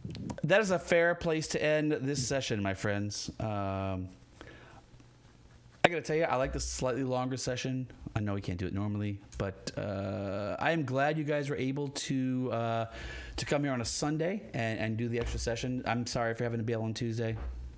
Sorry. It's all good. But today worked. You guys are closer to this stone of galore. And if the carrot's not already there, let me just tell you, I'm not going to tell you anything. But I'll mention that we are a, what do you call it? Milestone-based leveling game. So I'll mention those two things in sentences near each other. How about that? Only because you're about to mention that because we're a milestone-based leveling game, well, all this meant absolutely nothing anyway yet. Well, it doesn't mean anything. Well, so you guys are on the trail. This is super interesting. So you guys, you did the Growlhound estate. You chased off after something you thought. Turns out you went the wrong way, but you've clearly recovered. You found the Nimblewright. So what you can piece together, right, is the Nimblewright apparently went south when you guys went west. Met these other people, Arn and Cephia? Arn and Cephia at the thing. Arn and Cephia apparently got the stone from the Nimblewright. Then they killed the people they were having this sort of session with. You're not sure why exactly they would just kill these other cultists, but you found out that these are apparently cultists of Asmodeus, in fact. who And are in trying fact, to they sort thought of. they killed 3 of them, but 1 survived. They thought they killed 3 of them. 1 survived. And they tell you that this cult of Asmodeus is trying to sort of like create this image that they're associated with one of the noble families of the city. So that's kind of where you are. So she's left, ostensibly headed back to the refuge of Troll Skull Manor. So this cultist of Asmodeus is going to head back to Troll Skull Manor, which I actually absolutely love, in fact. And well, I don't know where the next step is. I don't know where those 2 took the. Oh, we do know where those 2 took the stone, don't we? Yeah. The old windmill. Supposedly. Go to the old windmill. You got explicit directions from Vale. Yeah, I still remember offhand. I'm pretty sure it's southwest in the city, but I don't want to marry myself. No, it can't be southwest because that's the harbor. Must be southeast. To the east. Must be the east side of it. See, I don't remember. I don't remember where the windmill is exactly, but I have a note for it somewhere. But Well, okay. I don't have to know right now because we're done. Thank you for everyone who came in. Fox, thank you for stopping in. We definitely appreciate that. Let's see. We're done voting. Any announcements? Anything we have to like mention to people? Anything? Yeah, I'm finally Oh. married. That's new. Oh, yeah, John. now that- Yeah, man. now that- oh yeah, congrats on the marriage. But also, now that we're done voting, don't forget to be kind to one another. A lot of people won, and a lot of people lost, and we're still all Americans. So well, except America. for Fox. Yeah, I think I might buy a flag. So you gotta be cognizant that if you loved the results or if you hated the results, there are people on the other side who are still friends. So just try to reunite somehow. All right, let's reunite, guys. Group hug. I don't know. I'm out. Yeah, I'm out too. It's gonna be not quite the one benefit of the bonus game is it's not even gonna be 2 solid weeks. Tuesday, Chris is gonna continue his game with the Justice team still, right? Justice Team playing Age of Ashes. There you go, man. So check him out on Tuesday night. Thursday, we're still running Grognards, and then week from Edgelords. Thursday is Edgelords. Fuck. All these damn names. Yeah, definitely. And then a week from Tuesday, we will pick up this game again in Fantasy Round Unity, which I'm pretty excited about. I think we've finally gotten the technical stuff down. But anyway, so check us out. We'll see you in a couple of weeks. Until then, Nerd out. Nerd out. Out. I love it. I love it.